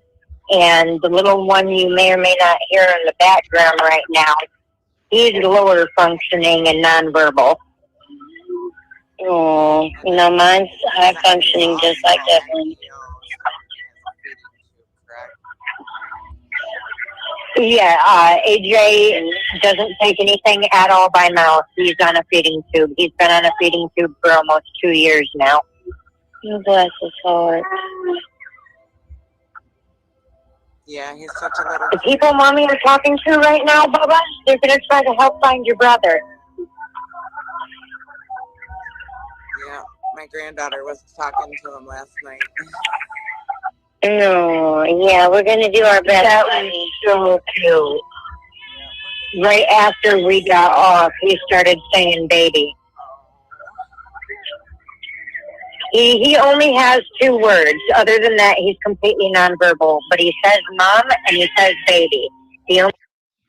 All right, guys. So, this has been a long time coming, and, it is night court. So I'm going to say my opinion. The public opinion matters here. So, yeah, I've been going back and forth with the idea that I think that Jessica absolutely holds AJ back from doing more. I think he's capable of doing more. And if he can say baby and he can say mama, then he's more than capable of learning a wider vocabulary. In my humble opinion, I am not a doctor. I am a YouTuber. I am a mom. And I know that if you work with children on the spectrum, they can do amazing things. And so, even with the set of circumstances that AJ deals with, if he can say baby and he can say mama, that means that he is verbal, right? And the reason that I was given for the feeding tube is because AJ um, threw up one Christmas, right? Which is not uncommon. We've all done it, right? And then he refused to take anything by mouth after that. So, and it's the AJ show, Sam, because she wants people to give her money. She's not interested in finding her son. If she was, then she wouldn't be going back to the drawing board. She would have been working the resources that Detroit sent me, because those were the ones that were local and really valuable. So was the Cajun Navy. They did their job, right? Find 911 did their job. Backwoods Search and Rescue did their job. Everybody did their part, right? But she's the one that didn't want to do it anymore. She's the one that would rather go on other people's shows and talk about herself that they've never heard her talk this shit before. We all have. This is old news to us. You know, I just find it interesting. And I, of course, like to do comparisons. And I, am grateful for the statement analysis that we can gather from a different place, right? Because she's just happy as hell to be on somebody else's. Hi, hey everybody, it's Jessica. I'm like, whoa, that's a big difference. From I mean, because that's how she was when she first came up on my panel. And this case has given me Gypsy Rose vibes from the very beginning, Sam. From the very beginning, so. Well, that's where the majority of her income comes from, Sam, So who's to say that she wouldn't put Devlin on the floor just like Tammy and the rest of them did? And Debo is money from them, Because that's what it is. It's bullying. Like, oh, you better hide all your goods because the thief bully's coming around. They'll beat you for your goods. Like, that's basically it. And he lives with these people. He has no reprieve from it, and I think that's why I get so overprotective, and I'm like, didn't anybody care? I mean, I it's just like, so it's a definite real fear, KJ Mac, because he was so late to walk, and when you watch the video of him walking, it's astounding. Right, but I'm not here to analyze, her and AJ's situation. The only reason we are is because she brought it up. So, because I've always tried to mainly keep it to Devlin, except for when she was making me feel horrible about the Christmas stuff. But she does that every year. And again, he's too little to know the difference. It's not like he knows what a name brand is. He doesn't know what Nikes are. He doesn't know what, any of that is. He doesn't have an understanding like any other little person, right? So they're happy with whatever, and lots of love and hugs and kisses and music and cookies and everything. But guess what? AJ doesn't get to eat cookies, right? She doesn't even try to help him eat. It does feel like her priorities are just about everything and everyone except Devlin. Oh, wait till she starts on the panel tomorrow, guys. It's quite astounding. Coffee Crime and Cat says, I'm sorry, I've just seen no emotions from anyone. It's just sad. Yeah, and we don't see any emotions unless they're on the, on the defense. I've not seen Jessica or heard her cry except for when she was on the phone with me about, that she needed money. Cheryl says, so I wonder if Tamara kicked Sabrina out because of what happened between Devlin and Sabrina. Why would Sabrina leave Tamara if she was getting paid to take care of her? Yeah, that's real fishy, in my opinion. I think so too, Detroit. And I've wondered the same darn thing, Yeah, Sabrina left Tamara alone. Yeah, she did, Sam. Yeah, she did. She really did. And yeah. Subsequently Will's son, who is 18, came to live with Tamara, Sabrina, Will, and Sabrina's son after Devlin disappeared, but then Tammy had him evicted. And to the best of my knowledge, it's because he couldn't get along with Tammy. Go figure.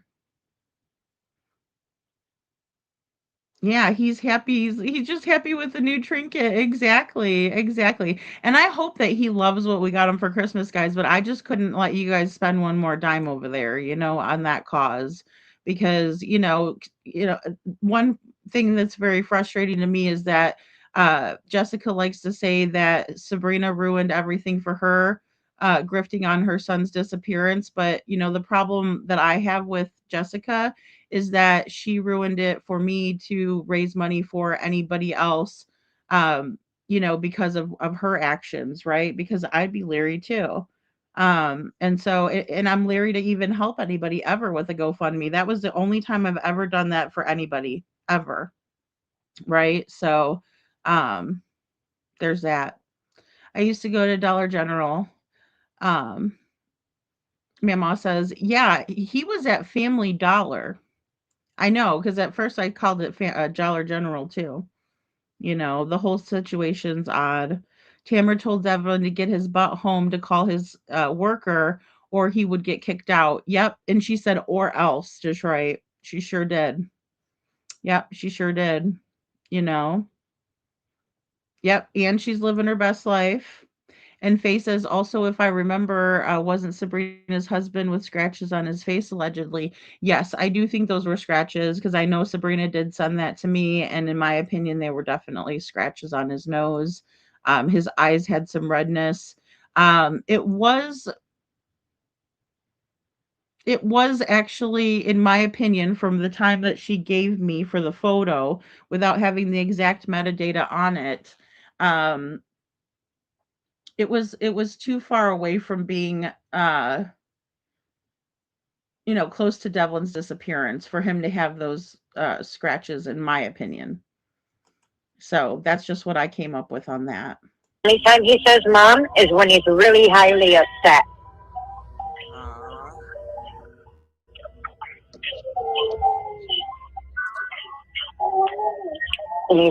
Oh, and by the way, guys, I've been on the phone with Jessica several times. I've never heard AJ talk ever, only making noises or crying, right? Or, being happy. But He only has 2 words. Other than that, he's completely nonverbal. But he says mom and he says baby. The only time he says mom is when he's really highly upset.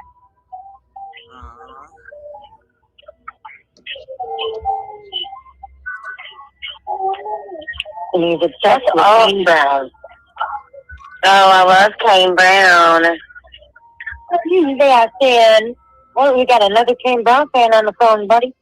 Somebody asked, why would you hang up on him if he was in distress at the time of this call? She answered that already. She was dealing with her other son that has a lot of medical needs and has a feeding tube, and she was dealing with both of them, and he's only 3 years old now. Well, at the time was only 2 years old, and she needed to focus the attention on him for a second, and she had to hang up and to clarify that. And to clarify that, really quick, let me just clarify something. I am in no way, shape, or form saying anything about, bad about Piper. The way she's handling all of this is exactly how I handled it in the beginning. So, how could I ever criticize that, right? Because I think it's coming out of a place of care and, that she really, truly wants to find Devlin and that sort of thing. And she wants to support another mother. I get it. But No, she never called her son on Easter, and she never called him back. She wasn't worried about him, right? She never even called him all day Monday, and the only time she reached out to him was at 8:47 that night, right? In a text message. She was notified at 7:30 by Matt, right? That they didn't know where Devlin was. Have you heard from him? That sort of thing. Right? So I've given her a lot of special concessions myself. So again, like I said, I'm just coming from a place of, hindsight's always 2020 type of a thing. Right before Devlin went missing, AJ was hospitalized for 4 days with the flu and pneumonia. He had literally just come home from the hospital and he was in hysterics. I literally could not deal with both boys at the same time. And with AJ just coming home from the hospital, 2 years old, and having all of his problems, I had to make AJ the priority. Can you call Mom? I did not, it wasn't, I hung up on my son because I didn't want to deal with him at the moment type thing. I had to deal with AJ.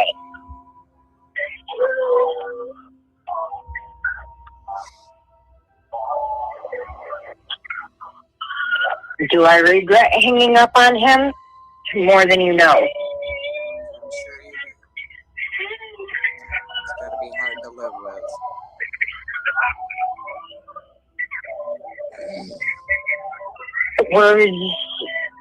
Words cannot even begin to describe. I just want my baby found. At the end of the day. Now she sounds like KK. Sorry, KK alert, KK alert, right? Yeah. Unbelievable. Finding Devlin is the only thing that matters. That my kids and one is missing. He wasn't missing at that time yet, guys. This was before he went missing, she's talking about. Yeah, this was 2 days before he went missing, guys.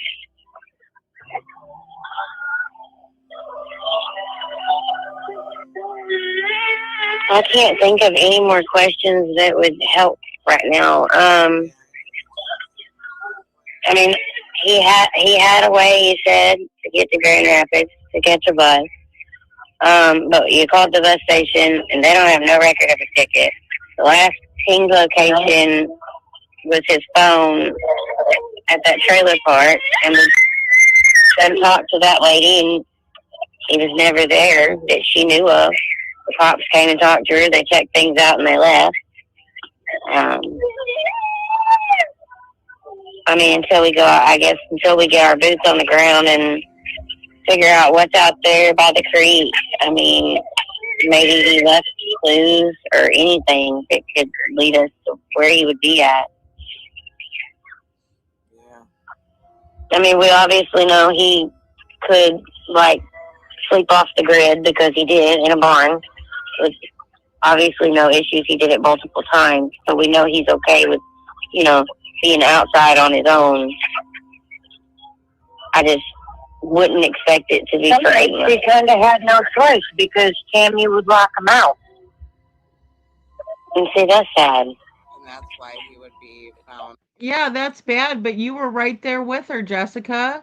You were right there with her. Not only that, you knew that she was locking him out and kicking him out, and then you took his phone from him. You're no better. You're actually worse because you're his mother. I'm sleeping in Lori Hanson's barn in the morning. See, now that's news to me, too, because I didn't know nothing about that until just now. I knew that he had slept on an abandoned bus at the bus garage before. He had broken into the auction barn. Yeah, guys, I'll rewind it really quick, but before she gets too far into her own lies, she knows damn well that Devlin was sleeping in that barn, because I told her and we talked about it. Whether she remembers it or not is one thing, if I'm giving the benefit of the doubt or playing devil's advocate. But otherwise, she was well aware of this, right? She's just pretending with these folks, in my opinion. You see, that's sad. And that's why he would be found sleeping in Lori Hanson's barn in the That is sad. That's news to me too, because I didn't know nothing about that until just now. I knew that he had slept on an abandoned bus at the bus garage before. He had broken into the auction barn one night and was calling me, and I knew he was like sleeping at the laundromat. I didn't know nothing about some lady finding him sleeping in her barn. That's news. Yeah, she said she would find him, and that's where the dog tracked his scent, and then to the end of her driveway and lost the scent there, is what she said.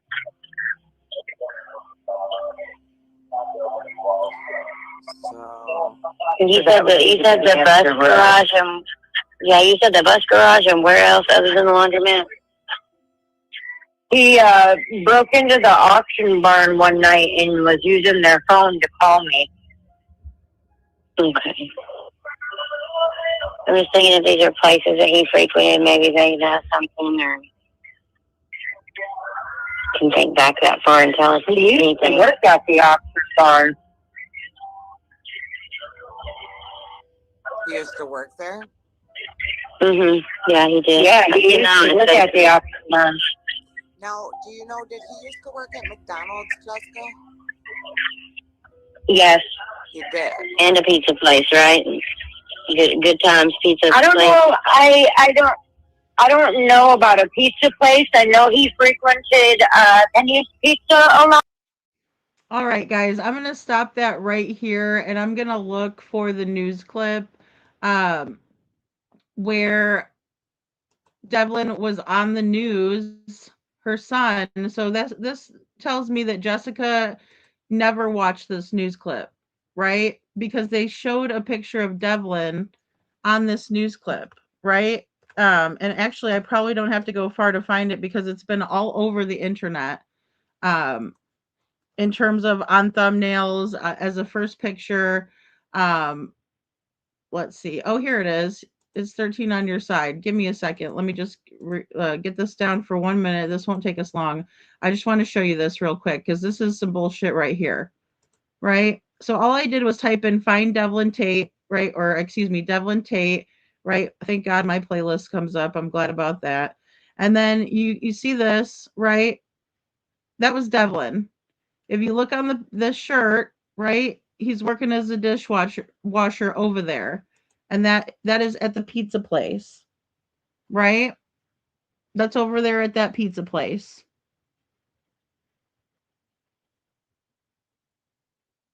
So how did he not know that he was working at Good Times? How did she never know that he was working at Good Times Pizza? Not only that, she was on the panel when I was showing all of his places of employment. She was sitting right here on my panel. So I'm going to have to go locate that and clip it. Unfriggin' believable. She's such a liar. And how do you not know anything about your son's case? You should know everything. But I don't know of him working at a pizza place. If he did, then it wasn't during the time that we were talking. Do you know what? Okay. Clearly not. I want to say McDonald's in Hastings. I don't know the exact location. Okay, that would make more sense. So not the one in Lego. Again, you should, because I showed all of your son's Facebook posts while you were on the panel and showed exactly where he worked. It was called Devlin Gets the Last Word. That's really messed up. Sorry, that blows my mind. No. The one in Lego said that they, the gentleman there said he interviewed him twice and he thought it would be too fast-paced of an environment, so he never hired him.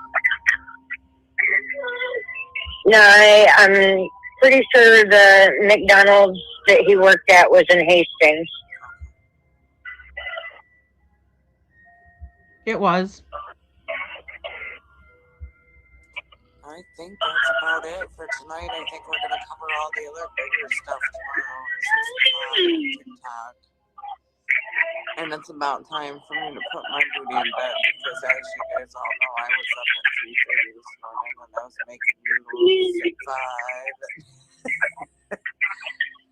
So I got a whole bunch of. Well, I got a question. Go ahead. I got.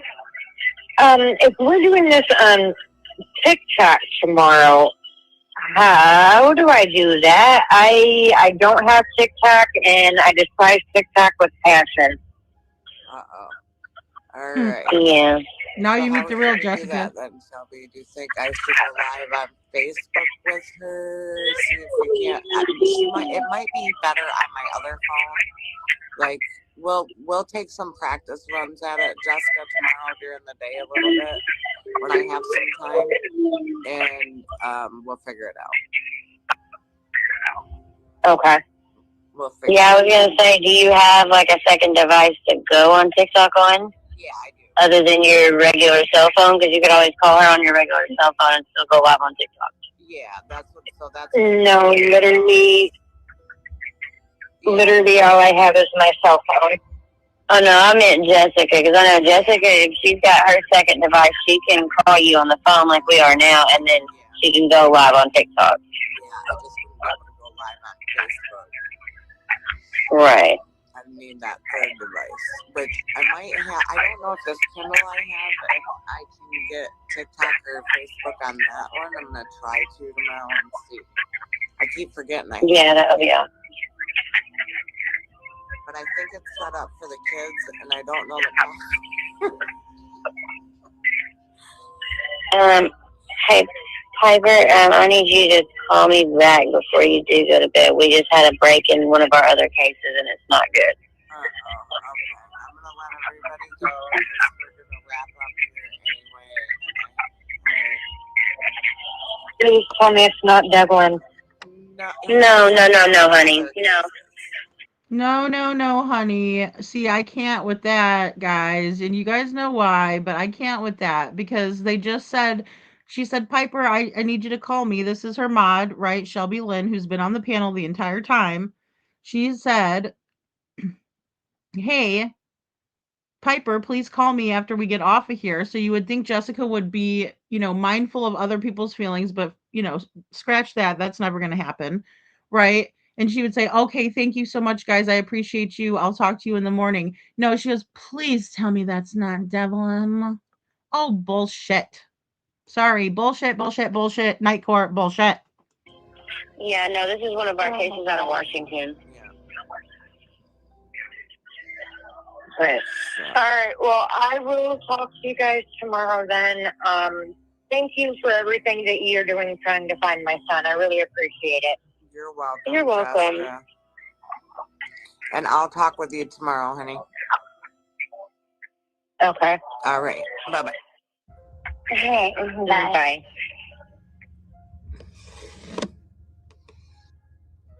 All right, guys. Devlin Tait still missing, right? Special shout out, thank you to Piper and her team for doing the most for Devlin as much as they can do with what's going on, right? And I appreciate what they're doing. I can't believe they locked him out of the house either. Faye says Devlin had a daily routine he doesn't do anymore, so I'm afraid he's not with us anymore, allegedly. Faye, that's what scares me the most, is that he's not doing the things that he typically does, right? And that's call and reach out. Magic Star says, I honestly don't think she gives two facts about, or two fox, excuse me, about poor Devlin. Very creative, Star. Thank you. And I appreciate that. Yeah, I think that is true. Because of her actions, right? And then instead of texting Piper and saying, hey, I'm not great with TikTok, can you help me out with it? She's like, I have a question. Just anything to stay up on the panel longer, right? She did that to me several times. And I would have to tell her, Jessica, we need to talk about this off, I'll let you know about it, or hey, I'll help you with that later. There's only so much patience, especially when we're supposed to be finding Devlin, right? It's not the Jessica show, it's Devlin's show. And Detroit says, I'm sorry, I feel bad for AJ, but I really feel like he's a pawn in her plan. to gain sympathy and money. Absolutely. Oh, hands down, Detroit. That's my own personal opinion, and I can feel it in my bones. Same here. Same here. I was slapped in the face with it when I saw what she added to AJ's list, which she even made that about herself and detoured people from, buying things for him, right? Because we don't know what she's going to do with it, but I wanted to keep good on my word to AJ and make sure that I sent out what I did, from all of us. And that's from all of us, right? And I'm just sorry that she grifted anything from the channel. It's terrible. KJ says, did she ever bond with him? Attachment theory kind of bonding. It seems like her relationship with her children, the way she describes them, is transactional. Boom. Transactional and disconnected. Perfectly said, KJ. Exactly. I don't think that she ever bonded with Devlin. No, because he was taken away from her when he was a baby. I don't think so. I don't think Devlin had a chance to bond with her either, right? Because it's all about Jessica and the men in her life. And that's a very common theme that we will see, right? And they're very toxic relationships on top of that. So there's that. So TikTok brings more vocal intonation than Devlin missing. Right, exactly. She's mad about it, right? I despise it. I hate it with a passion. Doesn't matter what you hate. You should be there and say, okay, wherever you need me to be, I'm there. Right? They're gonna see. Detroit says another question is why would you adopt a big dog from the shelter when you don't have the means to take care of your child or yourself and you can't afford food for your child, let alone a dog? That's a good point, Detroit. And also, in those text messages that she sent me, I took them out because I knew people would have questions. But I did take the pictures out of, the little cat and stuff like that because she had a cat too before. You know, taking on responsibilities when she can't take care of herself. And it's sad for people who are involved in that, or animals. I didn't know about the dog. Yeah, poor doggo. I know. Yeah, yeah. She decided about a week before I started talking to her, she got a new boyfriend and a new dog. So, and that's another person that I never wanted to mention on the show because, again, I don't care about her boyfriends. I don't. Especially not that one that said that she should worry about him more than her son, that Devlin's no longer here and that he doesn't want to hear about him anymore, right? Left, and she made a whole big hoopla about it, because I had called. Thanks to Troy. It's just bullshit, bullshit, bullshit, bullshit. you know um Crazy. lady has to tell Lady has to tell you about the dog story. Yeah, she came on my panel and started talking about the dog. Yeah, she made it about her dog and not about Devlin. Which I mean, guys, I was cringing the whole time. The last time Jessica was on the panel, I could have died. Right? I sunk down in my chair so far. Yeah, it was completely awful. It was completely awful. Right? Because it's just nowhere but down from, when you get involved with this one. I can only imagine how lonely Devlin must have felt. Unfortunately, that could have potentially make him more likely to talk to strangers for attention, a very vulnerable position. I agree with that, Magic Star, and the fact that he just needed to get out of there, and even people that he trusted didn't help him out, and he was crying out for help. You know, which again, I don't want to blame anybody, but it's also, it is what it is. It's part of the story.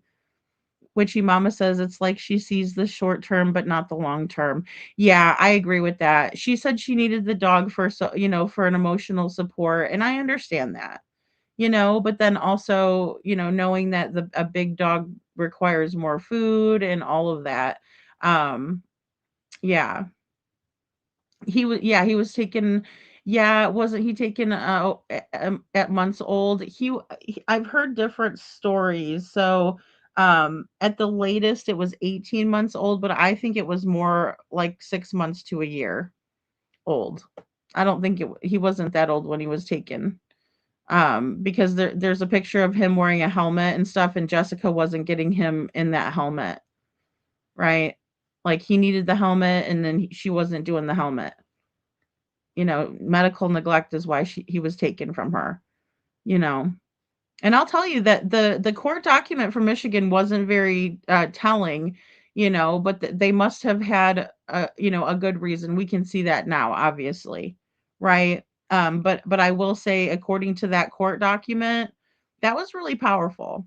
So when you read that court document, it almost looks like the courts didn't really want to take Devlin, but they had no choice because of the situation, right? But then the Tates weren't even a good fit either, you know?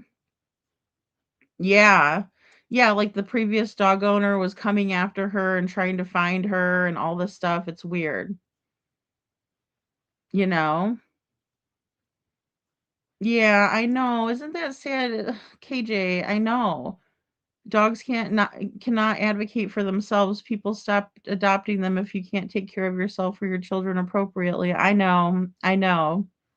Yeah, Shadow, it was the very last time she was on the panel. Yeah. Yeah, I believe he was about 6 months old, Detroit. Not quite a year is the best of my understanding, but somebody else said like 18 months, and I was like, "Well, I don't think it was that long." Yeah, I know. Well, they were gonna pay her for the dog, you know, but she didn't wanna take him up on the offer. So, that was weird too, because I mean, I would be selling everything I own to get enough money together to do what I gotta do. And, she's also trying to get these people to get her medical records. The same thing that she pulled on me, guys, is the same thing she's pulling on these people too, which is sad. I mean, hopefully they can help her out, it's just a laundry list of things. And every time you turn around, it's something that Jessica needs that she can't do on her own. Um, and none of it has to do with finding Devlin, unfortunately. Right? Because I don't care if somebody says he's got fetal alcohol syndrome. I don't think he does. If I look at Devlin, I see, you know, a young man who can take care of himself if he was helped, if he had a little bit of extra help.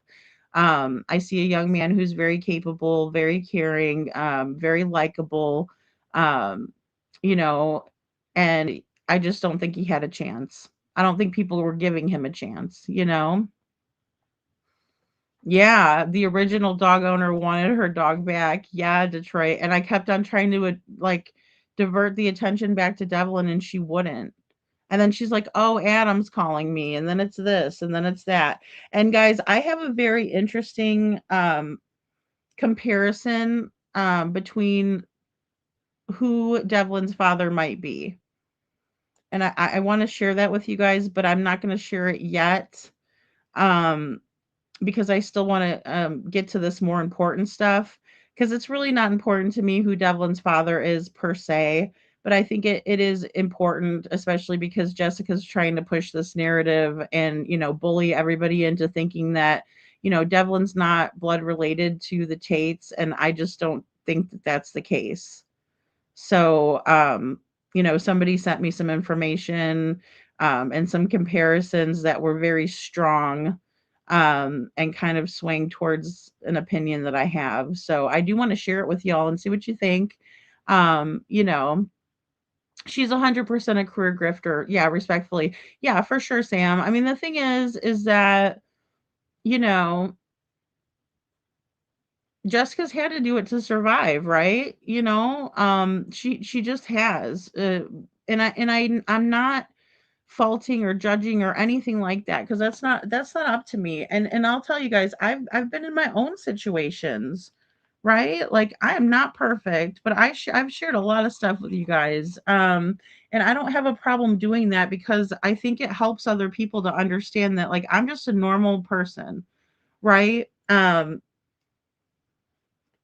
But I think all of our experiences contribute to, how we think, how our thought processes and everything like that. Yeah, Mama, I don't think so. No. And I think that was something they were pushing on her, right? Because there are some things that I'm like, hey, maybe they should have got her some help, right? And maybe we could have done better here. But the thing about Jessica is she doesn't want to do anything to help herself, and she's a self-sabotager, right? She wouldn't know a good thing if it hit her in the face, and she wouldn't keep a good thing. She'd push it away, and she'd self-destruct. That's not somebody who I want to work with. I want to work with somebody who accepts the help, right? Who does their part. Otherwise, it'll never work. It's just like any other one-sided relationship. You know what I mean? So I know that she likes to struggle with those one-sided relationships. I don't. I learned my lesson the first time. Women's Warrior says, lady, he doesn't have fetal alcohol syndrome. I believe Jessica has possible fabricated illness previously known as Munchausen's, in my opinion. Yeah, I think she has as well. I think she has as well with her children. Yeah. And that could be part of the reason why they were taken. We don't know that, guys, right? Medical neglect is one thing, but there could be instances where she's, aligning herself not to have to, work and collect from other people. I mean, that's just the experience I had with her in 2 months, guys. Right? It was a very rapid process where she showed her ass. It wasn't like slow moving. She struggled like hell to keep that mask up. And she's going to have to do all that same work again to convince all of these other people. And Piper has way more of a following than I do. I'm not sure how long she's been a digital creator, but she's got a hell of a bigger following than me. So she's got a lot more people to answer to than us over here, guys. And you guys are, some of the best in the biz, in my opinion. Detroit says she must have been going or doing rugs and had some kind of record for a state to take her child. She has other kids that she lost custody of, allegedly. Yeah, and I think that that's the reason why Jessica looks like she's 90 years old. And I'm not trying to be rude. I'm just saying that there's only one reason why, guys, that's my picture, right? And I'm not trying to compare myself to another woman. I think that's sick. But for all intents and purposes, I'm 5 years older than Jessica. Okay? And that's all I'm going to say about that. Because life is like a box of chocolates. And, yeah, it's sad. That's the only way, guys, that she would look like that. I'm so impatient that I forked out extra for high-speed charger and cord. I do that, Star. I'm right there with you. The fact that she skipped state with AJ to avoid losing custody speaks volumes, in my opinion. Yeah, Detroit, when I heard that from Carrie, that was it for me. When I heard that, that was one of the things that was like a nail in, so to speak, because, or a last straw, so to speak, because she told me something completely different. And, when you're telling me that, and lying to me, and I've been so gracious as to share, my personal experience with you and make you feel comfortable and, understanding of the situation. I stuck up for her a lot, gave her a lot of special concessions that I normally wouldn't give. And then I made excuses for some of these bigger red flags. But whenever Carrie told me that Jessica told her the real story about what happened, yeah, and that was the reason, and that was another reason why I grilled Jessica, was because of something Carrie had told me, right? And she's been talking to her since the beginning of Devlin's case, so the things that she's been told are going to be, different from what I've been told, right? And that's because Jessica's hiding something. It's just very apparent, so. Yeah, I was shocked too when she said how old she was. Yeah, Shadow. And like I said, she did show herself, but the only reason I didn't, I said, "Can I have a picture of you?" And this is the one she gave me to use. So I try not to put pictures of people that they don't like of themselves or whatever. So But this is the one she asked me to use. And I was like, wow, okay. Well, I don't think she's, I don't think she's an ugly person or anything. I think her soul and her heart is, now that I know her, but I didn't judge her on that. And I told her also that, please don't feel self-conscious. I'm not as cute as I used to be when I was younger either, type of a thing. And but I also didn't want to push her if she didn't want to show herself, because also there's so many dangerous trolls and weirdos out here that I would hate to have like pushed her to do that, and then, her have to bear the brunt of everything that goes along with that. So, I kind of let it be, but we're about to see Jessica in her full glory. That she felt comfortable enough to do with someone else, right? Way before, any of that. So I don't know how they got her to do it, but she did. Because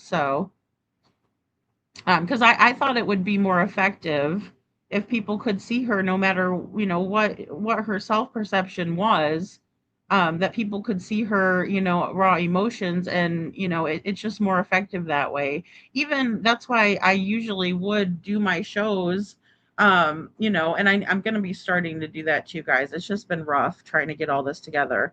Where I actually talk to you guys, right? Where you can see me, my facial expressions, everything. But you know, because it's different when it's just an avatar. It really truly is. So I'm glad at least we get to analyze some body language. But again, I never suspected Jessica. I still don't know that I suspect her. I just have to leave her on the list because of her actions. And because of the items that she added to the Christmas for AJ. It's a very dangerous and volatile situation, Detroit, for sure. People actually choose the next state to hop to based on the amount of benefits they can get. Oh my goodness, that's so terrible. Oh, KJ. Maybe medical neglect was what they said. They didn't have enough evidence. I'm concerned that they could be purpose failures to thrive, like, or encouraging learning to talk or eat solid food, etc. Yeah, and I know that Jessica herself has even admitted to me that AJ's issue is not, anything to do with medically. It's because she said he refuses to eat but anything by mouth. But she also never tries to, give him anything either, right? So that's sad. It's not to criticize her or anything, but realistically, that's what the rug does to a person over time. Oh, 100% star. And if I didn't live, in the area in Missouri that I did, that it was so prevalent there, it was actually the math capital for the longest time. And I saw it happen to people before my very eyes, right? You could just tell. Mathematicians do gain a specific look and it becomes rather obvious. And that's, I think that's why she didn't want to come up on the panel, KJ. And I think that's what causes a lot of the erratic behavior, the mood swings, the lack of trying, the lack of care, the lack of compassion. And that's scary to know that she's with a little guy, right? I've always, again, tried to keep it about Devlin. So I don't know. I don't know what to do there. Detroit says it's scary that it's so easy. Seth also made the point about state to state jumping. There has to be a network to keep track of these children, in my opinion. Detroit, and I didn't even know Seth was in here, and that is, a great point to circle back to, because it's a major issue, right? It's a major issue because unless you make a concerted effort to change the situation, it's not going to get any better, right? And especially as children get older and all of the trauma and pain that's been caused in the process. So, yeah, the picking, the eating, not eating, yeah, causes them to lose lots of weight, tooth decay, often skin picking, yeah, yeah. And, also the hygiene factor, you know, KJ Max says, I have family that has involvement in the whole social service benefit situation. Was told often the people really in need don't get them, and those who know the system do. Right, exactly. They use the system. Oh, definitely. And there's no doubt about it that, that's a common theme in the family and with his mom. I don't think she's motivated to take him off of the feeding tube. Medical assistance will pay for the supplemental tube feeding versus her having to buy groceries, in my opinion. Witchy mama, that's it. Yeah. Yeah. And that's the saddest part, is that AJ's not being well taken care of, in my opinion. Um, there's a lot that's being held back there. Um, gosh, and and again, I never dreamed that this would be a topic of conversation when we're talking about his brother who's missing, you know? Um, so the agents for services suffer a lot due to this and their hands are tied. Yeah, it affects their mental health. I agree with that 100%, KJ, and I can see how that would happen. Um, Magic Star says there really does. The system could be so much more efficient. It needs an overhaul. It does. It does. Across the board, federal oversight is, I think, the only way we can do that, Magic Star. I really do. Um, she does, Mama, because that's what she was telling me. That's why she was crying and stuff, is because when the government shut down, they cut those off for her. And so, that's when I was like, well, how much money do you think would need to get some groceries? And, you know, um, she just said she doesn't do any of that cash apps or anything like that, So I was like, oh, okay, well, it's not like, she does this all the time, right? So, I mean, of course, I considered that. And I was like, well, I don't know about Western Union, I've not Western Union anybody, and I've not even heard of anybody Western Unioning anybody for a long time.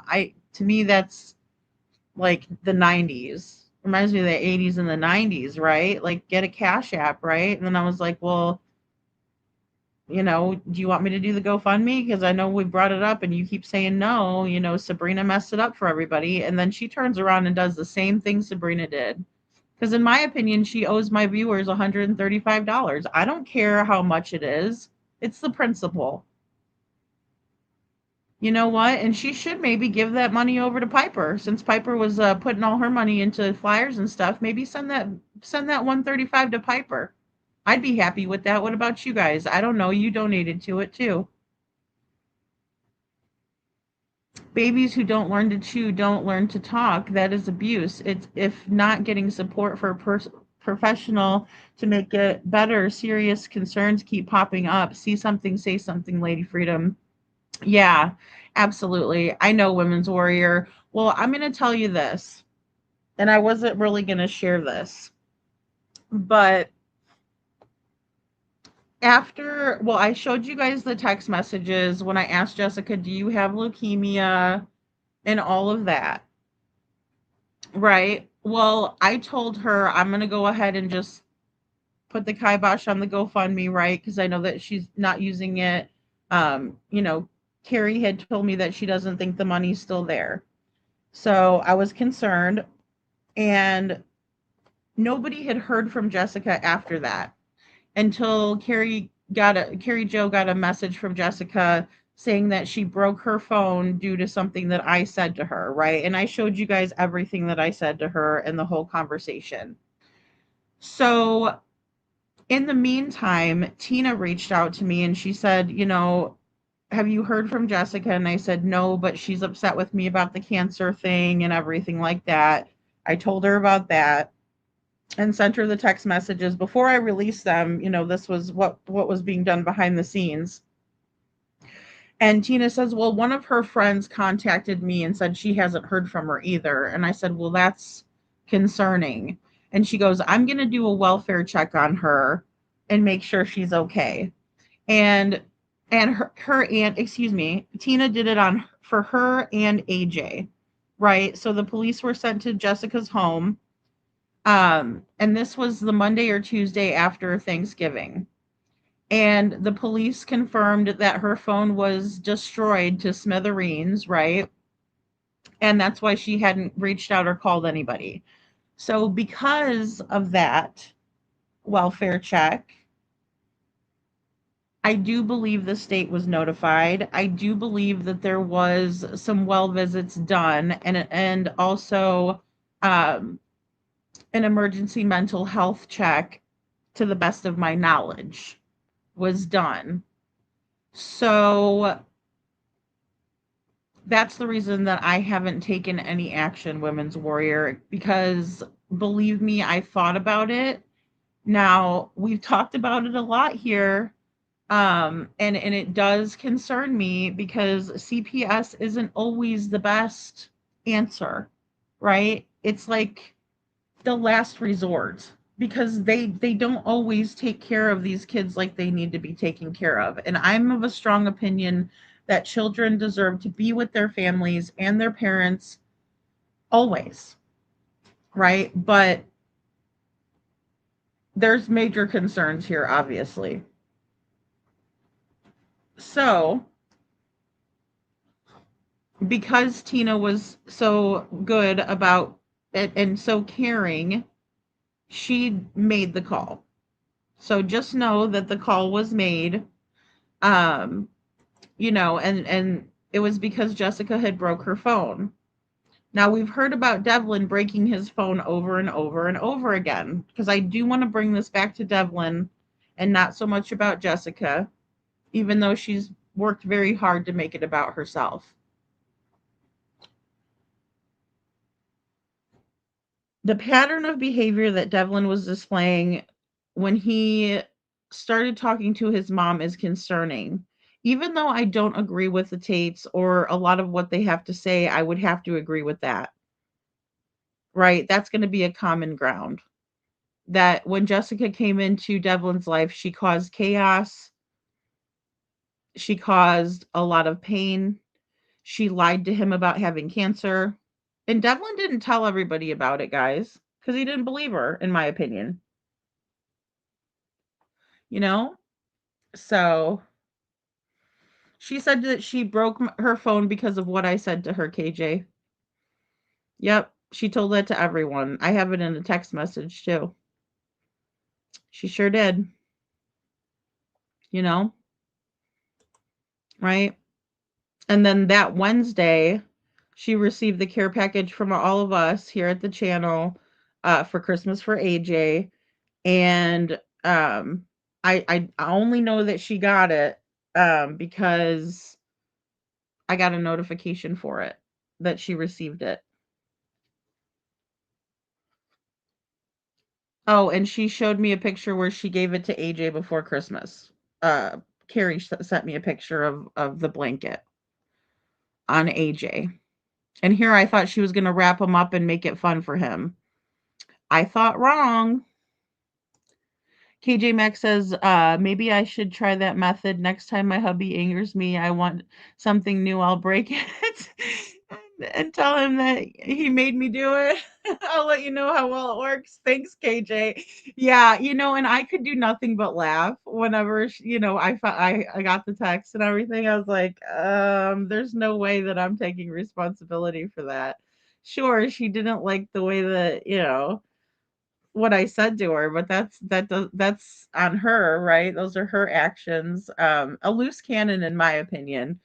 And when you show kids in the house how to act like that, then it's no wonder when the kids act like that, right?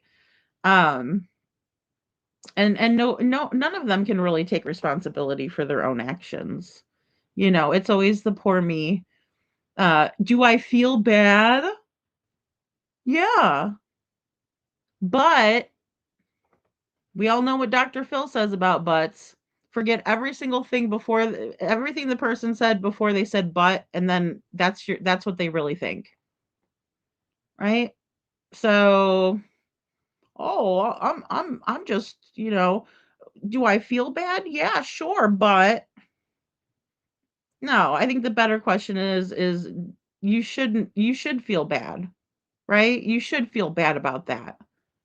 Gabriel Fernandez is a perfect example of CPS failure. Sadly, watching the documentary about him really opened my eyes to just how inadequate they can be. It's heartbreaking. I wonder if Sebastian, um, was failed on a similar level. I think he was. Magic Star, hands down.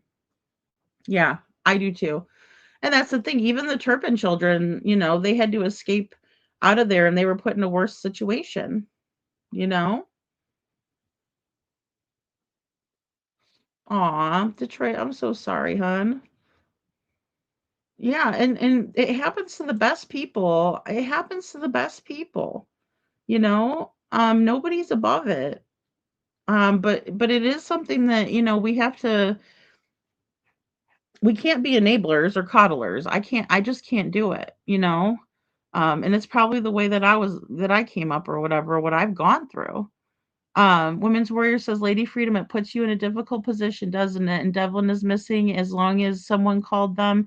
That is, yeah, enough. I can imagine how you've been feeling behind the scenes. God bless. Thanks, Women's Warrior. I appreciate that a lot. And I know no, it is tough. And it's just like when I found out that the posts were deleted, that's the first thing I did was call law enforcement. Um, and I didn't realize that she wasn't contacting anybody, right? But the thing is that she did that once before. She said, I'm just gonna go dark, right? And then she didn't contact anybody for a couple of days. And honestly, I didn't even notice it because I just been working for Devlin, right? She thought she was making an impact on me, but the thing is that Tina watches over her, and she does care for her a great deal. And AJ, we're all worried about AJ at the end of the day. I mean, Jessica's a grown-ass woman. I have to be that way. I can't not be that way. Because I'm not gonna fail the kids to worry about a grown kid, right? Because she's a grown kid. She doesn't act like an adult. No adult breaks their phone and then blames it on someone else. You take responsibility. You go, shit, I got so mad at this person and I broke my phone. That's the proper response. I got so upset and so angry with somebody else that I broke my own phone. And you guys can go see the text messages. I've never disrespected Jessica ever. Ever. I've done nothing but try to help her. I just told her I'm not going to continue to help you if you're not doing your part. Thanks, Detroit. Thank you guys for understanding. It has been tough, because again, I don't want to put AJ in a worse situation, but I know for a fact that the call was made to check on both of them. And I will say that I believe that if AJ was in a bad situation that night, that the police would have done something about it. Although they're not social workers, but I'm sure there was a call put in because of her behavior and subsequently because of what I was told. Good night, Coffee, Crime, and Cats. I'm doing the same thing. Yeah, and it's all the time that you can't get back, Detroit. I'm right there with you, KJ. You know, we love Women's Warrior. Women's Warrior, you're so insightful and completely right. I agree, Star. Lady Freedom is amazing advocate for these missing children. Thanks, Star. Thank you. I try to be, I've been trying to keep it about Devlin. It's tough though when there's another little person, and AJ is as cute as a button. A sweet kid that I think is being held back I can't lie. Witchy Mama says she wasn't mad at you for helping. She was mad at you for exposing the grift. Yeah, she was very upset about me cutting off the money. Even though she said it on my panel that it's not good enough and, that's not going to do anything. Yeah, it was because she was mad that it wasn't coming in faster, which is sad. Because if she would have played, at least the part of a gracious person who was grateful and, who really, really wanted to get to her son, it would have been a different situation. And she could have raised enough money to get there. No doubt about it. Nothing to do with Sabrina or anybody. Because it wasn't Michigan people that are following me. Some people do now. But, when I set that up, nobody was really following me. Really, not a lot of people do anyway. I mean, that's why I got on TikTok because I was like, well, let's see if, people can watch my content there. you know? But yeah, no, she would have done great with it if she would have been more grateful, but she ruined it for herself. And I was in no way, shape, or form gonna let her disrespect you guys. She had already disrespected Jen. She disrespected Canine Jules. She's disrespected everybody, me. You know, but I'm more protective over you guys than I am myself and Devlin always. It's all about him. It's not her. I did tell her that on the last panel. You know, I told her, I said, I'm not giving you special treatment. So, Faye says that's the reason the Proudfoots go to grift channels and they'll never come here. Exactly. Exactly, Faye. Well, yeah, and that there's no accountability. So why not? You know, they can get away with it. They can get away with it, you know? So, um, Detroit is the best. Detroit is the best star. Yeah, she is. Yes. You know, I just need to get over to Detroit's house so I can eat some of her cooking because she's always cooking up a storm and it always sounds delicious and oh my goodness, we'd have a good time. I know. I know we would. Um, well, guys, I love you all so very much. Thank you for being here through all of this. I mean, Devlin's case has had a lot of twists and turns. Thank God we're adding, you know, more traction, more people, more awareness. I think we're on a positive track, no matter what. And it doesn't matter, like I said before, doesn't matter what anybody does, says, or otherwise. I'm going to look for Devlin and we're going to find him. We're closer than we think. There's a reason why she wants to do a rewind. And the main reason that my main takeaway is exactly what she admitted on Piper's panel is that her and Devlin were in a fight that weekend as well. And she was ignoring him and hanging up on him and treating him like garbage too. And the fact of the matter is that a lot of people have treated this young man like garbage, including his mother. They all failed Devlin. And that's why he's still missing, in my opinion. Whether he ran away, whether he was abducted, whether somebody, you know, he met with foul play in the family. Either way, they're all responsible. They all need to be held accountable, you know? Thank you so much, Shadow. Thank you guys so much for being here. I love that, Detroit. Oh, an artist and musician. That's fantastic. Those are great outlets. And I think that's why Devlin loved to sing and, you know, do his creative thing. Good night, Star. Thank you guys so much. And I will see you all tomorrow. Look out for the videos. I'll be posting them too. Um, and we're just going to keep trucking along. Who deleted those posts? Let's find out. All right, guys. Love you all. Have a great rest of your day.